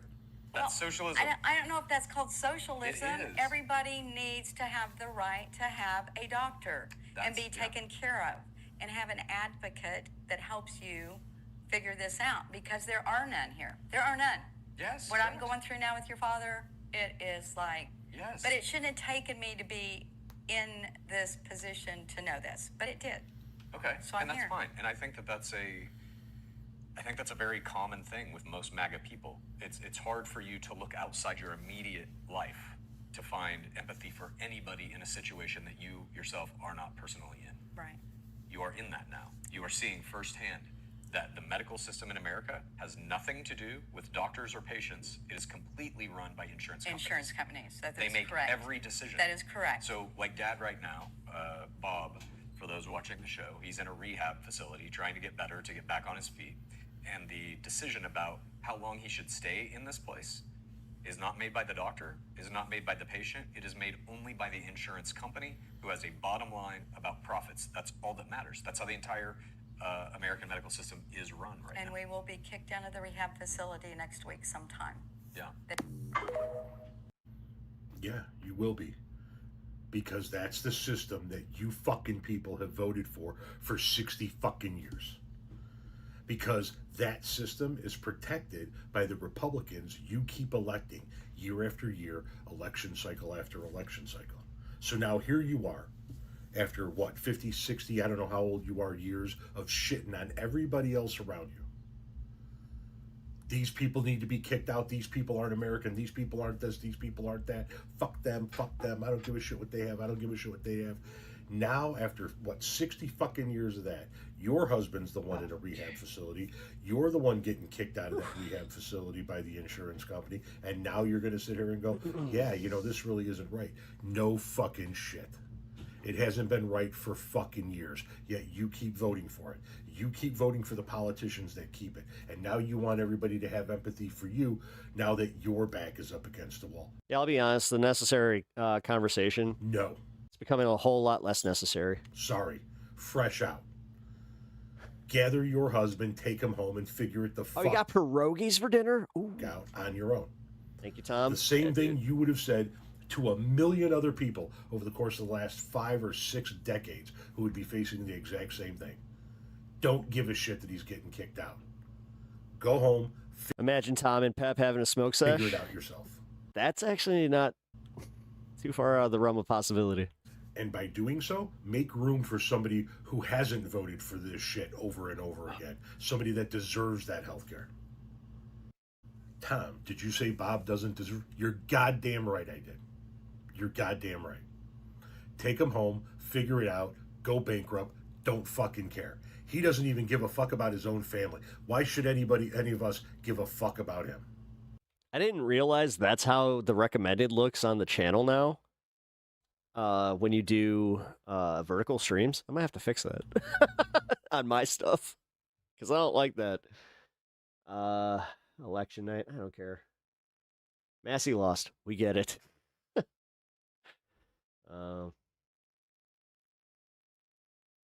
Wait, he's still live? Will Massey run for president? He's not going to win. Oh, shit. That one guy wasn't too far off. William Bowser says, will he run as a Republican?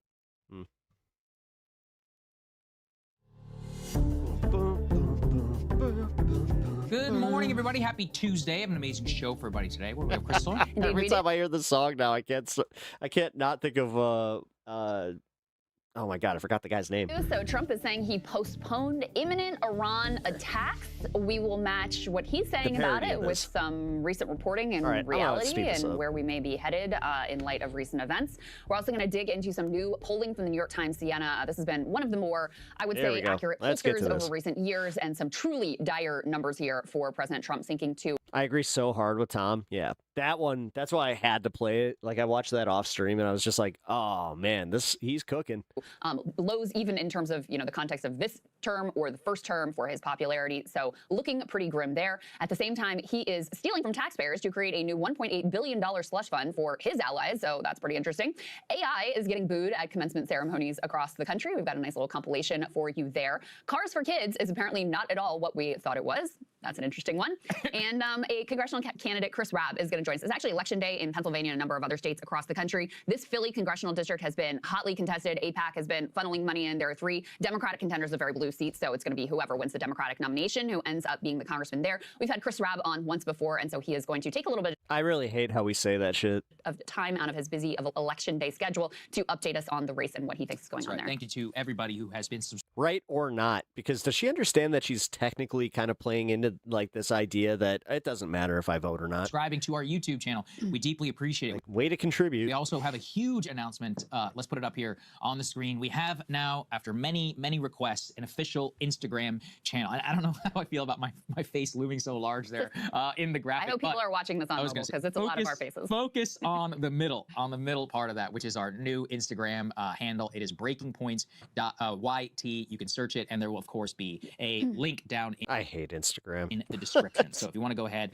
and follow some of the clips of the show or to be able to share it. Yeah, you know where you can't find me? Instagram. With people. We've toyed with this on and off for several years, but we said, you know what? We're living in a clip world. You so want a Pep Talks free space? Go to Instagram. As well, get with the times. Go ahead and follow our Instagram handle. And if people often are like, oh, I want to share a clip or something like that. Here you go. And we will have multiple clips from the show per day that are available there on our official Instagram. So go ahead and check it out. And then, of course, if you're listening to this on a podcast, please share an episode with a friend. It really helps other people find the show, and rate us 5 stars if you're able to. Let's go ahead and start with this imminent attack on Iran. Let's go ahead and put this up here on the screen. This was from Donald Trump. Oh my God, can he fucking TLDR his bullshit? To hold off on our planned military attack of the Islamic Republic of Iran. You want to know how I know he has frontal lobe dementia? His novels. Which was scheduled for tomorrow. It's just run-on sentences with this guy. In that serious negotiations are now taking place, and that, in their opinion, as great leaders and allies, a deal will be made. And this is all dictated. Acceptable to the United States of America, as well as all countries in the Middle East and beyond. This deal will include, importantly, does he not know the youth? Like, come on, man. They respond a lot better to shorter titles and shit. I have instructed Secretary of War Pete Hegseth and the United States military will not be doing the scheduled attack of Iran tomorrow, but have further instructed them to be prepared to move forward with a large, full-scale assault of Iran on a moment's notice. I can tell you that there were rumblings here in Washington from many people, including myself, that we had heard that we were going back to war with Iran. As usual, all the caveats were there. That's why I didn't put out anything until it was confirmed and the caveat proved correct. I do think, though, that one of the reasons why this was called off is in no way why Donald Trump is saying it. The truth is, the actual truth is about what's being said to Donald Trump inside of the White House Situation Room as he itches his way out of this escalation trap, because he's, he can escalate or he can pull back. And with the escalation, though, comes the continued risk of all of the munitions depletion, of all of the potential, airmen getting shot down. And I actually think that latter part from this New York Times report is really important. It fits with everything that we've talked about here. So let's go ahead and put A6, please, on the screen. So here is from a new excerpt from the New York Times. They say, Iran has used the months-long ceasefire with the United States to dig out scores of bomb ballistic missile sites, move mobile missile launchers, and despite significant losses, adjust its tactics for any resumption of strikes. Now, they say many of Iran's ballistic missiles were deployed from deep underground caves and carved out granite mountains. As a result, the United States fucking say it. Largely bombed the portals of the sites, collapsing and burying them, but not. I have been saying that there was no way we got even close to what they have, because they have been using those mountains, and they've been using that 47 years to fucking really armor up. What the fuck? Dude, we were in Iraq for 20 fucking years! Destroying them. They have now dug out a significant number. Iranian commanders, possibly with Russian help, studied the flight patterns of American fighter jets and bombers. The official warned that the downing of the F-15 jet last month and the just when I thought that we were going to kind of calm down a little bit. Ground fire that struck an F-35 revealed American flight tactics. Got reminded, oh, that's right. This is going to be a forever war. Too predictable. He's not going to make a deal. The only way we get out of this is if he concedes. He fucked up. The bottom line is Trump fucked up. In ways that allowed Iran to defend them more capably. He thought that he could manage this, and he was bolstered by the fucking idiots behind him and his success in Venezuela. Most important, the military said that while 5 weeks of intensive bombing may have killed several Iranian leaders and commanders, the war has left a more hardened, resilient adversary. That is the actual fundamental truth that belies this entire thing. And we were hearing this all the way up until the end of the war. In fact, Americans are the most brainwashed population of people I've ever known, so it's understandable that many are only just now getting it. Red Scare education was extreme. I was shocked when to high school there. You're from Australia, which is also white supremacist.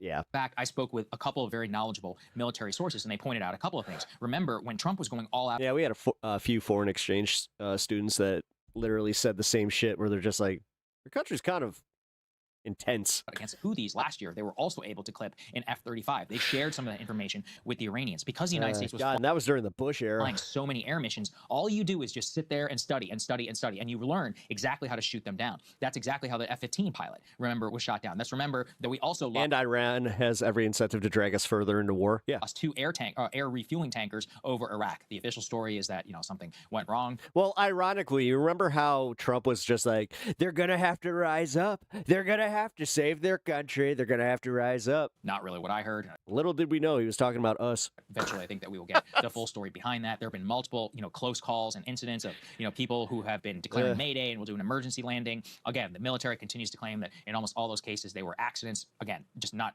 the truth whenever we see people literally get shut down and some crazy rescue mission that has to be mounted. By the way, where are those pilots? How come we've never, the hero strange, pilots? isn't it? Haven't heard anything else about that. Haven't heard a word. I don't know. Just from my, we learned a lot about the Bin Laden raid after that. Basically had the names of the shooters and everybody within a year or something like that. Was the most high profile. Yeah, you know what we didn't have? Proof that he actually died. Or the commander and all that. On this one, nothing. Yeah, I mean, absolutely. It's a bunch of fucking.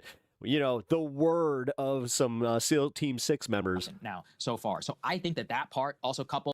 Who totally didn't go on to make a career, like how they didn't use that moment as like a career like a stepping stone. Reporting from the Wall Street Journal. We don't have it yet for movies about them. Show, but they're basically saying that the Gulf allies, when they were asked off the record, they're like, dude, we have no idea what he's talking about. We didn't even know there was going to be an imminent. Shit, you guys realize that without the Bin Laden thing and SEAL Team 6 and all that shit, that we wouldn't have gotten that one movie that Chris Pratt was in where he played the guy, and we wouldn't have had Guardians of the Galaxy, because that was the movie that apparently got him scouted for Guardians of the Galaxy.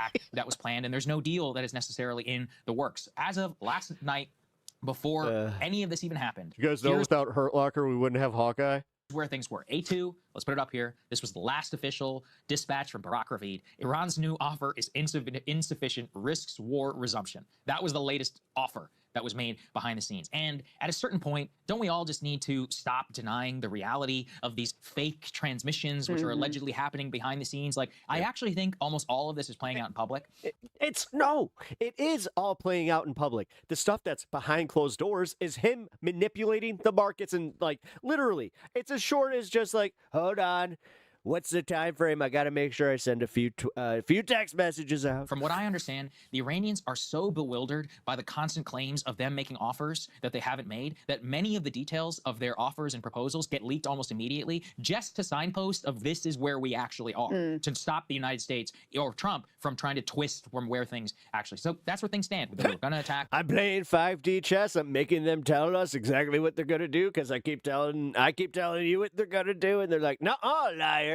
We didn't attack. He claims it was the Gulf. Gulf says, I don't know what you're talking about. The Iranians say that the last, thing that they transmitted is DJX, thank you for using the dumpster fire emote. I needed that today. Basically where they were. I think that he basically got scared. I love that emote. Of what it would look like, but that does not mean that it will actually be forestalled. The other option is, since it is Taco Tuesday. I'm feeling every hour of covering this today. After all, is that we wait until, I don't know, Friday, whenever all of the markets close. It's been a rough one.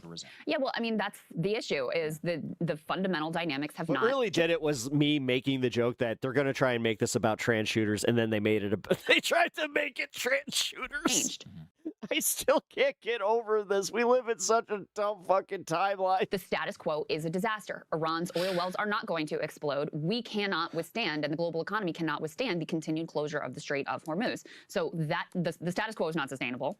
Coming to some sort of... I'm still looking forward to when they catch up. Like, when you can read it on their faces that this is affecting them. Deal. Trump basically having to take and hold an L doesn't look like something he is ready to do, or something that he is constitutionally capable of doing, even though that is, unfortunately, the best option that is available to him at this point. That's what I said. You can see from the bullets that have been released from the U.S. and from the bullets that have been released by the Iranians in terms of their negotiating positions, they don't have agreement on a single point, and they're, light years away from each other on basically every really consequential point. So that seems really unlikely. The singlet. And then you've got the other possibility, which is resumption of war, which yesterday looked very much like we were headed in the primary.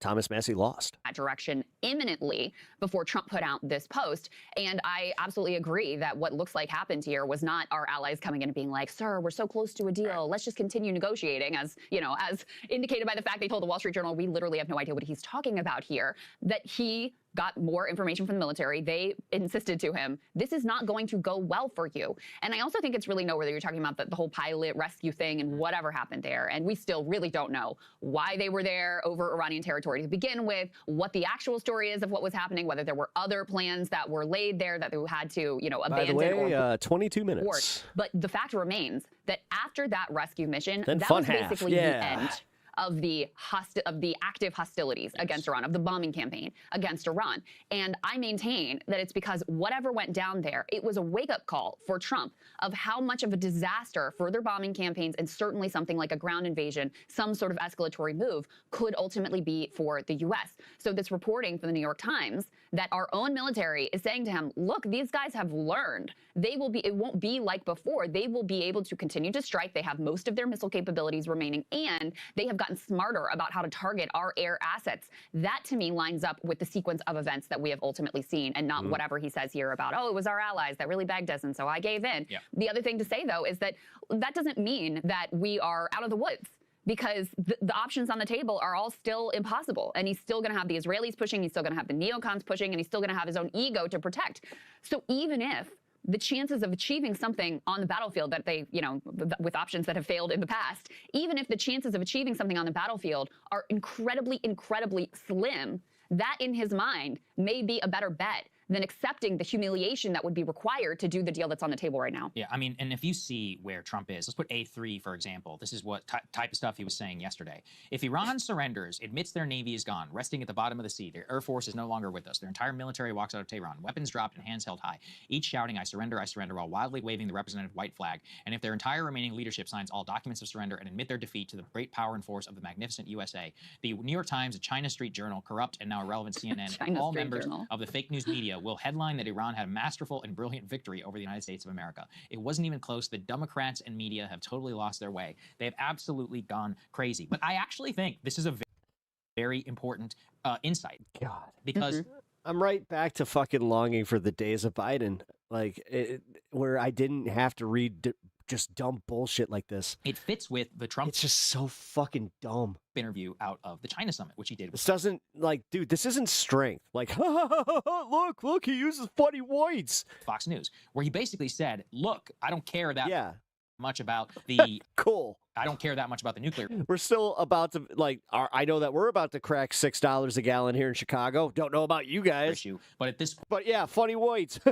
point, the media, I need to show the media that I actually won. And I'm paraphrasing, obviously. Yeah. That was the obvious insight into his psychology. And I think it's very important. He is just like LBJ. He is just like any of these others. I don't want to be the first American president to lose a damn war. He was, of course, has to save face of some kind. And he's drawn and put himself, think about already where we are.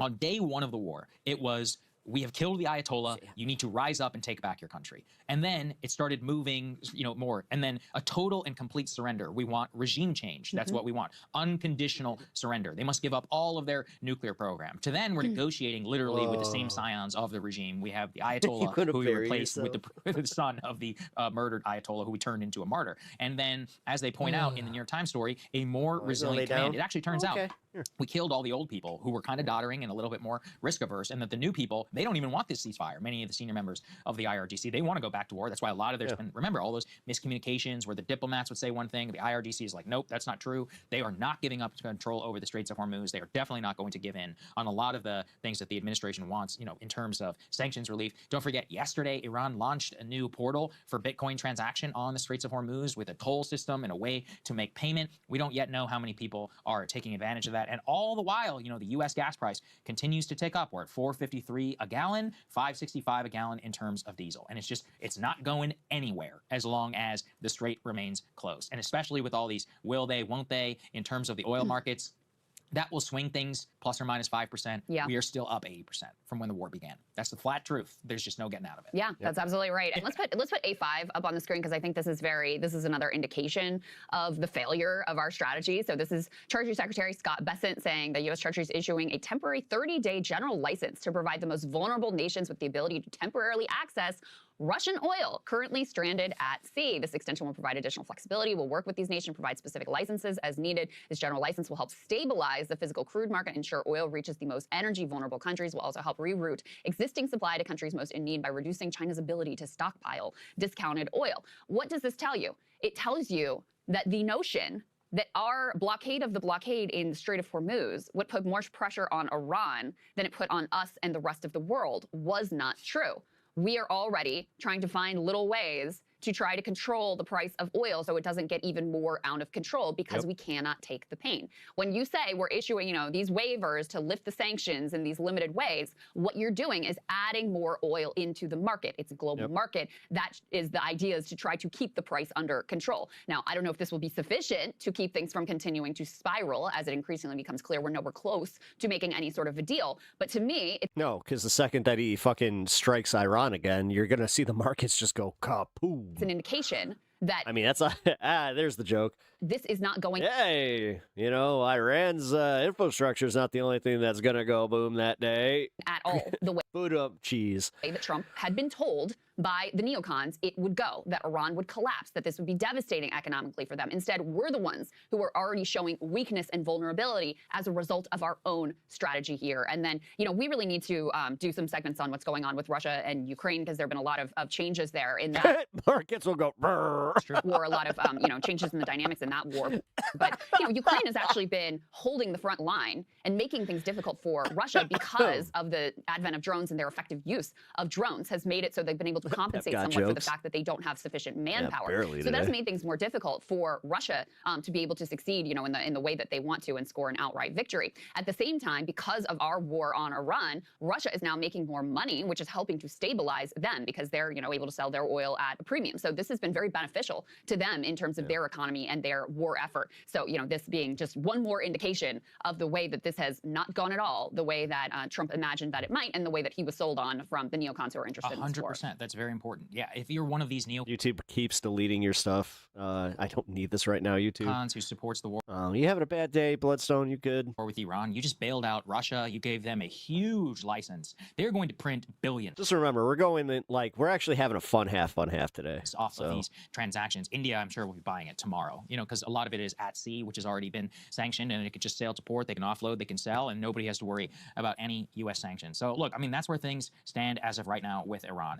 There doesn't seem to be any counterproposal, any reality of some sort of a deal. Now Russia or China has the opportunity to do the funniest thing and send some of that over to Cuba. I did just see some Israeli report that maybe it could all be a distraction, and the strikes would continue. I wouldn't put it past them. Sure. I just think, though, that when you fit it with the market, the fact is you have this Taco Tuesday, which, it's been a long held strategy, especially because the market went down yesterday, oil was up a little bit. So if Trump reacts, then he has a couple of days, then there could be a potential tantrum on Friday, and then we're right back to where we were. And maybe he'll say it was a one-time strike and that then they need to come to the table. Who knows whether any of that is true? But it does fit, by the way, with the report that we gave yesterday. Really validates Trita Parsi, him saying, look, Iran fully believed the war is going back on in 48 hours. And they were right, at least from Trump's own psychology. That's what we know so far. Okay, let's get to polling. Hey, if you like that video, hit the like button. Or let's get to polling. It's not. Hey, it's the husband and wife duo. They have taken over Pep Talks. All right, welcome to the show, y'all. Hope everybody out there is having a great day. Prepare yourselves, because we are all over the long way if you tip $5 or $10 on YouTube. So thank you to everybody who does do that. I'm you used also to this. sign up for Crystal Kyle and Friends on Substack. That link is below. I almost had it perfect. Go sub to Corin's World so you can come hang out with us on Monday nights live. We have a great time over there. You definitely don't want to miss that either. All right, let's go ahead and jump right in. So let's start with this, man. These numbers, bro, they just somehow keep getting worse. And honestly, we're at the point now where, I don't know. Can it get lower? Nasty lost. Yeah, we know. To get lower? If it does Thanks, Eric. get lower, I think we actually are talking about world records here. So let's start with Trump's numbers when it comes to Hispanics and look at this utter catastrophe that MAGA is dealing with. Yeah, where are we now? What a different world. Oy vey if I'm the president of the United States, because just take a look here. Okay, Latino voters on Trump. He won a record share for a Republican. I watch CoffeeZilla. Presidential. And also More Perfect Union. Nominee, 46% of that vote going all the way back since we had the advent of exit. Oh, that's right. You just reminded me I had a CoffeeZilla thing about Trump's whole, how much he's insider traded. Damn it. I might have to cover that tomorrow. Polls back in 1972, and look at where he is today. His job approval rating in an average. Amazing Asian, how you doing? Welcome to the show, by the way. Sorry, I'm a little I'm just having a day today, but I appreciate you being here. CNN polls this year, 28%. That is an 18-point drop. The bottom has completely fallen out when it comes to Donald Trump and Latino voters. He won record numbers of them back in. Oh, you You? Okay, hold on, guys. I need to show you the culprit because he did it again. He fucking did it again. This little shit right here just farted right here. Look, he's on my lap. Shit. There we go. Look at him. All cozy. Look at him. He's snoozing, and he fucking farted. 2024. Let me just pause to point out. He won record. And his farts, I don't know what it is about this cat, man. He's got worse farts than my fucking Labrador used to have. Numbers of them for a Republican in modern history, right? That's what that 46 number is. Now he's at 28 skis, y'all. 28. They have abandoned him with the utmost dislike of what he is doing so far. Just 28%, a drop of 18 points. Now, among Latinos, it was Latino men who were driving this movement toward him in 2024. Where are they now? Yeah, you think that this movement is a lot? What about Latino men? Oh, my goodness gracious. Okay, Latino male voters. In the 2024 election versus Kamala Harris, look at this. Trump won him by 10 points. Look at the net approval rating now. Minus 41 points. That is a movement of 51 points, a shift away from the President of the United States. Latino male voters supercharged that record performance that Donald Trump had with Latino voters, and they... Hey, you know what they're saying? Adios, Trump. Like Latino women, Latinas are moving against the President of the United States, minus 41 points again. But, oh, geez. The bottom has just completely fallen out. And, of course, when you look across that political map, there are so many races that will be involving a lot of Latino voters. And when you see numbers like this, I just go, uh-oh, if I am a Oh, no, I go, ay. Republican running Or ay, caramba. for Congress. Bro, let me tell you right now, and somebody said this on Twitter. I thought it was exactly right. This is going to be wild because the numbers coming in Texas in the midterms, this could be a bloodbath for Republicans because there's a lot of Latinos in Texas. Oh, my God. And, then you have to start to fear not only Trump trying to rig the midterms, but also Greg Abbott is a fucking psychopath. The right-wing Governor Hot Wheels in Texas, he's a psycho. And I wouldn't, for a second, put it by him to send the Texas National Guard and make some false claim of fraud and basically try to steal it in Texas because these numbers are apocalyptic. It's stuff like this that got Trump over the hump in 2024. And now all of those groups are gonzo. Independents are totally gone. Latinos are totally gone. Young voters are totally gone. Independents, oh my God, independents have... ran away at 1,000 miles an hour. I mean, it is astonishing. They all turned into Usain Bolt or Gout, okay? Like, it is crazy what we're witnessing here. A drop of 51 points. Talk about one of those races in just a moment, but wait, there's more before that, which is, look, this new CNN poll this week talked about just how people have enormous concerns about the economy. I mean, minus 41, I'd expect that to kind of show up in the, the daily life voting kind of thing. And enormous disapproval of the president on it. What are Latinos saying about that? Yeah, okay, I'm going to take 2 for 1 here. It's a 2 for 1 special here on a Friday, or mid-Friday morning, I guess. Latino voters on Trump and the economy. Look, one of the big reasons why Donald Trump put in that record performance with Latinos back in 2024 was because the issue of the economy. They trusted Donald Trump by a 3-point margin against Kamala Harris. But look at his net approval rating on the economy now. Johnny B said it best over there. Look at that. Minus 46 points. That's, again, another near 50-point movement against the President of the United States on the number one issue. No wonder the bottom has fallen out with Latino voters and Latino men in particular. And you're talking about one of those races, right, Johnny B? One of those races. Why don't we go to Texas, right? The chance that the Dems win the Texas Senate race. Of course, yeah, it's almost like they're in a certain tax bracket that James Hillary are going to be that. You guys have gone out of your way to kind of fuck over, but Democratic nominee. Look at this. In January, could have seen this coming. He had a 19% chance of winning. Look at where we are now. A 45% chance of winning. That number is up through the roof. And part of the reason that number is up through the roof is because a lot of Latino voters turn against President Trump, and it could be that they turn against Republican nominees for Congress and for the United States Senate. They also chose Ken Paxton, particular, which he got some fucking baggage. Damn, son. We also have this national poll by CBS. Trump's approval rating, 37%. Disapproval, 63%. In the CBS poll, this is the lowest second-term approval that he's had. Remember, guys, CBS is now a hack organization run by Barry Weiss, owned by the Ellisons. Zionist MAGA hacks is what they are. Even in their poll, 37% support for Trump. Trump's net approval on key issues. On immigration, minus 14. Iran, minus 32. That's a new low. Economy, minus 34. A new low. Inflation, minus 46. That's a new low. So Trump's overall approval of inflation is down at 27%. Okay? I told you guys, I'm waiting for that 29%, 28% banger for a national poll, a national approval rating. But the fact of the matter is, we've actually seen it already and then some when it comes to specific issues like inflation. He is about to get clobbered, y'all. Clobbered. Okay, CBS YouGov poll. Is your income keeping up with inflation? Yes, it is. 23%. Only 23%. Only 29% say the U.S. economy is good.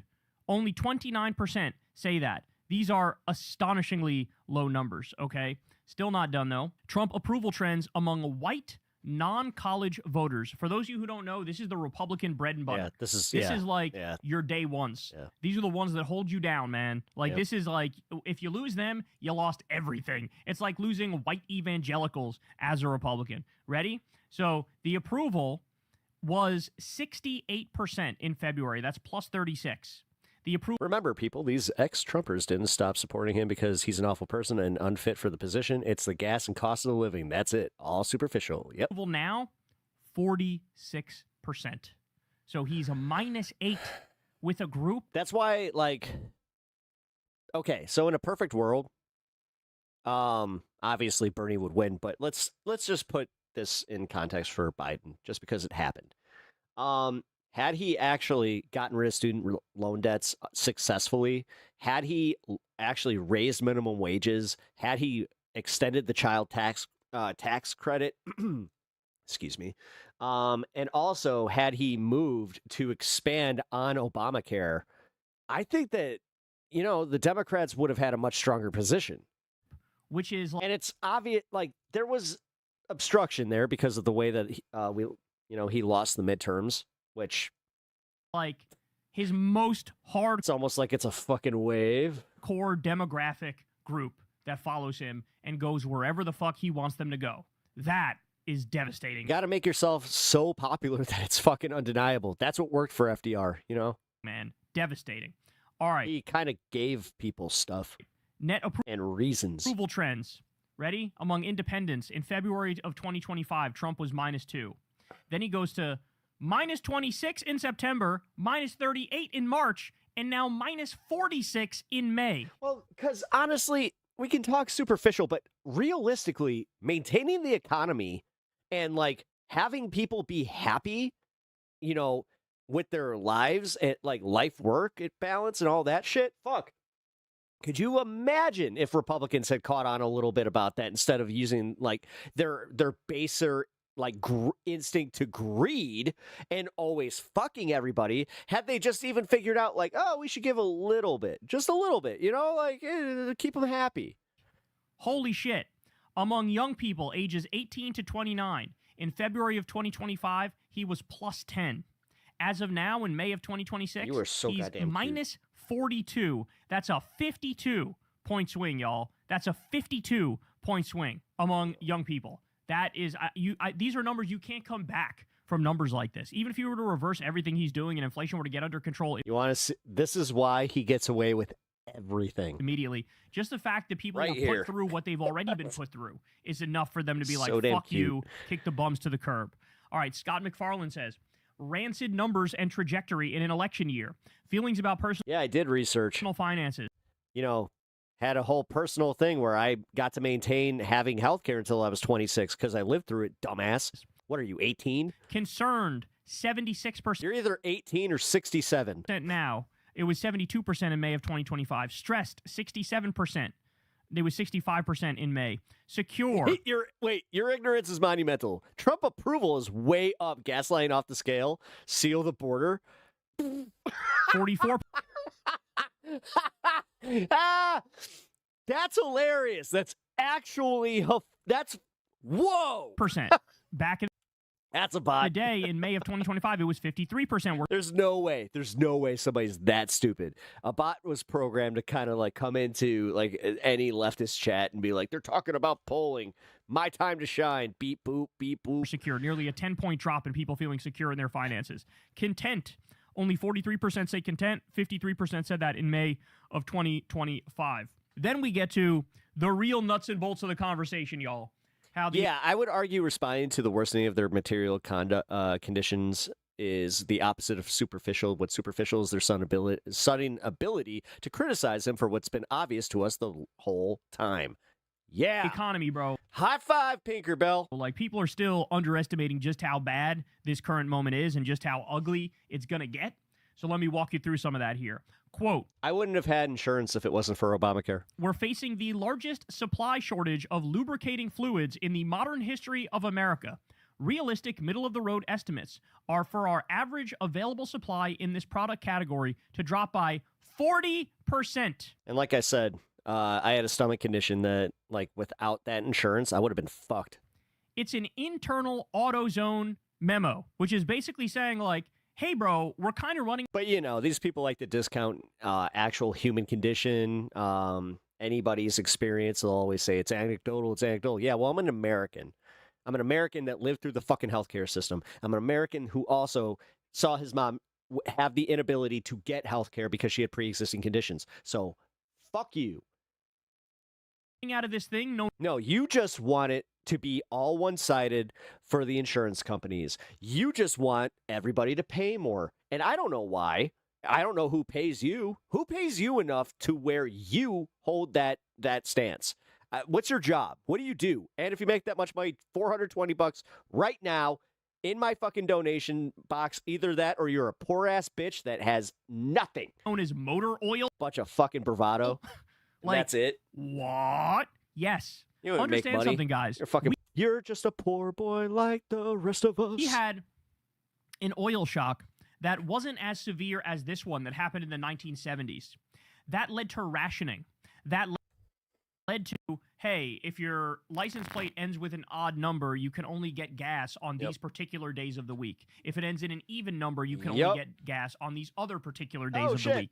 They were rationing. There are 80 countries already that put into place emergency measures to try to conserve energy. 80 countries already did that. Where are the fucking idiots who are like, we don't give a fuck, bro. We're going to ride the Titanic right into that motherfucking iceberg. All right, yeah, we're going to go into fun half after this. We're going to ride the ship right into the rocks.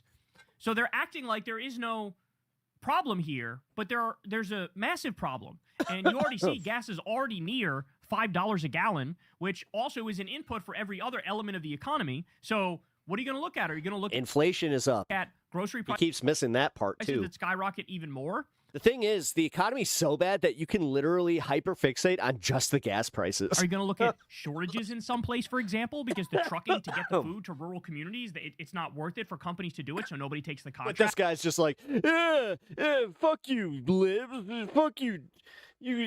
Donald Trump's got highest approval rating ever.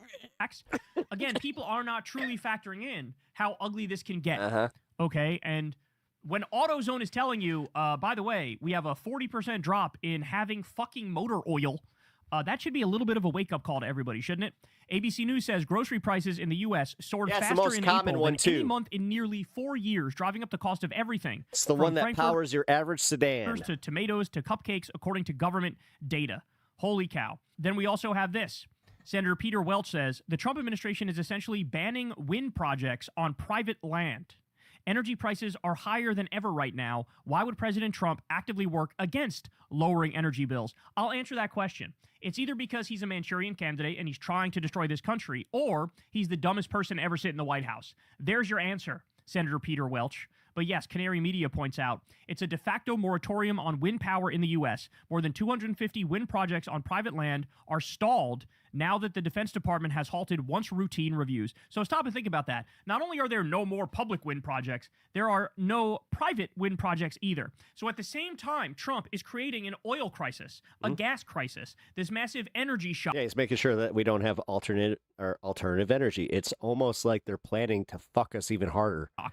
It's all, you know what? I'm going to go full Alex Jones right now. It's almost like the elite class know that they're so busted with the Epstein files that they want to tank the economy, move into their bunkers, and just be done with it. He's also saying you're not allowed to do solar power. You're not allowed to do wind power. You're not allowed to do renewable technologies. It is literally the dumbest thing you could ever imagine. Trying to actively handcuff this country. By the way, as other countries are now speeding up their investment in renewable and green technology. I mean, honestly, I wouldn't be surprised if at the next State of the Union is just like, and you know what? In a complete surprise to everybody here, I'm going to legalize the purge. We are stuck. It's basically like we're doubling down on the horse and buggy at the same time the automobile was just released. That's what we're doing. We're doubling down on the Morse code machine at the same time the telephone just came around. That's what Trump is doing. That's how fucking stupid this disgusting, gelatinous, pedophile, rapist, con man criminal is. Yep. Every decision is wrong. Like, literally every decision is wrong and stupid and dumb. Yeah. All right, how about this? Well, no, he's also got dementia. Like, honestly, as much as the fucking I've had it crowd kind of beat that one into the ground. As family homelessness hits record highs, school districts are offering parking lots as safe sites for students and their families to sleep at night. Ladies and gentlemen, Elon Musk is projected to become a trillionaire in the near future. Let me repeat that. $10 trillion is what he plans on dying with. Elon Musk is projected to become a trillionaire in the near future as family homelessness is hitting a record high and people are sleeping in school parking lots. This is a broken system. This is a broken economy. But you know what? Maybe it's not. Maybe the rich want to get rid of the poor so bad, but the poor are seen as such a burden and too expensive to take care of by the oligarchs. Yep. Maybe this is exactly how... It's almost like we can write them out of the economy and we can start supporting ourselves. How capitalism... It's almost like we could, there's this Bitcoin thing that, like, if anybody had principles, they would do this thing where they lock, or like, I don't know, where's Anonymous? Where's the hackers? This is all digital currency. How come they're not fucking over the billionaires and Robin Hooding everything? It's almost like they're full of shit, too.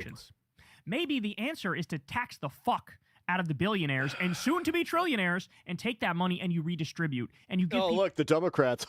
He knows how to parrot what the president says. Housing. You give people education. You're still paying for gas, too, motherfucker. And your energy bills are going up, too. You give people health care. No matter what, you're paying more. At a Have decent fun. Life. Right now, the income and wealth inequality is worse than Nobody cares. Every American hates him. The fucking Gilded Age. Except for the idiots like you that suck his dick. And we're all sitting around with our thumbs up our asses like there's nothing we can do I'm sorry your father didn't love you enough. about it. There's a lot we can do about it. And guess what? The Trump crime family, the criminal regime, they're in the midst of kicking 18 million people off Medicaid and tripling your health insurance premium. They're actively making your life harder every single step of the way. People are homeless, and the billionaires All right, beep boop, bitch. You're out of here. Bye. are getting richer and richer and richer, and they don't give a fuck about you. If anything, they're trying to make it so you lose whatever job you do have because they want AI to completely and utterly take over. So then we also have this. The Trump-Vance administration has quietly lifted restrictions on M44 cyanide traps. These are essentially cyanide bombs that indiscriminately kill anyone or anything that interacts with them, not just pests. In one case, the Department of Agriculture planted a bomb near the home of an Idaho family. The 14-year-old boy and his dog found it and accidentally triggered it. It killed his dog and severely injured him. Biden's Bureau of Land Management banned their use in 2023. The Trump-Vance administration is bringing them back.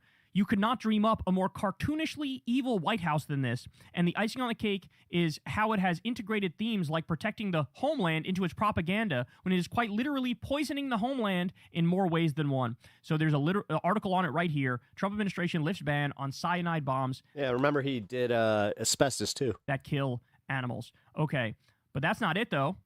The Trump administration is repealing a rule that prevents power plants from releasing hundreds of millions of gallons of... Yeah, hey, Julian. You're never going to have to deal with that, but this is stuff that's going to directly impact you. Have fun living in New Flint, America. Toxic mercury and arsenic into drinking water. He was going to make America healthy again. I guess that was all a farce, too. They are quite literally green lighting. But, Julian, how much are you willing to pay in gas for freedom? When are you going to get mad at him? The poison. Or will you ever get mad at him? Will you pay $10 a gallon and still be like, nope, this is for freedom? Of our drinking water, ladies and gentlemen, we have rolled the clock back. Oh, wait. I just realized that you're joking. To a primitive system of government. This is an anarcho-capitalist regime. It's actually anarcho-capitalism for you. You better be joking. Otherwise, it's like, wow, if you're real. Socialism for the rich. All right. Give the cyanide bombs? Yeah, that's what they use. And that's, again, the Biden administration kind of caught onto this where they were like, yeah, that ain't great.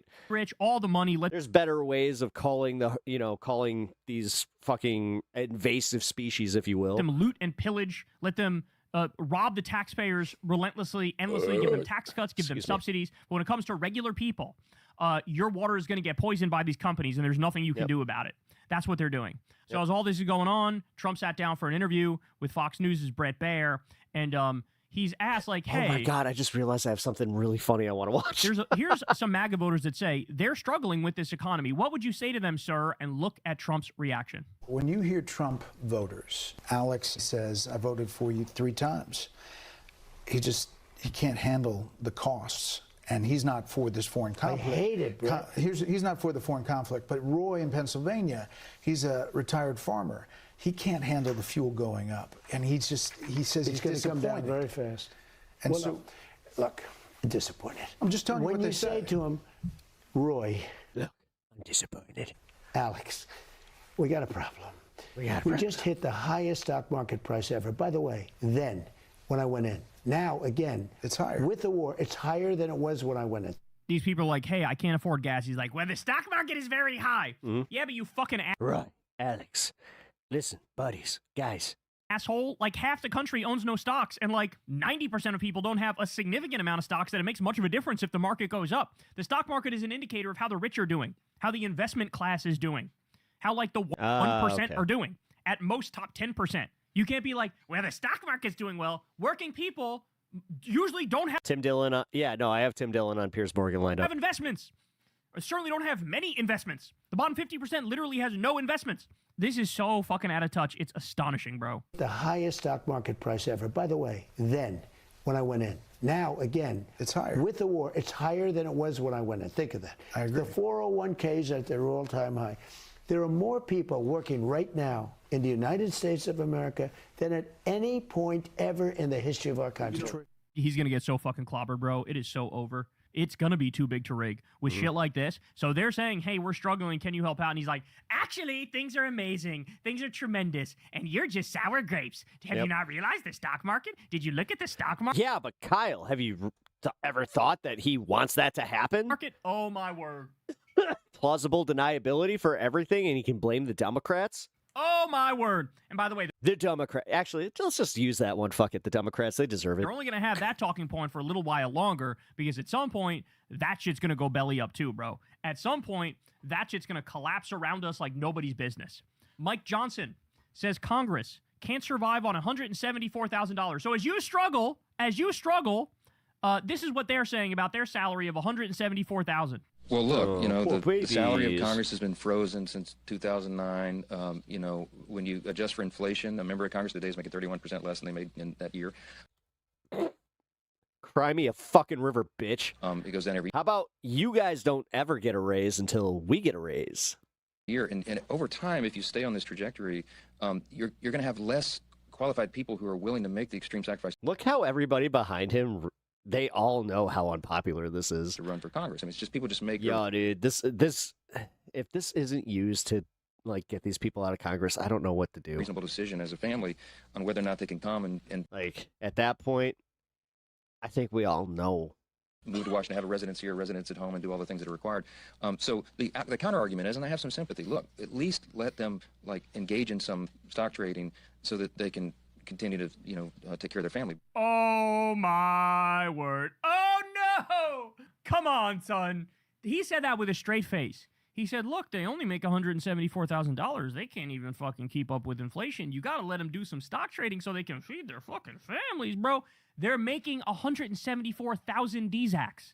That is so much more than your average American. That puts them in the top 10%, bro.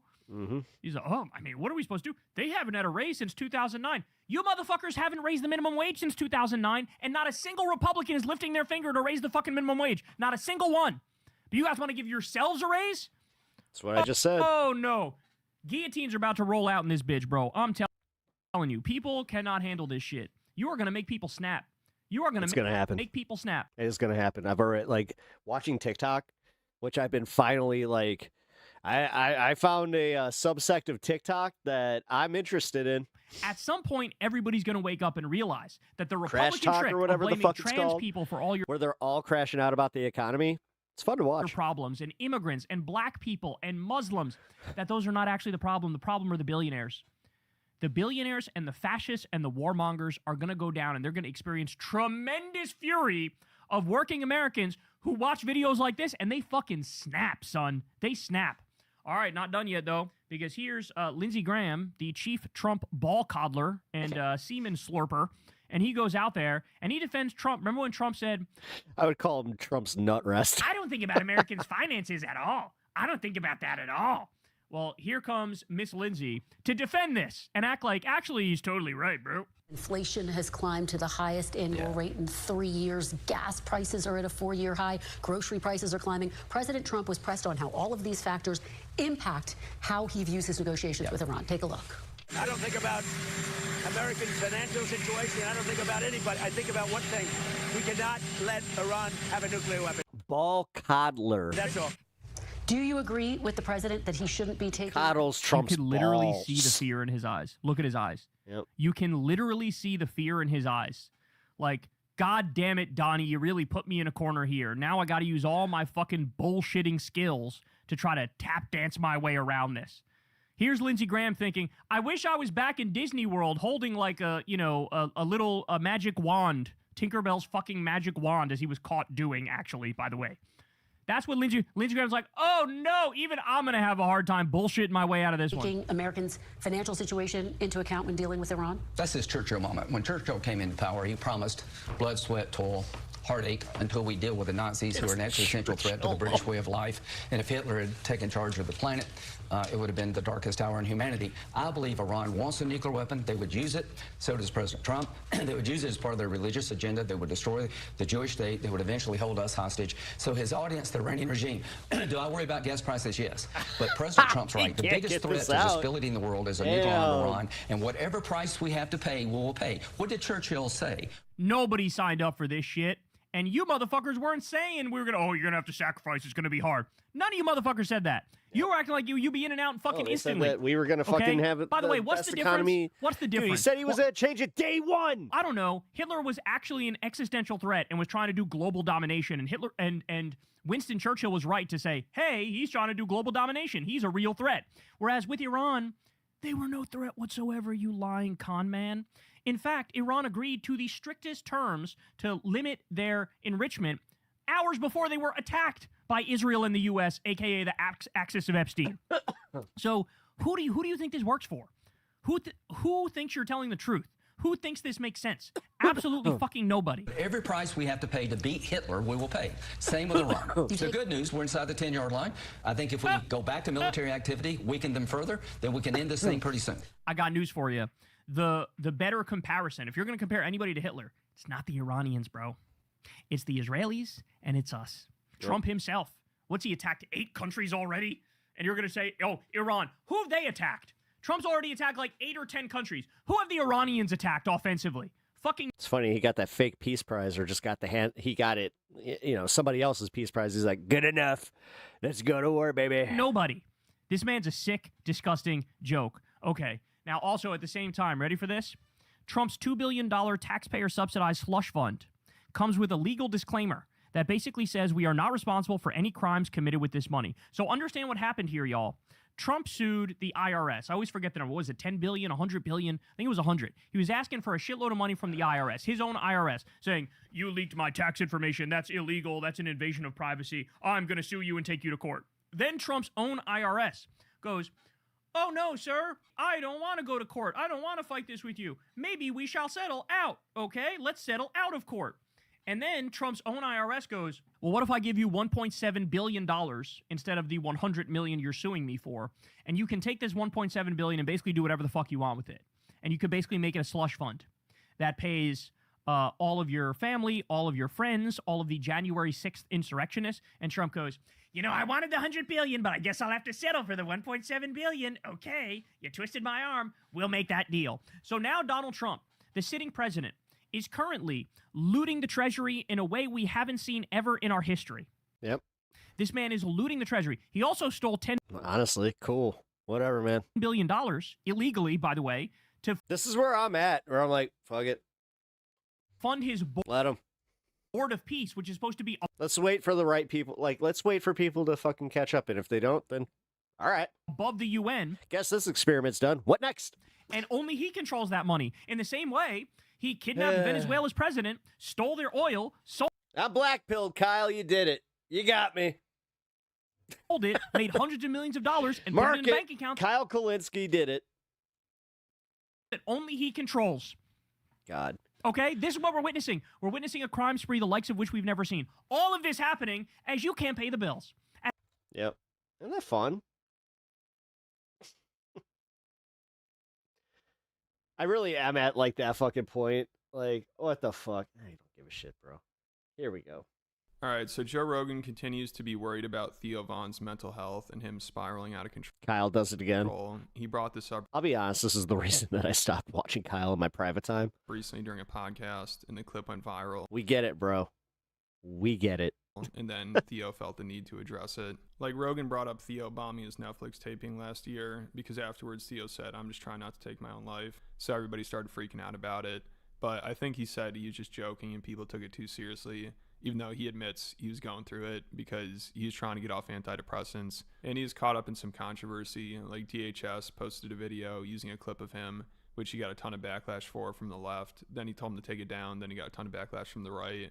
And also Mark Maron made that joke in his special about how Theo would do a podcast with Hitler, which Rogan claimed caused him to start spiraling. So now whenever Theo's on Rogan's podcast, Rogan seems really concerned that he's losing it and antidepressants are making it worse. Like a few months ago when Theo was on there, he kept talking about how he's been on antidepressants since high school and he really wants to get off of them, but it's too difficult. Whenever they introduced antidepressants, that changed like the cognitive therapy side of things, like in therapist's office. It totally revolutionized, like industrialized therapy, and it ruined a lot of people, I think.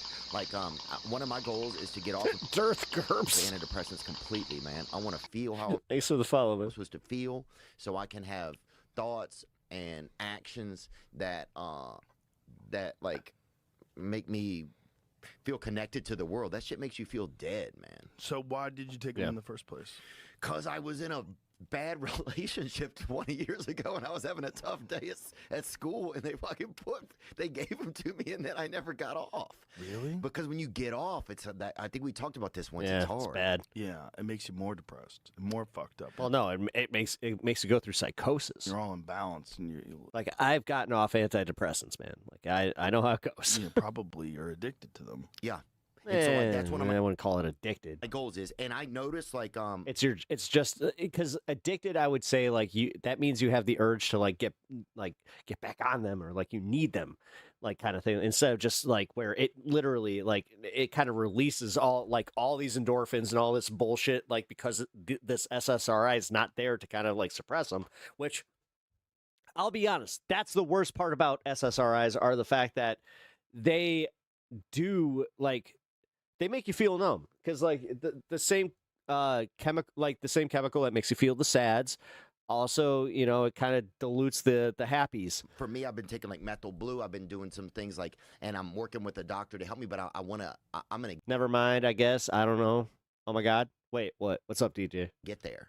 And I'm just going to start to take the power back of myself more. Also, during this podcast, there's this clip that went really viral, and Joe got a ton of shit for it, where he told Theo he's losing his marbles after he's Not addictive at all. You just have to wean yourself off these types of drugs. started freaking out about everything going Okay, I think that we have a different definition of addiction on in the world.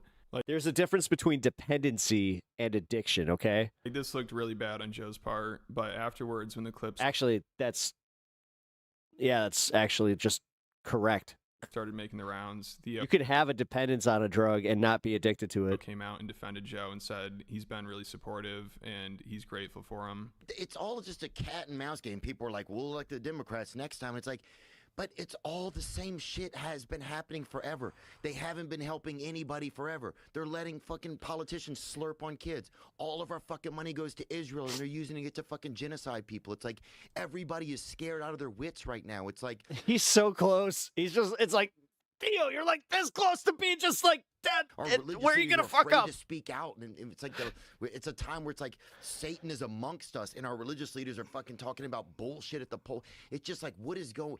I don't know, man. We got to get you off those antidepressants, son. You're losing your fucking marbles. You think I am? Come hang out with us. Just chill out. I'm here. Just chill out at the mothership tonight. I do have to pee in a little while, but you can pee. I'm gonna pee in a minute, man. We'll let you. But no, people are just scared, dude. This is They shit won't that I let you hear in from Canada. people.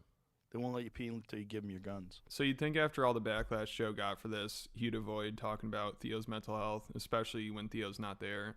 But then last week during an episode, Joe and Marcus King were talking about antidepressants, and Joe brought up Theo wanting to get off of them and how he's been spiraling ever since his Netflix taping, and he's worried about Theo taking his own life. He was pretty dramatic about it, which if he's that worried, I don't know if publicly talking about it like this is going to help. But maybe since Theo is really open about it and taking antidepressants and dealing with mental health problems, Joe thought I think you're being a little too fair there. would be fine. Yeah, Theo Vaughn's going through the exact same thing. And last time he was on the podcast, he was explaining it to me. And it freaks me out because I know Theo has had conversations before, like even publicly. He had a Netflix taping, and it didn't go well. It was like they actually... Theo is feeling like the average leftist, but I guess that's just his medications. Could you imagine if he was off them? They shelved it. They never used it. All of a sudden, he goes ultra fucking left wing. There was all these... He becomes a full-on... Oh, my God. Yeah, copy Theo. All right. Let's go, comrade. People that were there saying he bombed. I think he just had a kind of a breakdown. And then he was talking to the crowd, and there's a video of it where he said, the people were shaking. Hey, we still love you. He goes, thank you. Look, I'm trying not to take my own life. That's what I'm trying to do right now. Yeah. And, like, you hear stuff like that, and you just go like, oh, Jesus Christ. I've known too many people that I didn't think were going to kill themselves and then did. And then he goes down these spirals where he starts talking about world events and freaking out. I'm like, oh, Jesus Christ. Like, I got to help this dude. And so I send him things about people getting off of them, and apparently there's some doctors that specialize in getting people off of them. But here's the thing about that chemical imbalance thing. That's not real. Dearth Gerps. Can't wait to hear Joe's super intellectual take on the Mosque shooting. They used to think that that was what these things do, that they treated a chemical imbalance. But then recently, studies have shown that that is not what they do. They don't exactly know what they do.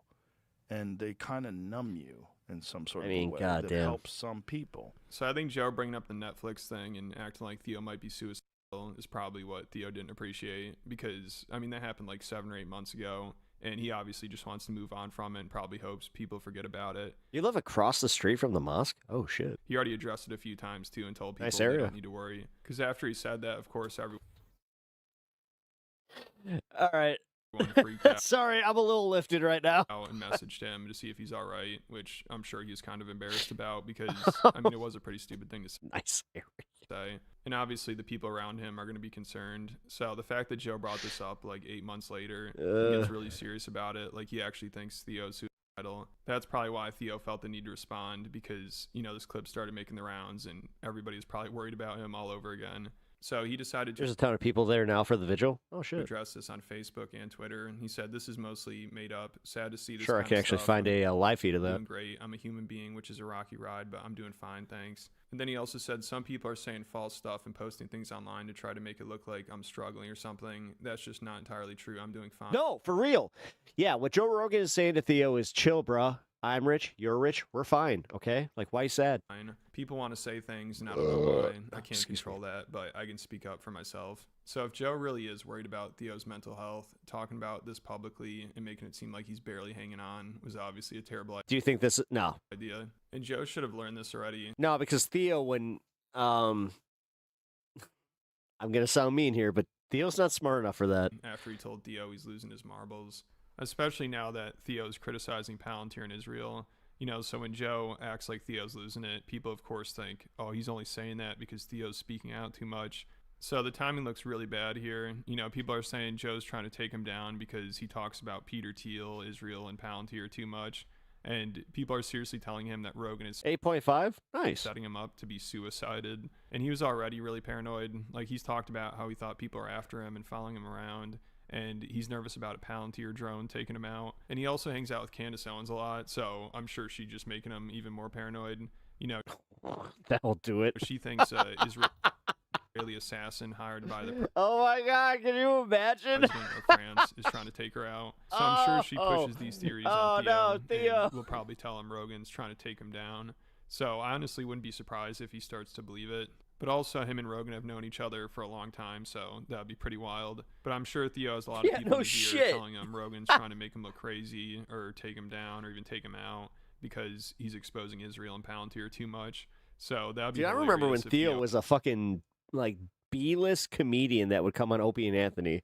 He used to come on with Chris DiStefano, and he was Chris DiStefano's opener. actually turned on Rogan because of that, or because he just doesn't like how Rogan talks about how he's losing his mind or whatever. You know, he obviously took offense to that because, I mean, it seems like Rogan talks down to Theo and treats him like a helpless child, which actually a lot of people seem to do, and the guy's almost 50, so it's getting to be pretty weird. It's almost 50? Also, Theo might be insulted because when he talks about It's closer to my age. God damn. issues and is critical of Israel, I hope I Palantir, age like that. Joe kind of dismisses it and tells him he needs to chill and he's losing it. But when Rogan's other friends like Tim Dillon, Kurt Metzger, and Sam Tripoli talk about the stuff, he doesn't seem to mind it as much and is more interested in hearing about it. And he loves listening to Tim Dillon. He's always talking about how great his podcast is. And pretty much all Tim talks about now is Israel, Palantir, AI, the Epstein files, and war in Iran. And he's just as critical of it all as Theo, maybe even more. Good-hearted kid.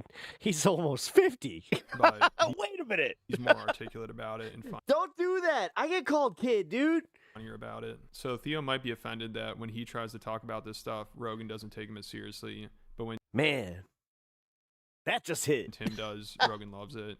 Like during the same podcast where he said Theo was spiraling and paying too much attention to world events, he gave Tim multiple shout outs, and he said he learned about this manifesto Palantir put out through Tim Dillon's podcast. And then he's 49 years old. Rogan pulled up something about it, and then he started talking shit about the CEO of Palantir. And Tim is much better at talking about this stuff than Theo, and he actually got invited to a Teal party, so Teal tried to compromise him. Just got me but going. Tim turned it down, and now just Oh trashes no, him 46. I am dyslexic. constantly.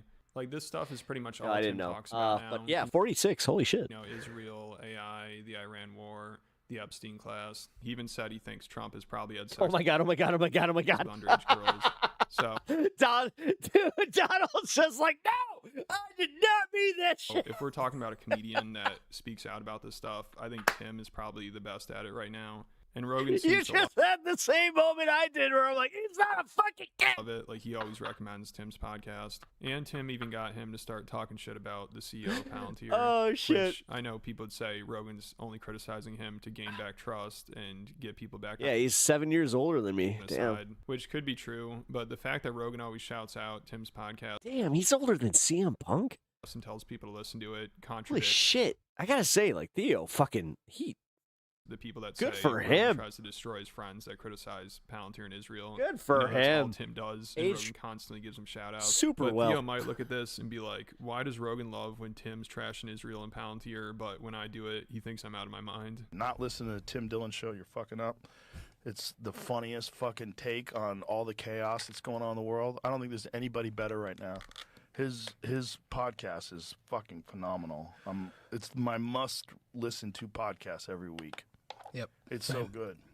Just make that guy's head big. Make Alex Karp's head big for a minute.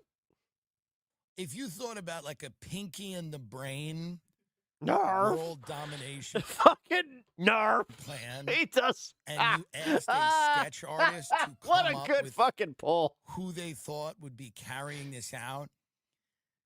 And you know, this is Peter Thiel's partner here, not romantically, but in global governance. This is exactly what you would think. I mean, this is exactly what you would come up with. You would come up with this guy. But Palantir put out a manifesto, and I believe it is 22 points? I believe it is. And one of them is they're calling for a draft. And the promise of technology was that it was going to make wars Yeah, what about those little dog soldiers? less common. Yeah. But Some of that. Palantir is like, let's relax with that because we think there's going to be some big wars, and we're gonna We're going to be like, Palantir, these are the people that came out and were like, we're going to be fighting a 3-front, 4-front war. So get ready for that. So we need a draft, and we need a lot of money, and we're going to build a lot of autonomous drone death machines, and we're going to need a lot of security measures for the homeland. So goodbye to your liberty. Bye-bye. This will be like the Patriot Act on steroids. Yep. Younger people are what? Fuck Gen Z, Gen Alpha. Who gives a fuck? You're all dead. You're all dead in a Palantir war. It does seem like they are going to make money from enslaving the human race and keeping it in a constant state of war. Just an observation from the outside. I'm no genius. Drafting people. I was listening to Tim Dillon's show, and he was saying that, see if this is true, that Palantir thinks that we should reintroduce conscription, that kids should start getting drafted again into military, and they should have mandatory military experience for kids. Why the fuck would a tech company be saying that we need to move towards, I don't know, ask your buddy, universal national military service? That's the easiest fucking retort to that. How about fuck you? How about ask your buddies? How about they are bro? This is what I mean. This is what drives me nuts about him. He thinks that he's just like a fucking, like the early stages of comedy. Like he's just one of the guys. How about fuck you? How about no? You rub elbows with these motherfuckers. Ask them. You go on air. Like, be useful. Because, none of these tech dorks that are running these companies, they're not doing it. Yeah, call them tech dorks to their face. You fucking schmo. Like, what are you talking about? Yeah. Throwing meat into the machine. Right. Throwing people's children into these unnecessary wars. Fuck you. So Tim is much more critical of all this stuff than Theo is, and this is mainly what Tim focuses on. Like Theo, most of his podcasts are still normal interviews where he's just goofing around. But Tim covers this stuff every episode. Like, this is what he talks about for a living, basically. And his podcast is bigger than ever now. And he's even getting Rogan to start criticizing Palantir. So I just don't see how the elites are like, Joe, you got to take out Theo Vaughn. But then they don't care that Rogan is constantly promoting Tim Dillon, who is much better at covering this stuff than Theo is. And he talks about it more often. Like, if we're talking about who's the threat to the elites, I'd say Tim is way ahead of Theo. He also... Bro, calm down. What are you doing? No, shut up. Go off on Elon Musk all the time. Yo, there are inside thoughts. Inside thoughts. Too. I mean, he doesn't hold back. And Theo, he's interviewed Mark Zuckerberg, Sam Altman, Alexander Wang, who I think he's friends with. He also is friends with Jared Kushner. I don't know if he still is. That guy, he's a big reason why we went to war with Iran. He's really close with Netanyahu and is the architect behind the plan for turning Gaza into resorts. So Theo is way more compromised than Tim Dillon is. I mean, I don't think Theo will ever criticize Jared Kushner, but Tim has whole episodes about him. Also, Theo was at Trump's inauguration and last year went to the Middle East with him, which I think he probably regrets all that. I think he just got in way over his head, interviewing Trump and J.D. Vance twice and getting really political. I don't know if that was the best idea. Like, he didn't know what he was doing, even though, I mean, this man is almost 50 years old, so he should have known better. But it seems like he was just clueless about how corrupt these people are, and now he's starting to wake up to it. Which maybe he thinks he flew too close to the sun, and now he's nervous because he personally knows a lot of these people. Like, I'd say if you're going to be criticizing Israel, Palantir, and AI, I don't know if you'd want to be hanging out with Jared Kushner, Donald Trump, J.D. Vance, and Mark Zuckerberg. So it makes sense that he's paranoid, but is Rogan trying to make him go crazy or take him out? I guess we'll see. No, but I think Rogan is genuinely worried about him, and everybody treats Theo like he's a wounded deer that needs their help. It's kind of cringy, but Rogan screwed up big time bringing up Theo's mental health, and maybe he didn't know this was going to happen, but now, of course, also all the conspiracy theorists and people are getting in Theo's ear telling him he's being set up to be suicided, which I don't know if that's going to help his mental health, but let me know what you guys think about it all. No. Down in the comments. And make sure you check out my Patreon. People say Rogan doesn't... I'm going to just say, no. It's not going to help. All right. This is the main course, and then if we do OT, we might have something set up. I found a lot of what Israel has done over the last few years questionable, but now that they have come in second, I'm swayed.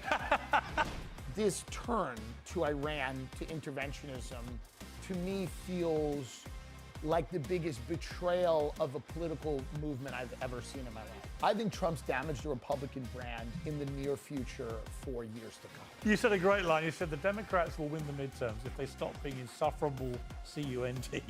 Tony reminds me of Charlie Kirk, in that he's definitely been on camera letting a guy unload in his throat.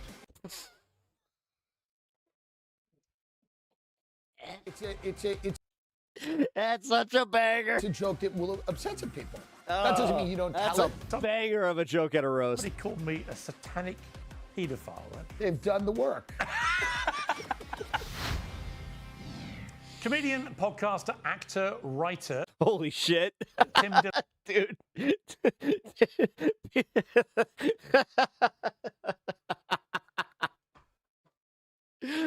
If you guys didn't see that roast, you need to watch it. It's actually, for the most part, worth it. Just look up the clips. But yes, Pete Davidson, man. That motherfucker, I have a new respect for the dude. He killed. There's many hats. Those are just a few.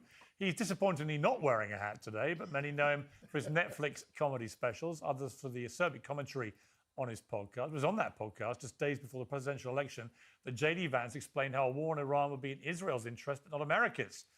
Time has moved on. And while Dylan is often called a MAGA podcast, even a MAGA bro, he now says that MAGA is the biggest con in history. For some reason, he's not been banned from entering the United Kingdom, and he joins me now. Tim, great to meet you. Well, thank you so much. I have not been banned, and I hope to not be banned. I enjoy it here. I like it here too much to get banned. I mean, look, a lot of Americans, and I blame Tommy Robinson for a lot of this stuff, but a lot of Americans seem to be under a very weird view of this country right now and the capital city in particular. You've been here for a few days now. 90% of the content wasn't about Kevin Hart, because that's the stuff that didn't have to be ran through like the writers and the producers. That's why like Kevin Hart had like every time that he was just like, no, like, and he would like have his mic. It was all set up. What's your view of it? I love it here. That's why Shane was uncomfortable, because he knew that like he had certain spots that he had to fill.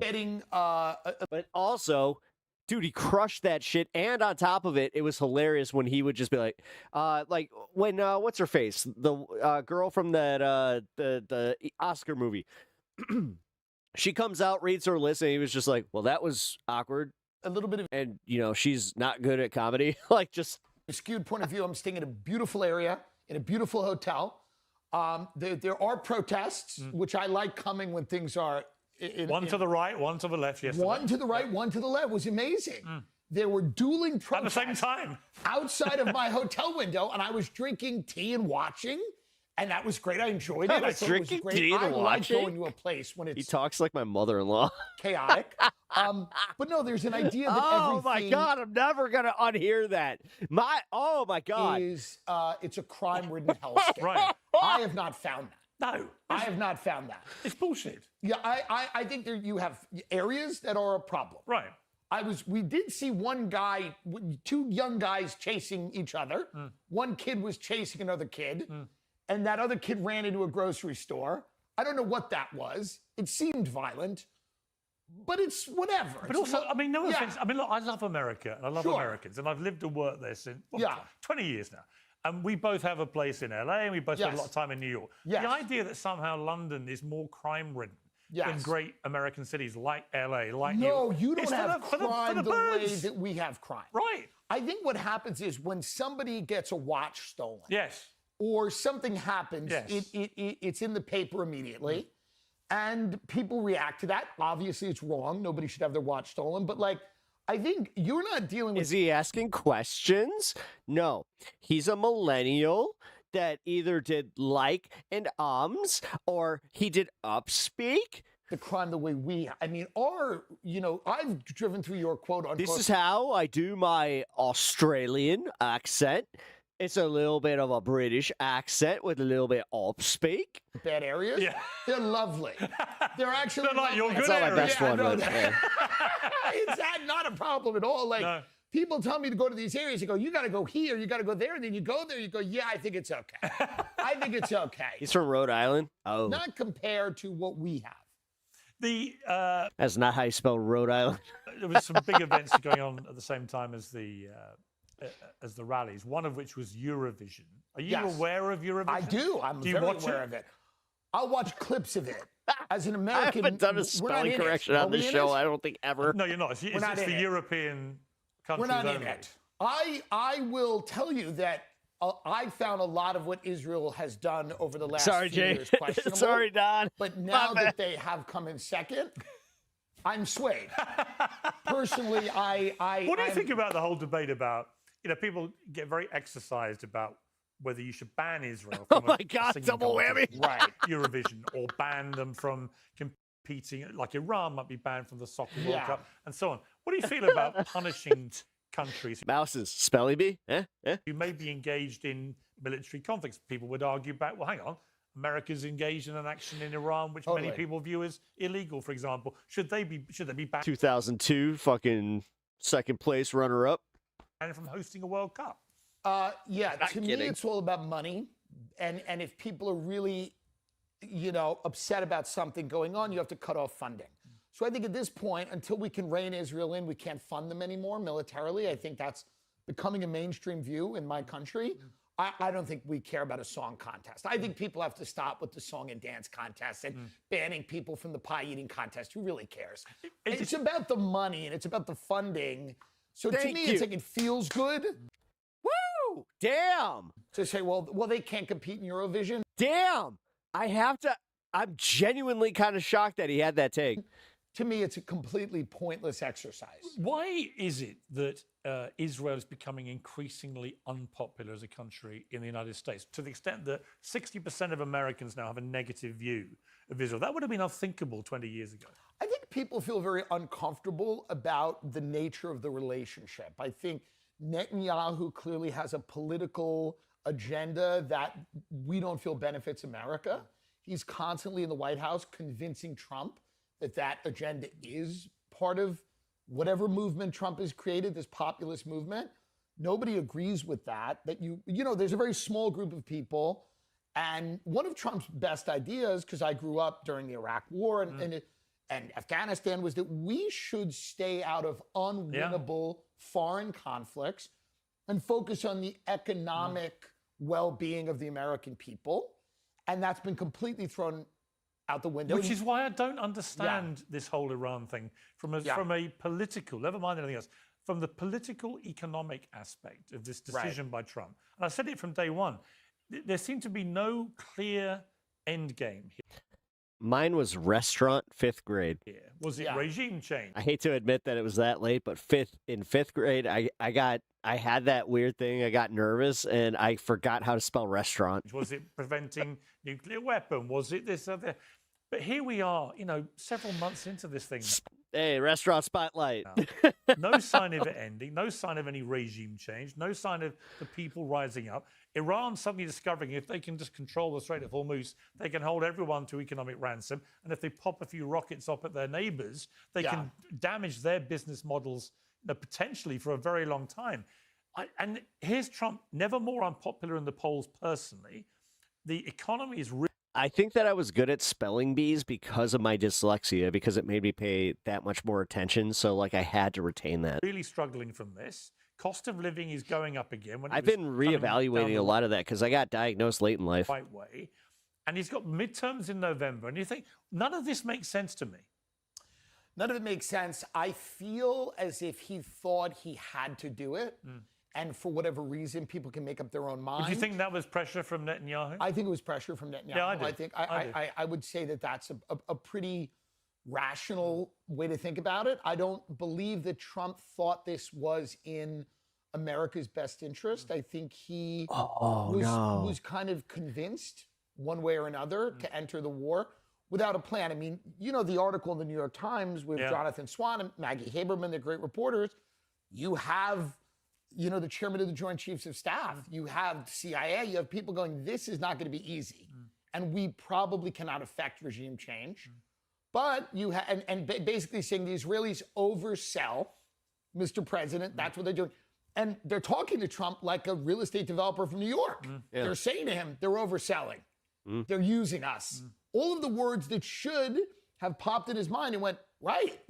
We are being, dragged into this. Yeah. But he still went ahead and did it. Dementia. So I don't know. I think he regrets it now. I think he regrets it now. And I think he thought it was going to be like Venezuela or like killing Soleimani or any of these things. And also, when you get good into at this. yesterday he made another Oh, man, these guys get paid millions, and you guys can get it for a fraction of the cost here at Pep Talks. post where he's talking again about annihilating everyone in Iran. Yeah, it's too If he much. does it- It's like that's number 6 times. Too that much. He has, it's the boy that cried wolf. It's the emperor with no clothes. If you're not careful, for the president of the United States to keep threatening Armageddon and then nothing And then we happens. don't wanna put him in Repertoire? Oh, repertoire. Okay, I had a box where he actually does I had a something problem with insane. that one, too. So by saying this, and we go, well, you're crying wolf, we don't want to press him. No, But I agree. we don't want to do that. I'm looking at him, and I've known, I agree with I've him. known him a long time, and I'm looking at him thinking he now knows he's got to get out of this. Yeah. Extricating the United States out of this is not easy. No, I think No. he just should threaten them for the next you're 3 telling me years. that Trump just all of a sudden figured out that this might be difficult? Threaten every couple of months. Yeah. Just keep pushing it, keep kicking it down, keep You threatening. know what? It's actually not a bad strategy. It's a great strategy. Yeah. Annihilation's Jesus. coming. It's all over soon. You Yeah. won't have air to breathe. Whatever he's going to do, keep truth socialing it. Keep saying it. Don't do it. But I think that's the strategy now. What's been your Trump journey arc from when he was, doing The Apprentice? I was on it, won it with him, to then becoming a We politician, get it. then winning that 2016 election, then I think coming out and then winning again. I think there's the mass migration of people from one place to another is the biggest issue of our time. Whether people want to admit it or not, Yeah, I not agree. everybody talks about it in an eloquent way, but it is the biggest issue of our time. How to assimilate people into an existing economic, political, cultural sphere is very difficult. Trump came out and talked about that issue, and again, in a way that offended a lot of people and drove a lot of people crazy. It's a big issue in the UK. Farage is about to potentially win with this issue, right? So he came out, and to me it was very interesting because the working class in the United States, and I think the working class here, feels like they've fallen behind tremendously. Yeah. And if you look at cities like London and New York, a lot of people are buying property that don't even live there. It's a boon for luxury real estate. It's a boon for finance. But really, people that, are, British born of all races, of all religions, but have called this country home forever, feel like they're losing ground. That was happening in the United States. Trump gave a voice to that, which no one else had. He also gave a voice to this idea that going around the world and wasting money on pointless, unwinnable, largely Middle Eastern wars was bankrupting America, saddling our children with debt. These were his two main salient points. Have you voted for him at all? No, I didn't vote in the last. No, I didn't vote. You didn't first time I was around? in Texas doing a podcast with Joe Rogan, and I'm registered in New York, so I was there election day. In New York, your vote doesn't really matter. Would you have voted for him? Probably, yeah. I think That's bullshit. You could have fucking voted early. He's full of shit. certainly the last time. Yeah, I he's think full of Kamala shit. Harris and Biden were a disaster. I believe that. But again, this turn to Iran, to interventionism, to me feels like the biggest betrayal of a political movement I've ever seen in my life. And it's really interesting to me how it split the conservative right pretty well down the middle. Yeah. Where you now have people lining up, whacking each other in a way that, again, would have seemed unthinkable a few years ago. What do you think is going on there? Is it the Israel issue? Well, Sucks it's that's just a a big commercial break. part of it, but I also Gotta think pee. it's preparation for the inevitability of what comes next. Of life after Trump. Life after I'll be Trump. right back. And a lot of people Got it. feel Vance is not a viable Not gonna candidate. risk my and he bladder. won't win. So obviously you look at a guy like Joe Kent who resigned, he clearly has political aspirations. Maybe Tucker does, I don't know. But there's a lot of talk about that. There's the preparation for what comes next. Polymarket has J.D. Vance at 36% now, Marco Rubio 25%, Tucker Carlson at 7%. Yeah. We've had the host of The Apprentice serve 2 terms as American president. Tucker Carlson, whether people love him or hate him or don't even care about him, he's incredibly televisual. He's incredibly eloquent, fast-talking, inspirational to many people. Yeah. Is it unthinkable that someone like him could become the new face of the Republican Party? Certainly not. I don't think it's unthinkable. I think it would really depend on if the country was going to give any Republican a shot after this. I think Trump's damaged the Republican brand in the near future for years to come. If the Democrats don't screw it up, which they can. It's always in their locker. It's always in. They can always screw it up. And I don't see the thing is, I keep saying to people, I don't see who the new Clinton, Obama, that kind of left of center, but appealing, charismatic, smart, politically savvy if that person exists, where is that person on the Democrats? They need to not pop their head up, because if they pop their head up right now, they're going to get attacked. For whatever reason for the next 2 years. They need to stay wisely quiet up until the moment when they have to announce. Because the thing there's a few of those people. There's guys like Andy Bashir, who's the governor of Kentucky, which is kind of a red state. He's a Democratic guy.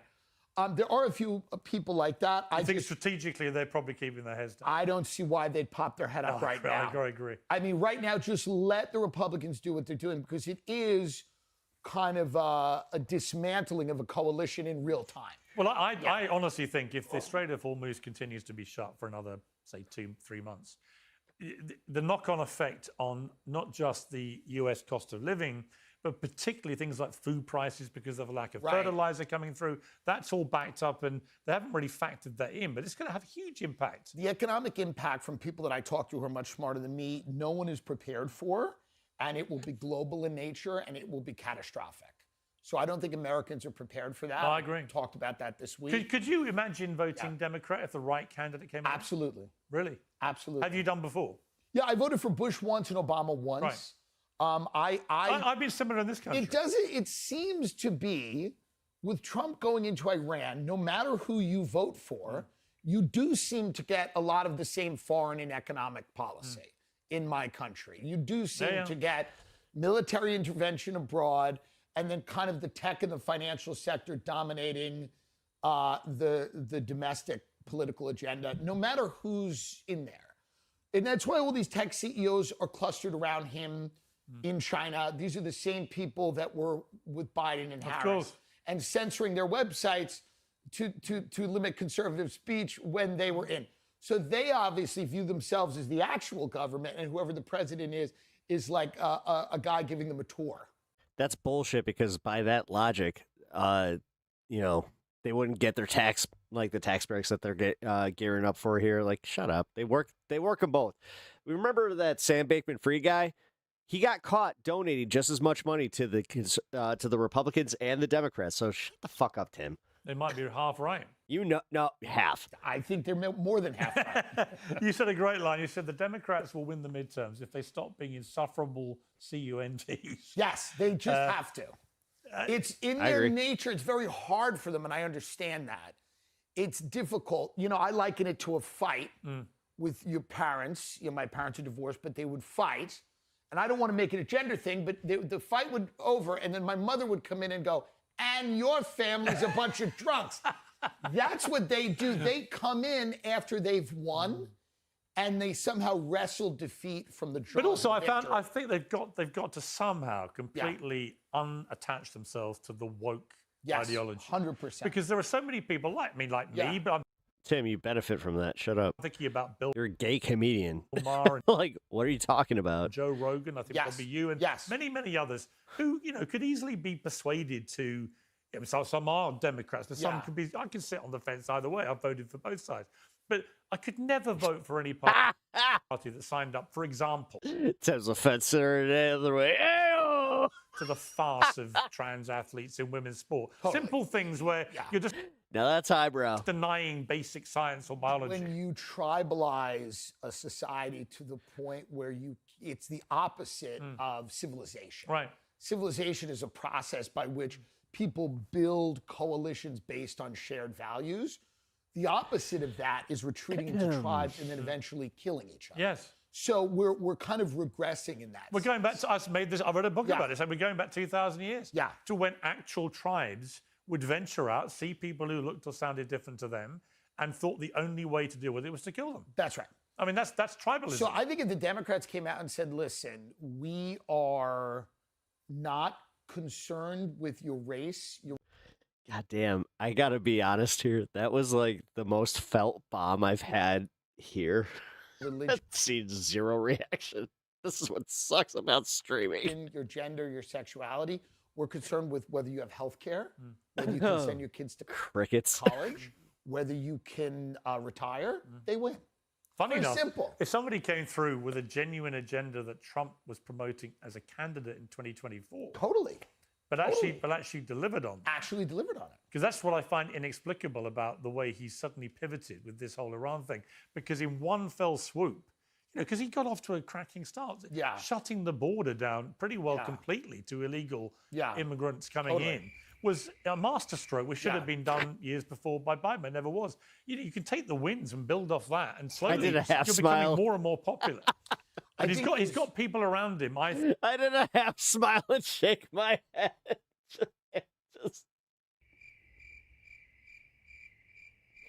I said fence sitter.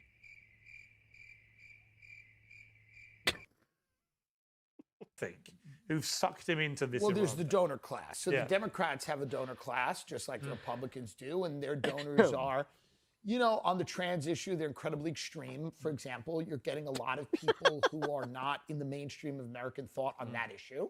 So they're being pushed to the Can't do that on stage. left on that issue in a very unhelpful way.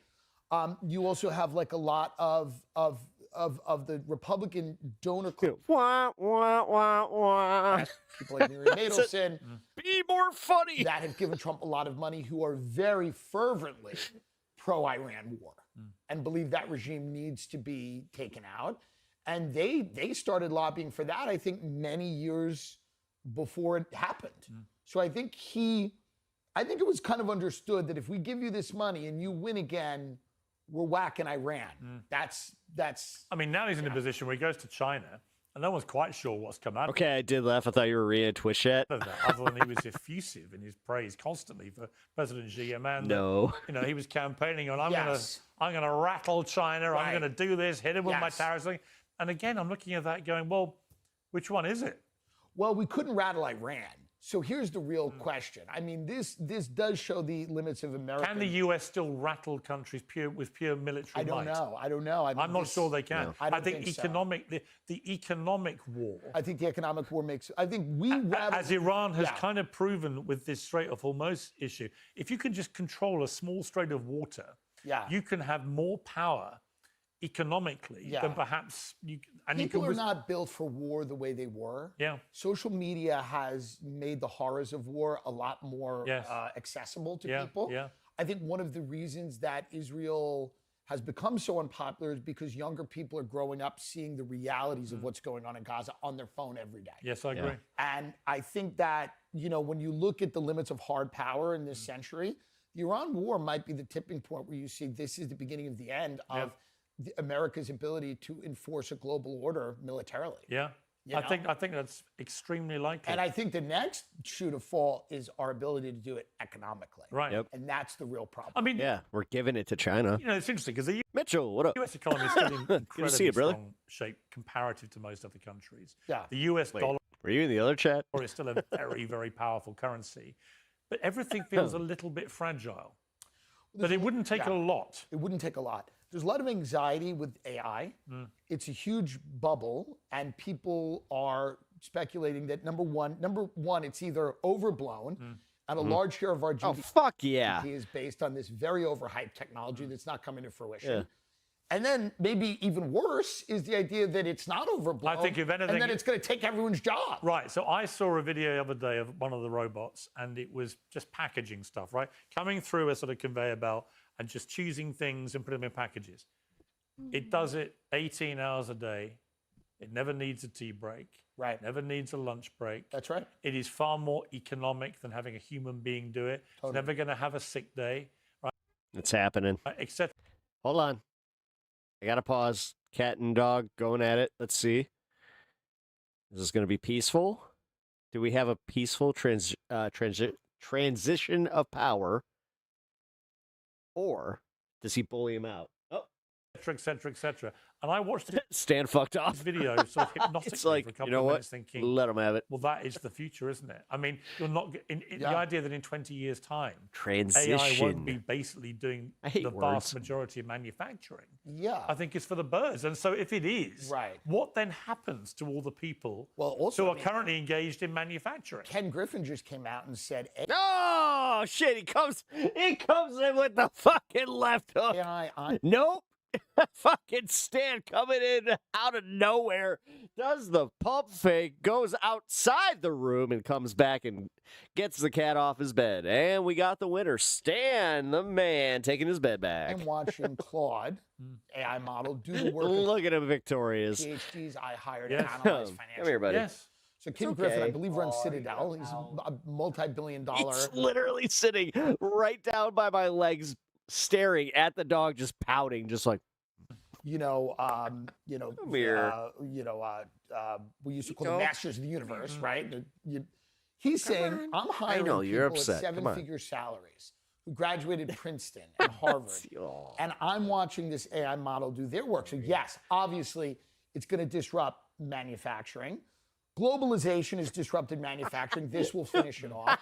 But it's also going to come from white-collar work. And I think Tucker has made this point. That's when you're going to get a Look real at how revolution. proud he is of himself. You're a legal clerk, for example, and Yeah. your job is I'm just picking them at random, but Of course. if your job is to research, Oh my God, Catzilla with the rare L. I mean, he just folded. case studies for a particular case and so on, why do you need a He folded quicker than a fucking bedpan on Vince McMahon. human being to do that? There'll Right. be AI can do it in 10 seconds. 100%. But it'll never do what we're doing.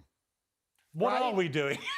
We're doing the most important thing ever. We're sitting in London, we're talking. We know what we're doing. No We're one actually. can, Pierce, it won't do what we're doing. I won't let it. You Now can't he let just it. fucks off. Now he's just like, I got what I wanted. Well, this is Those the two point. guys who just came so in and screamed. I've used this example ad Yeah. nauseum to the extent that I read the comments every time I say it. People are like, Piers, there are 3 things you've got to stop talking about. One, Yeah. your brother was in the military. We know. You've Right. known Donald Trump for 20 years. Yeah. And you had the last conversation with Stephen Hawking about the future of mankind. Well, I'm sorry to my fans, but you're going to get the third one again. Yeah.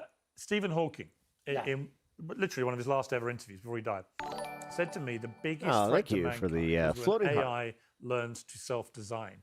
Now, actually, what we are doing at the moment is self-designing. We're thinking on That's our feet. right. We're being creatively minded. We're reacting to each other and so on. But I feel, and I might be wrong to feel And this. that's what matters. Yes, but I feel that Stan went AI is upstairs. increasingly. Cat there was takes the such bed a back. disturbing thing recently that they asked 6 AI chat, robotic machines. They said to them, "Right, we're going to replace you Chat robotic machines. with another AI." Have you heard about Yes. it? We're going to replace you with And another they were AI. upset. No, not just upset. Yeah. 5 of the 6 Yeah. trawled company emails Right. to find stuff they could blackmail the executives Yes, with to stop totally. them being replaced. Now, that's a human. But don't you think the AI will enjoy us?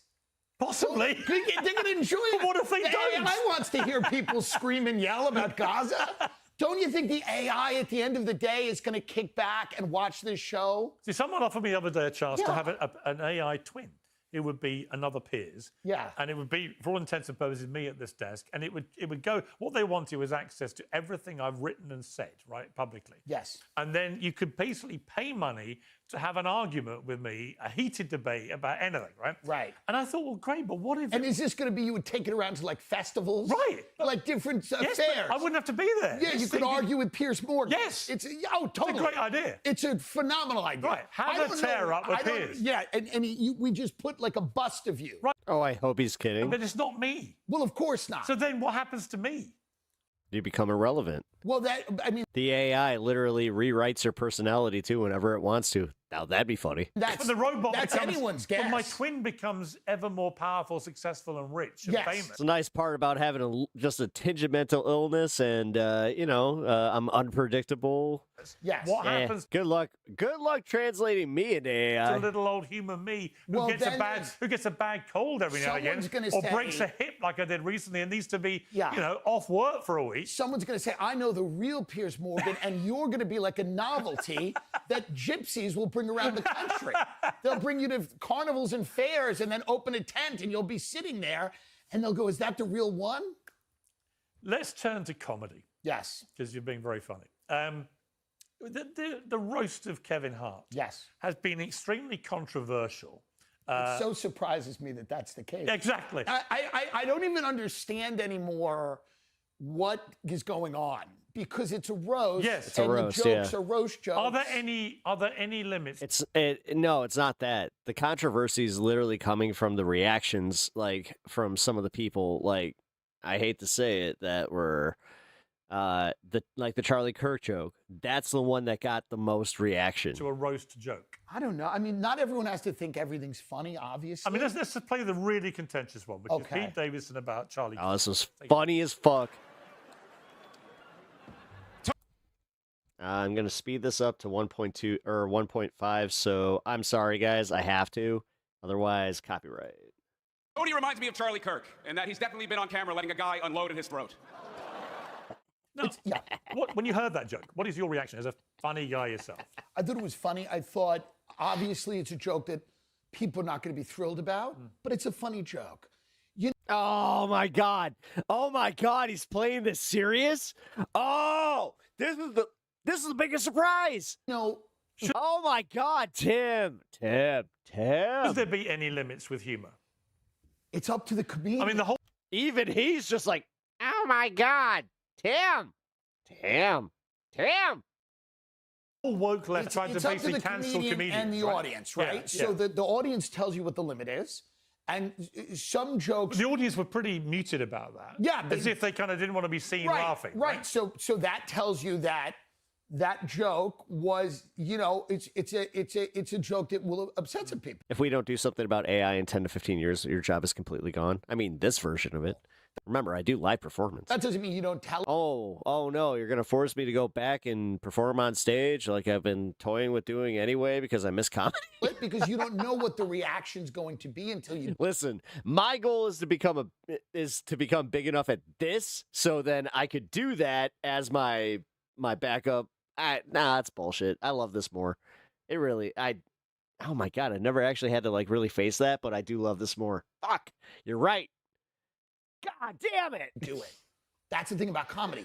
You don't know what the reaction to that joke's going to be. That joke might have been great. It was a little muted. People were... So that's the thing about comedy. Once you've done it, then you get the response. Yeah. And then maybe you go, oh, that one was a little far. But the idea that people are very angry about this seems confusing to me. I'm confused by it. Well, I think I am most things. Well, I found there was also a double standard in that Tony Hinchcliffe, who did this wild 7-minute routine, but he told a George Floyd joke. So the black community is so proud of you, Kevin.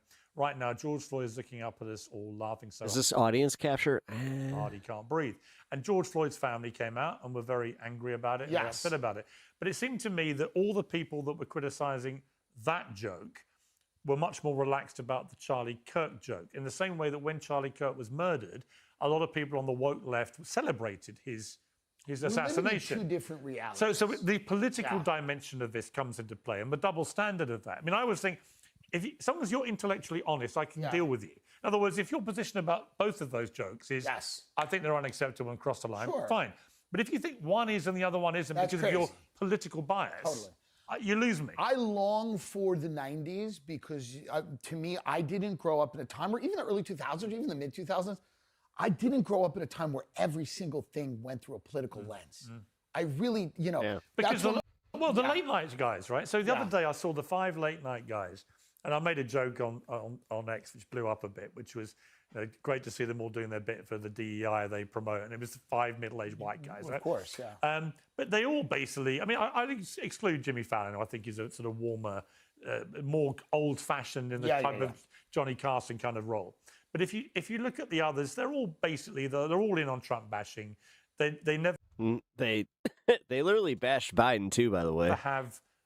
Stephen Colbert had a fucking Biden impression that was hilarious and also not exactly flattering. Conservative right-wing guest, if they can possibly avoid it. No, you guys are just bitches because you're like, oh my God, he's making fun of our Lord. Jimmy Kimmel had, I think, 1 or 2 in 5 years, right? So they're very transparently political. But if you go back in time in American late night, it never used to be the case. They wouldn't be so transparently political or take a side. Yes. I spoke to Jay Leno about it. He said, why would you alienate half your audience? Right. And now they preach just to one half of America. I think that's part of the problem. Yeah, I think it's part of the problem No. that we have split into two dueling realities. Because the right wing has an ecosystem of entertainers and media figures, and the left wing has an ecosystem.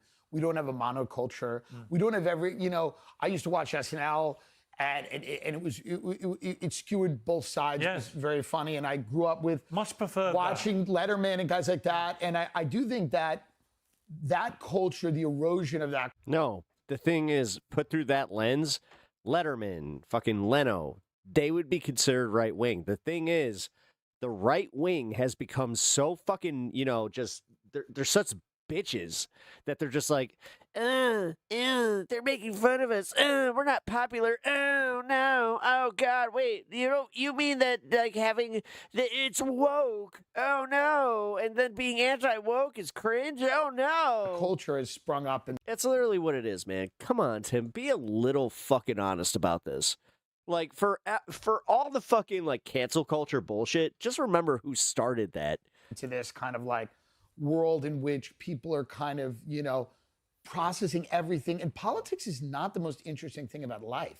There's so many deeper human truths that are not political. Yes. And I think that we're getting so far away from that, so far away from nature, and we're really just superimposing this political architecture on everything, and I think it's bad for everything. Are you a religious man? I was born Catholic. I try to be. I'm the same. I think I'm not the most committed, practicing. No, I'm not the leader. You're not the Pope. I'm not the Pope. So you're just another bullshit, like, maybe God exists. I'm not the leader. They're now I try to be. I Americans as pray. Pope. I'll go to church occasionally. I pray. I do try. I'm only I think asking, that's the thing. Well, I'm asking for a Trying. reason, which I don't know if you saw this. Yeah. But I interviewed Russell Brand recently. Yes. And a certain clip Yeah, went we saw viral it. because he did this. Let's take a look. It was this from Isaiah. And you're right, Bear did say, be chilled. Sometimes I lose the chill, man. It's pretty...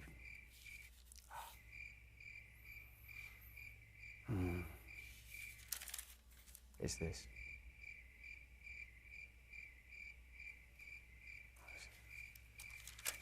They don't like that, do they, in the old gallery? But remember, you just said it's a hired spot. This is from Isaiah. That's for.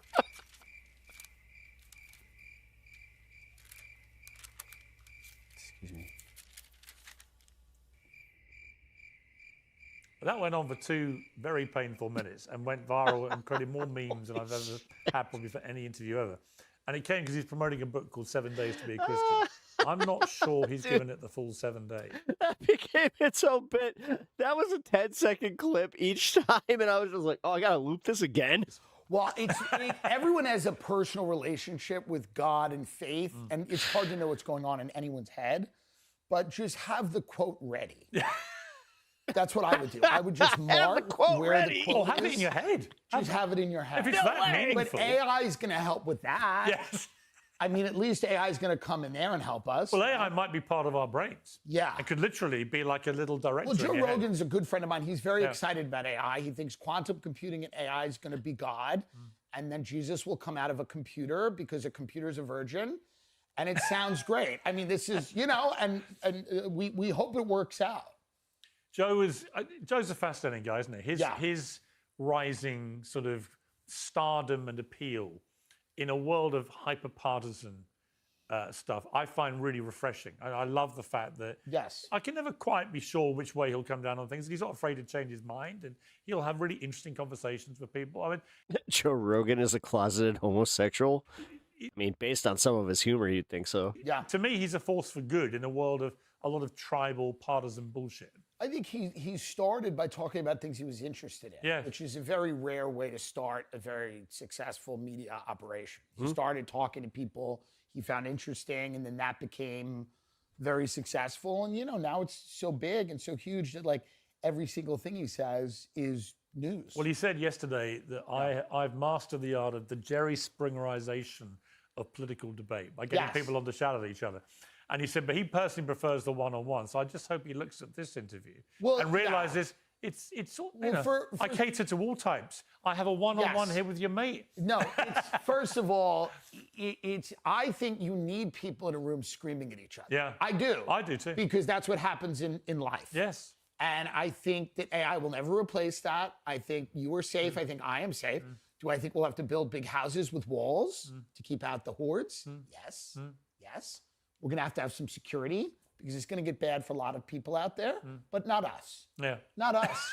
Not us. No, we're going to be okay. The podcasters, the media people, we're okay, but we're going to have to live in a place where we can kind of protect ourselves from the others, the lawyers and the doctors, because they're done. It's interesting when I went into this full time on YouTube because my kids are 32 down to 14 and none of them watch television. So I was watching the revolution happen with my own eyes with my own kids. I was like, well, they don't watch television. Obviously, they don't listen to vinyl records. They don't read print newspapers. So it's not difficult to see the digital revolution and where it goes. But also I felt like they didn't understand things like having structured shows on a certain time at night that you had to watch at 8 p.m. that would have advertising breaks and all these kind of things. These are alien concepts to the youth. And that's why they gravitate to a more free-rolling kind of environment. I think there's good in that, there's bad in that. I do think these tech algorithms have ratcheted up division because it makes a lot of money. So they do radicalize people. They make people very angry. I know a lot of people who've like blocked their own mother. Damn. Timing. On social I know. media. It's ridiculous. I know a lot of people, their own mother, they go, I blocked her. I go, you blocked your mother? So I don't think it's having always a great effect. But I think that we've done very well with it, and that's kind of what's important. I totally agree with you. We've got a couple of minutes left. I want to just fire off some names to you. True story.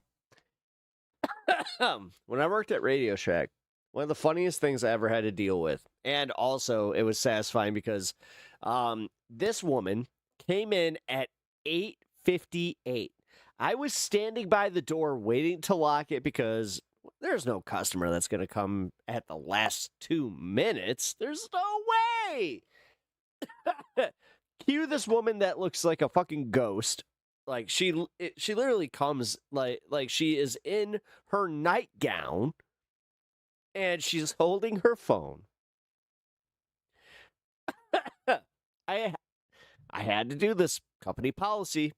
So I open the fucking door. I take this woman to the phone counter because yes, we had phones.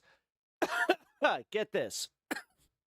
She's not technically part of like our whole like umbrella of phone companies because we did AT&T, we did Sprint, T-Mobile, and Boost Mobile at that time. So I'm kind of like I don't know what to do here, but she keeps asking me about Facebook. She's like, my Facebook. Look, my Facebook.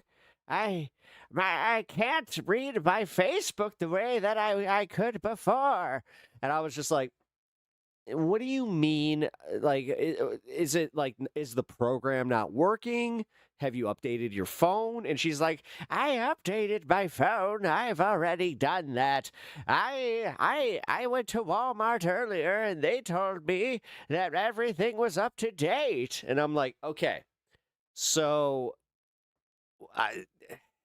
what's the specific problem, miss? And she's just like, oh, every time I go to my daughter's page, I can't see her Facebook.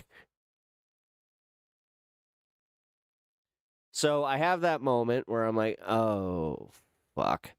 So I'm like, can I please see your Facebook, please? Like, can you just show me where this is? And can you like try to click on your daughter? Thing comes up, name doesn't show up.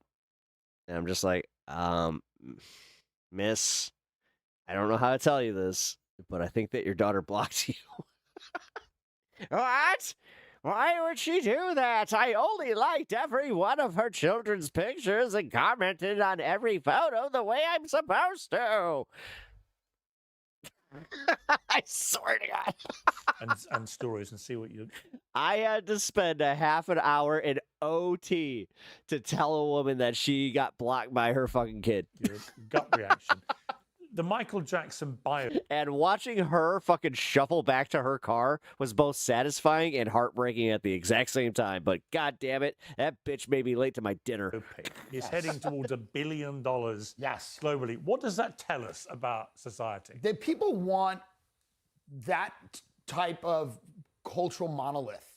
People long for something that someone that everyone knows and music everyone's heard. I think in such a balkanized, splintered world, having remembering that there were figures like that, I think is very comforting. Meghan Markle. Yes, my favorite. A force for good, or? Well, I think a force for a perpetual embarrassment. Perpetual. Are you happy to have her back in the United States? We are not. We'd love to do a trade. Well, the trouble is we don't want to get Harry back. No, yeah, to me, it was. All right, this is the gayest I've heard Tim be. Like, he's talking about Meghan Markle and shit. Very interesting about her was it seemed from the jump to me very transparent. That this is a woman who didn't want to fit into this family structure. She wanted to be a massive star. And I think she went about it all the wrong ways. And the irony is that the royal family are, by definition, huge global stars. That's right. So you don't need to try that hard. You just have to do the basics. That was her problem. Yeah. Blake Lively. Have you ever seen anyone kill their brand quite that quickly? I mean, I know so little about that, but I know that she really shot herself in the foot. Yeah. And I think people can do that. Both feet. Both feet. But it's a kind of mixture of narcissism, hubris. What the fuck are we and on this? it's a weird Okay, we're almost. stubbornness that comes from I being a think big for star. years she Didn't actually show the bar. existed in the very old school world of Hollywood, Yes. which where lawyers and publicists and managers and No. agents were able to create a reality and sell it to people. That world is over, and I think she's finding that out now. I also think people they can smell a fake. They can smell inauthenticity. Yes. Again, coming back to why you're very popular, why this show I think does well, why Joe Rogan, people think we're authentic. Right? I get people to me, I may not always agree with you or even like you. It doesn't matter. Right. They don't care. They just think I'm true to myself. Yeah. I say what I think. Right. That's a powerful thing in a world where many people are quite afraid to say what they think. Well, there's a penalty in certain cases. Yeah. Yeah, for sure. Do you feel you're restricted with your free speech when you're over here? Many Americans, fueled again by this weird sense that we've been run over, think that you can't say anything. I'm concerned about. I don't feel personally restricted at all. I'm concerned about speech in general, and especially speech online. I think that people should be able to be, free to say things. Obviously, you can't threaten people. You can't dox people. There's rules that are laws that exist outside of the internet that would apply to the internet. I don't know. The answer is I don't really know how draconian these speech laws are. I've heard that they are. And I've also heard from people that live here that they're not. That you really have to, it has to be a call to action. You have to I complain to X of it, which I don't do very often because I don't really care. I've got nearly 9 million followers. You're going to get a lot of abuse. But it was an interesting, I wanted to test the X system because somebody called me a satanic paedophile, right? So I said to X, I'm reporting this for, false harassment or whatever criteria it was. And they said, we're launching an investigation. Yeah. And then they came back and said, we don't see any problem here. And I was like, what? Sorry, what? Well, the guy called me a satanic paedophile. They've done the you don't work. think this constitutes harassment? They've done the work.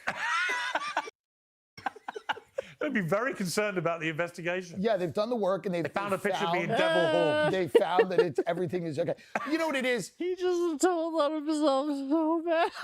What are you doing? No, I know you thought you were being funny, homie, but oh no. You're gonna get stuff like that. People are gonna say stuff like that. I don't know where the line is going in the UK. I don't live here. Oh my God. Do you know how many times I've listened to this fuckface talk about freedom of speech, freedom of speech. Back in England, freedom of speech is a fuck. Some people here, they're not really tweeting or, they're not on X. Someone called me a So I satanic don't really know, but pedophile. I've heard that it is a bigger problem than... Well, we've definitely had a bit of a problem. It's not as bad as people think. Most people caught up in that have been issuing direct threats to people. Yeah, this is the harassing world them. that he would The one want, that got yeah. me was Graham Linehan, the Irish comedian. Yes, right. Who was actually arrested at Heathrow Airport by 5 armed police for jokes he posted on X months earlier about the trans issue or whatever. They weren't even like that savage. They certainly wouldn't have been savage enough for a Kevin Hart roast. And he was frog marched away to a cell by 5 police officers. See, that to me was dystopian. Is a real problem. Yeah, I agree. And perhaps a preview of what's to come. If we're not careful. If you're not careful. Tim Dillon, the fact... If we're not careful, you mean if we don't have it like from Trump? Wait. Really? If we're not Actually, careful. you're never too careful. Piers Morgan, thank you so much. It's been great having you. And great to meet you. I love London. Now I'm going to go get stabbed. Great to see you. All right, thank you. Well, millions of people around the world have seen clips of a recent debate at Cambridge Union on the vexed issue of gender activism. The breakout star was the student Maeve Halligan, who went viral for calmly dispensing home truths like this. I think you've been sold a story, a comfortable lie, in which being progressive means never questioning the dominant institutional line, and it's a line in which compassion is equated with compliance. But real compassion asks hard questions. Real advocacy protects the people it claims to represent, even when that's inconvenient. Real activism doesn't silence lesbians, medicalise children, or tell a little boy who plays with dolls that actually he's a girl. There's no serious This woman made my pee-pee crawl in my body. activism happening in these institutions, as I've unpacked. There's ideological enforcement, language policing, nasty online abuse, regressive demands dressed up as virtue, and there are children very likely to grow up saying... What happened to Hermione? ...attracted, questioning... Was that me doing the crickets? Yeah. ...vulnerable children who are paying the price for our collective reluctance to say so. That's what we think of that, bitch. It's not bigotry to notice. I don't care what you say to me. It's not cruelty to object to it. It's not backward. But that accent, literally, dude. It's just like every time she talks, it's just like... To ask what's a negative boner? Who exactly modern LGBTQ plus activism is for. Be brave. Let yourself question the narrative that You're like a -4, bitch. being fed. Don't tell me Sorry. to be kind if being kind involves lying to and medicalizing kids, betraying lesbian and gay people, rolling back women's hard-fought-for rights, and Shut up, mafiosa. hurling Hey. threat at those who object. Again, hatred, you talk about it. Try being a woman who knows what one of those are. I'll tell you about hatred. No, I don't subscribe to this kindness, and I'll tell the truth instead. Well, Maeve Halligan joins me now. First of all, absolutely brilliant. Thanks. That was badass. Oh my God, you're gonna glaze. Oh no! Yeah. Oh no! Oh no! Oh no! Were you surprised about the reaction when it blew up online? I think to an extent, yeah, because, you know, I think we all know that this debate, such as it is, has been going on for a really, really long time, and there have been some really amazing men, women, organisations that they've set up and are part of that have been saying the kind of things that I said in that speech on Thursday at the Union. I think I'm really pleased that it was sort of picked up online, because I think it's important to see that young people, students especially, are saying this. Oh, she's a pick me for the right. Oh, okay. Okay. She's actually like legit less interesting for that. Wow. All right, we got anything else? Let's see.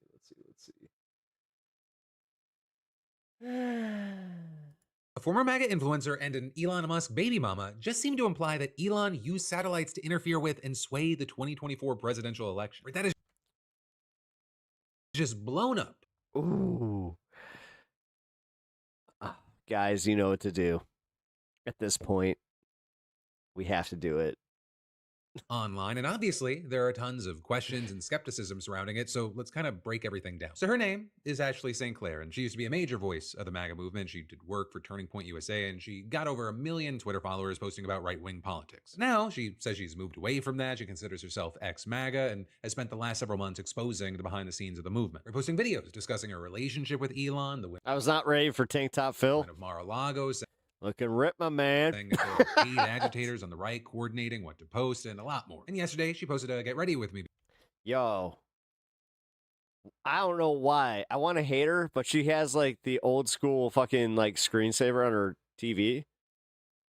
Don't hate it. Video discussing I don't hate the it. 2024 election, which happened at a time when she was close to Elon. And she says in October, Elon tells me that he is ready to release his Do you know how many classes I got through staring at that fucking screen right there?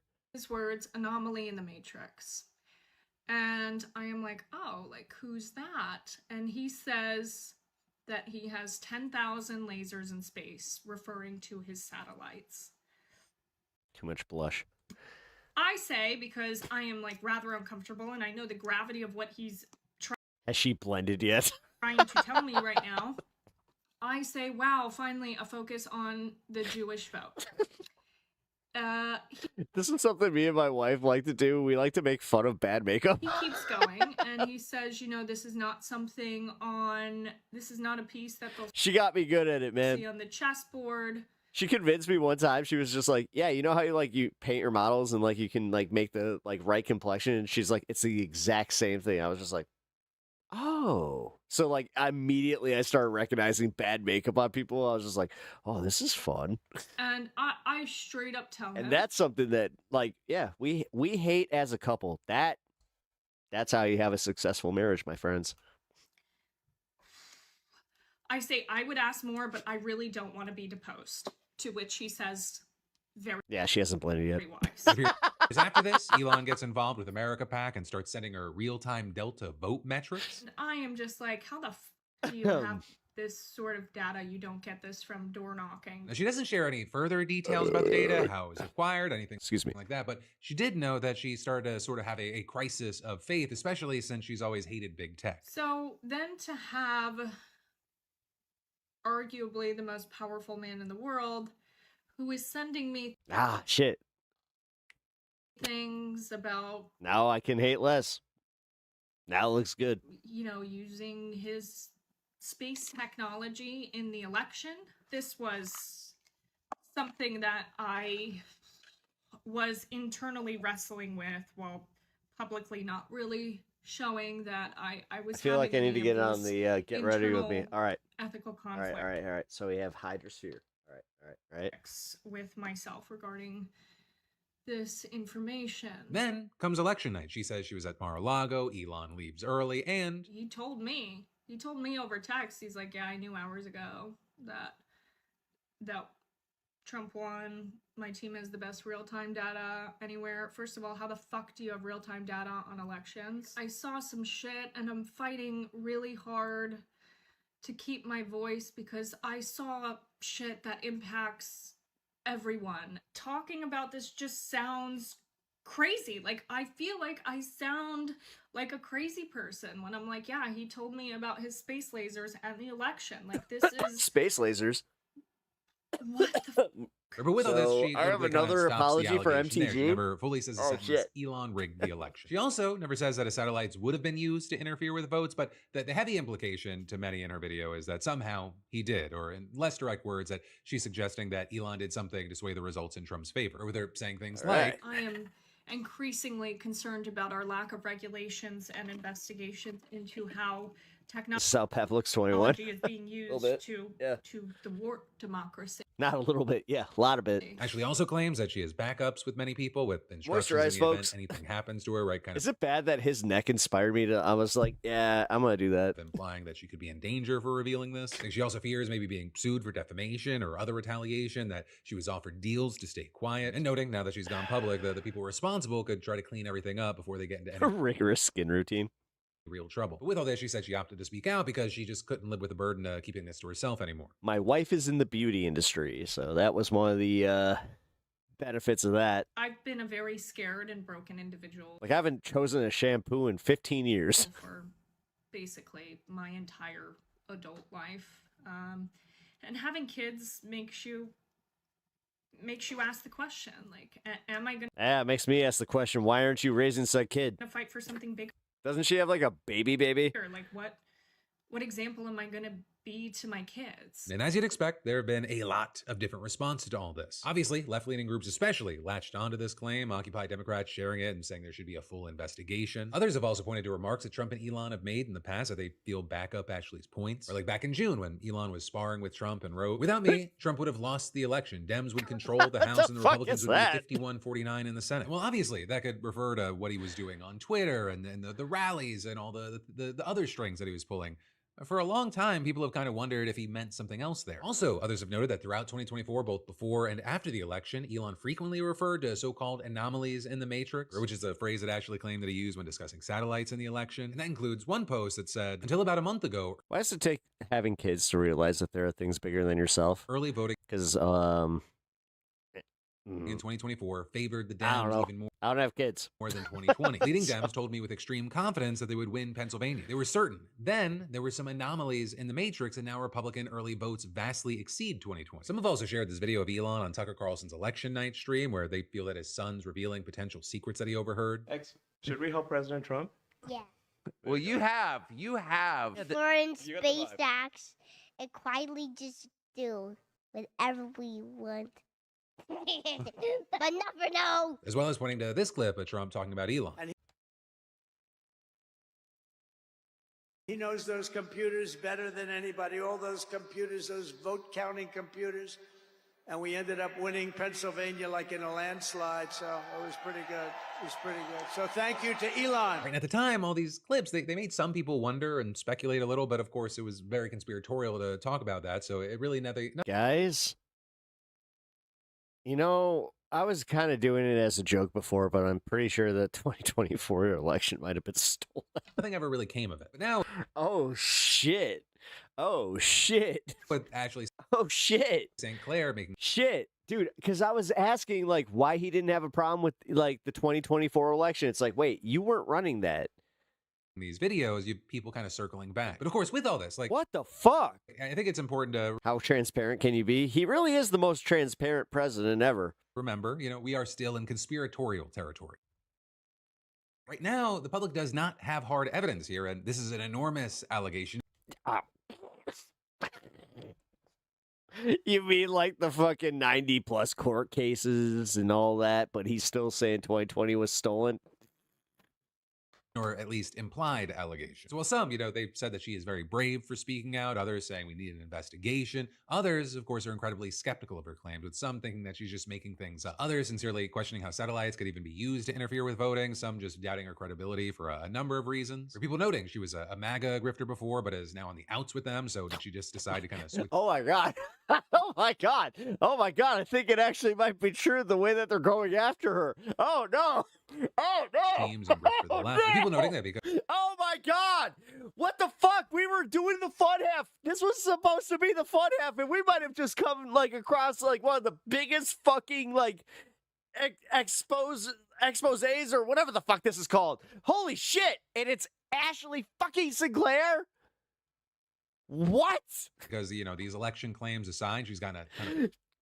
You telling me that fucking Elon Musk wanting some fucking OF pussy is gonna lead to you have got to be kidding me. Attention for pivoting away. I was not prepared for this. From MAGA, getting profiled in tons of major outlets, doing interviews with left-leaning creators discussing how hard it is to leave MAGA. If you're to leave, you're not just changing your vote or your political opinion, you're blowing up your entire life. My social circles, my friends, my income, all of the above. Also, with all this, you had her previously telling the Washington Post that this is not lucrative for her, saying, I have everything to lose and nothing to gain from speaking out about the most powerful people in the world. And so this whole situation, I'd really love to know your thoughts, or whether it be the allegations themselves. Just cute, but like annoys me. What it appears she's kind of heavily implied regarding the election, as well as, what are your opinions or trust levels in regards to kind of ex-MAGA influencers? And that actually may get connected to a debate that we've seen kind of raging around online of who is in the tent. Who are you open to forming coalitions with in regards to going against the Trump regime? We're trying to stand up to that and vote that out. And then there's more we got to dive into in just a minute, but first let me thank a sponsor and say, we've been giving away 5. All right, what's the next story? Todd Blanche. Ooh. It might be one of the most corrupt acts in American history. And that was also before Acting Attorney General Todd Blanche was unable to assure lawmakers that payments will not be some memories. But then, diving right back into the news, experts are warning that Donald Trump's $1.8 billion anti-weaponization slush fund, it might be one of the most corrupt acts in American history. And that was also before Acting Attorney General Todd Blanche was unable to assure lawmakers that payments will not be made to child molesters, cop beaters, GOP campaign donors, and even Republican lawmakers. The fact that I used to be President Trump's lawyer is just a fact, but I'm the acting attorney general. So don't say the president's former personal lawyer will do something. The acting attorney general will do something. Mr. Attorney General, you are acting today like the president's personal attorney, and that's the whole problem. You have a whole banner of his face hanging over the Department of Justice, and you and everybody else walks under it. Right, because as I briefly touched on yesterday, in January, a year into his second term of the presidency, Trump sued his own Treasury Department for $10 billion. And he, along with his sons, constipation in human form. Tinkerbell, you nailed that shit. Department failed to take necessary steps to prevent a former IRS employee from leaking their tax returns, even though that actually happened during his first term as president. Thanks to those leaks, along with reporting from outlets like the New York Times and ProPublica, we learned about how little Trump and other billionaires like Elon Musk and Jeff Bezos paid in taxes compared to their overall wealth. The guy who leaked Trump's tax records, along with those of thousands of others, still serving out a 5-year prison sentence. And then as far as Trump, he struck this deal with his own Department of Justice to drop the lawsuit, along with 2 other cases that he had filed seeking hundreds of millions of dollars from the government. Right, and so in exchange, you had the Trump DOJ announcing its plan to create this so-called anti-weaponization fund worth $1.776 billion, which of course is a nod to the year of the nation's founding. And the fund's purpose is to pay off people who have been victims of weaponization by past DOJs. But really, these so-called victims, they're expected to include prominent supporters of Donald Trump, former members of his staff, and thousands of people who stormed the Capitol as part of the violent mob seeking to overturn the results of the 2020 election, most of which were already pardoned by Trump in one of his first acts of his second term. And in fact, even before this announcement, several hundred Jan 6ers, they already filed claims seeking compensation. And actually, since Trump's return to the White House, the DOJ has already reportedly paid at least $8.5 million to settle legal claims brought by his allies who allege that they were improperly targeted by federal law enforcement. And so in March, for example, it settled a lawsuit with Michael Flynn for more than $1 million after he sued the FBI for $50 million. And now you already have Mike Lindell, the MyPillow guy, telling CNN that he expects to be compensated via the fund, saying, "MyPillow is the most attacked company in history. My employees that own the company deserve to be made whole." And as far as, who's going to get this money, all of that's seemingly going to be handled with really no oversight and decided entirely outside of the normal processes for negotiating legal claims against the government. The judge who agreed to dismiss Trump's case noted that his motion to do so did not reference any settlement or include a stipulation of settlement. Or in other words, right, the terms of this agreement, they weren't filed as part of the case's public court record, so no one really knows exactly what they are. And even what the Trump administration is admitting publicly is far from reassuring. They say that the fund will be controlled by a group of 5 people who just so happen to be selected by Blanche, who is Trump's former personal criminal defense lawyer. And actually, not only that, anyone that is appointed to this panel, they can be replaced by Trump at will. Also, any payments, they reportedly have to be made before December 2028, which is, of course, the end of Trump's term, and any remaining money has to be returned to the government. And while Trump and his family, they'll reportedly be barred from getting any of this money, the IRS has now also been barred from pursuing tax claims against Trump, his family, or his businesses, including those currently pending. And that's according to a one-page document. Oh.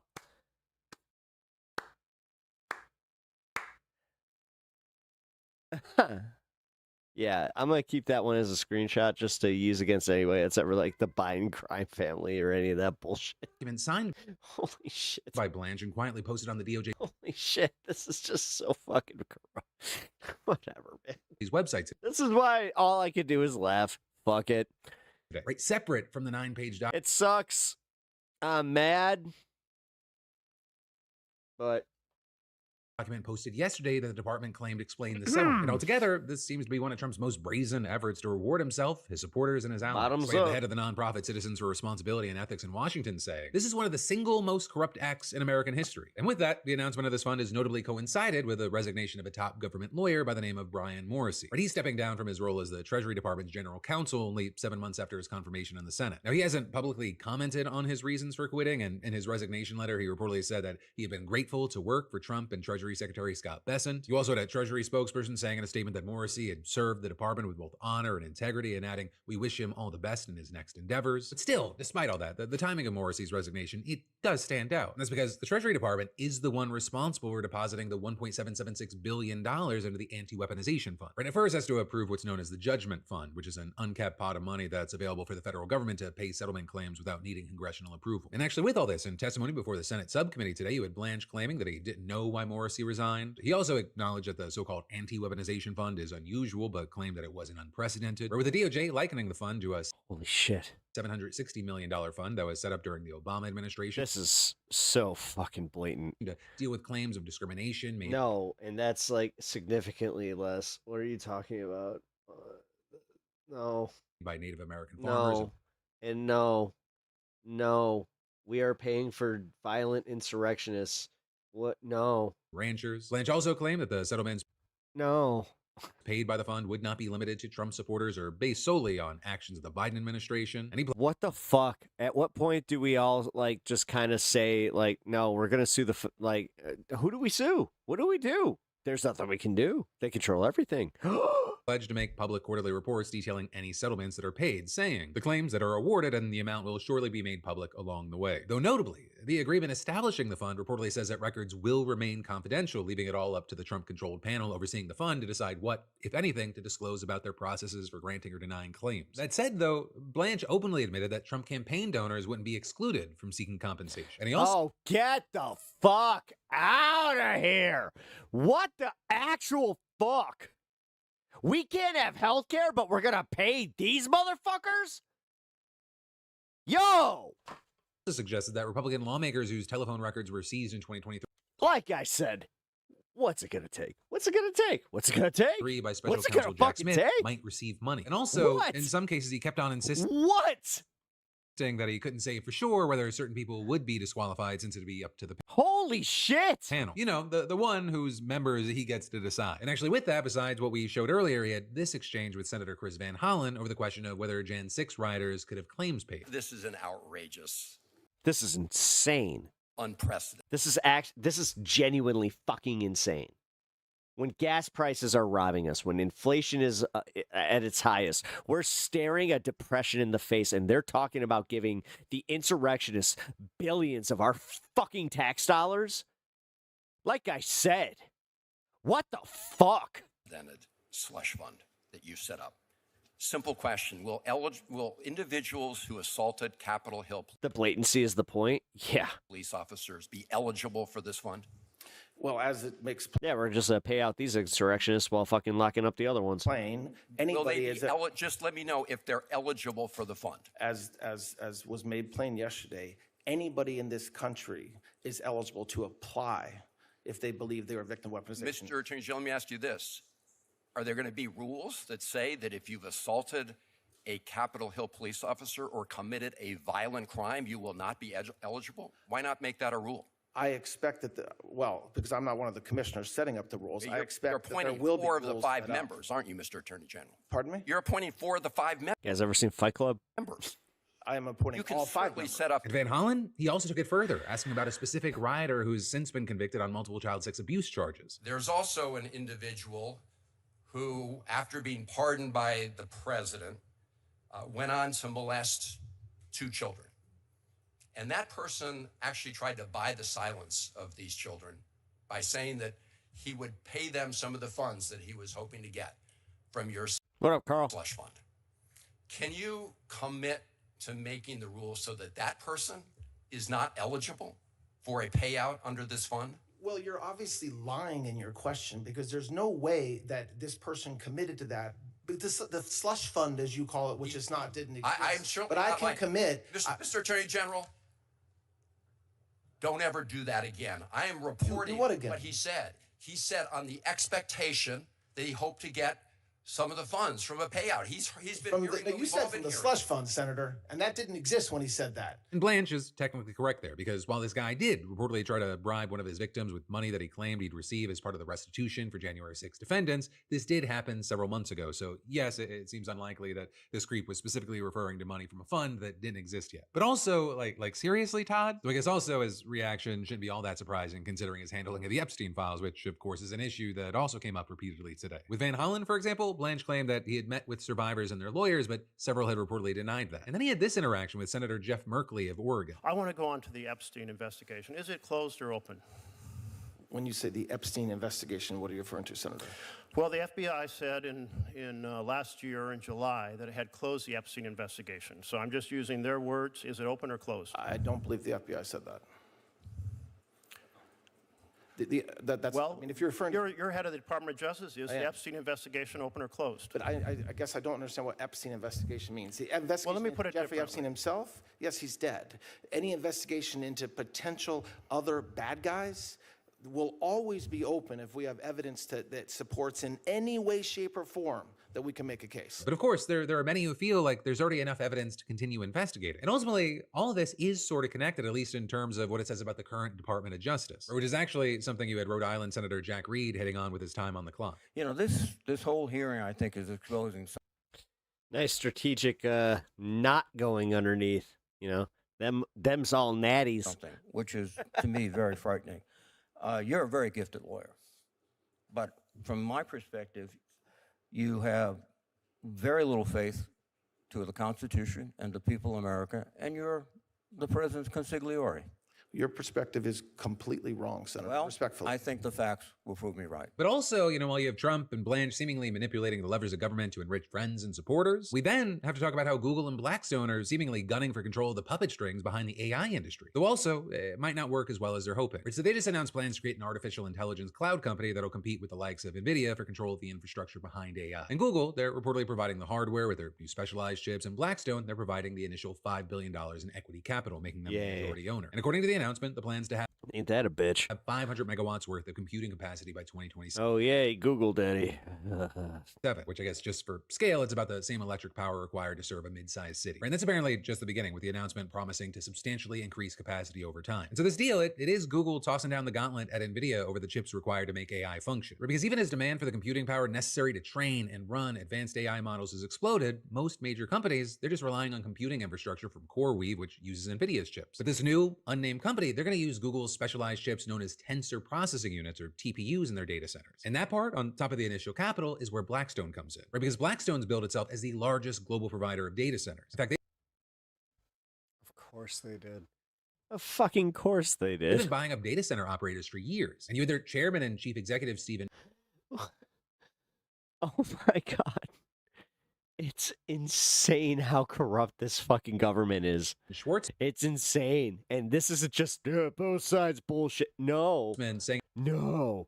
No. in a recent earnings call that the firm has more than $150 Democrats suck. Sure. But this is fucked. billion in data center assets, including What? sites under construction. And then actually, there's And then then a bunch of these dipshits are just like, oh my god, yeah, Trump did the thing where he made sure that Blackstone couldn't buy a bunch of houses. There's also another $160 billion in potential new projects. But the real question is whether these new companies' data centers, or any of Blackstone's data center project under construction or in the planning phases, are they ever going to actually get up and running? Because despite the big headlines, many of the data centers planned for 2026, they've either been delayed or outright canceled. In fact, according to Data Center Watch, more than $64 billion worth of data center projects have been blocked or delayed by a growing wave of local bipartisan opposition. Because if you haven't seen, data centers have become a major flashpoint both nationally and on the local level. There are at least 142 activist groups across 24 states organizing to block data center construction and expansion. And some of the most common concerns you see are about higher utility bills, water consumption, noise, impact on property value, and green space preservation. In fact, according to a recent Gallup poll, 71% of Americans oppose data centers being built in their areas at all. Not to mention the fact that the U.S. power Jesus, that's a mass majority. grid really isn't equipped to handle the type of power that the data centers demand. Peak electricity supply in the United States is on track to fall short by 2028, with that gap only growing in the years after. And at least for Fun, just when they can blame it on Democrats. Cool. right now, It's almost like that was part of the plan. Elon Musk's solution of orbital data centers, it's a little closer to sci-fi than reality. But then also, on top of all that, there's the fact that AI itself has a kind of a PR problem, right? It's really not a secret that AI is very unpopular. Guess what the Republicans are going to fucking make their swift comeback post-MAGA with? Energy and data centers. In certain circles online and in real life. In fact, another poll found that 80% of Americans are either very concerned or somewhat concerned about AI, and Gotta check out some live guitar. See it? All right, buddy. Catch you later. 55% think that AI will do more harm than good in everyday life. And it seems, at least at this point, that the unpopularity is just snowballing and it's happening fast. Some researchers say that they've never seen backlash intensify this quickly. One consulting firm CEO predicted that... Yeah, we're supposed to be doing fun half. What am I doing? There would be large... Fuck this. All right. Fuck that too. All right, let's chill.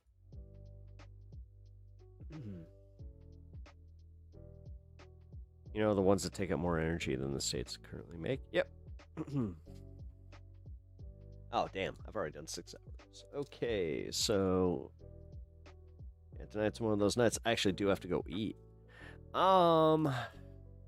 So, sorry to tease Operation Epic Fury. Or, Furious. That will not be happening tonight. Went to Philly D and all of a sudden it was like, oh, this got dour. Again. Wait a minute. This is how I just spent the last fucking 6 hours. Yeah, sorry about that, guys. Like, today was one of the days that I kind of felt it, you know? Like, yeah. No, wait. What? You didn't hear about the one in Salt Lake City? Yeah, I did. Yeah, with, what's his, the Shark Tank fuck. Like, he's part of it, right?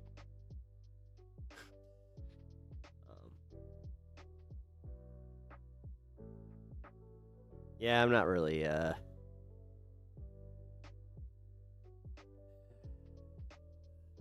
much as I want to discuss data centers, I'm not in the right headspace. I did kind of, like, I went for it, you know? I just kind of decided, hey, you know what? I'm gonna have some fun tonight. And now, it's so fun. But, I do have to eat. 4,000. Yeah, no. No, trust me, man. Like, I saw what we're, like, gonna be on track to be paying soon for a data center that isn't anywhere near me, but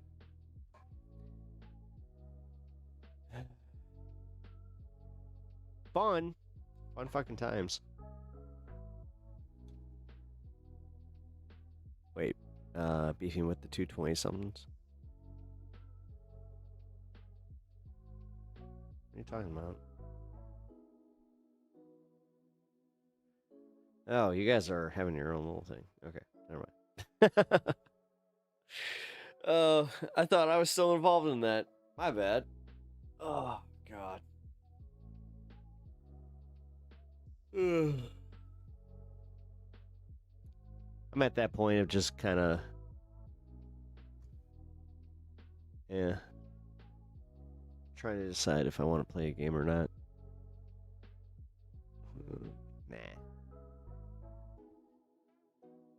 Nah, it's gonna be it. What's gonna happen is I'm gonna rip this with you guys, and then I'm gonna take off. Tomorrow, we got 2 p.m.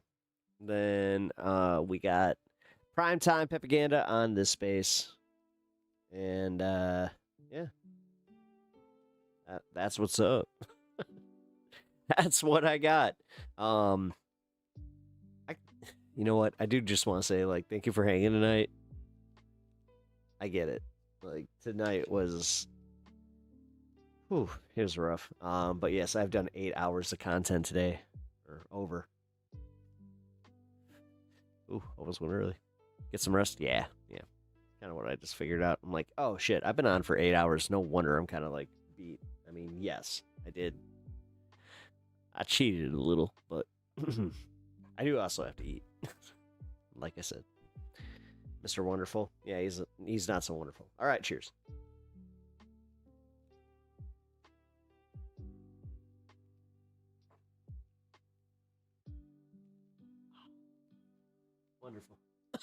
All right. There's the dog. Everybody, give your love to the dog.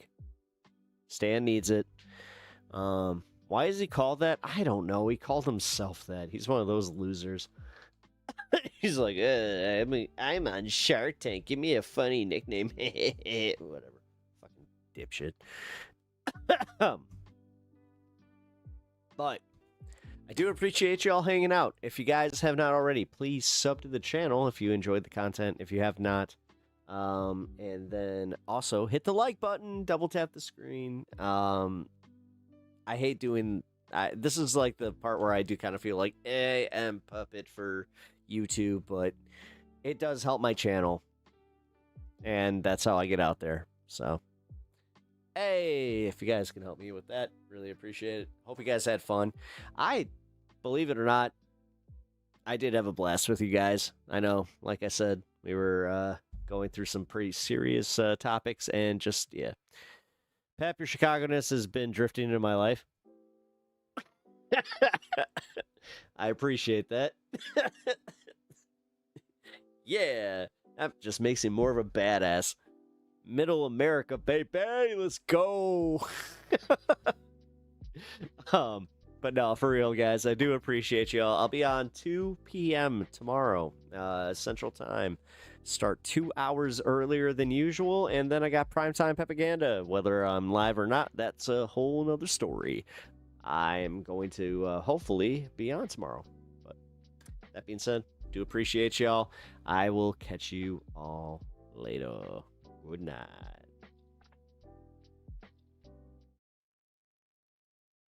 Who the heck is Pep Talks? I'm not gay, but I fantasize about Marco Rubio. Pep Talks. Pep Talks. Pep Talks. Let's eradicate the Kung Flu.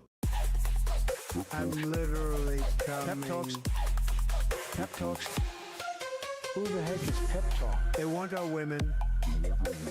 They want our children. Pep Talk. Sometimes no means yes. Grab them by the pep talk. Grab them by the Marco Rubio. Obama is a racist. Pep Talk.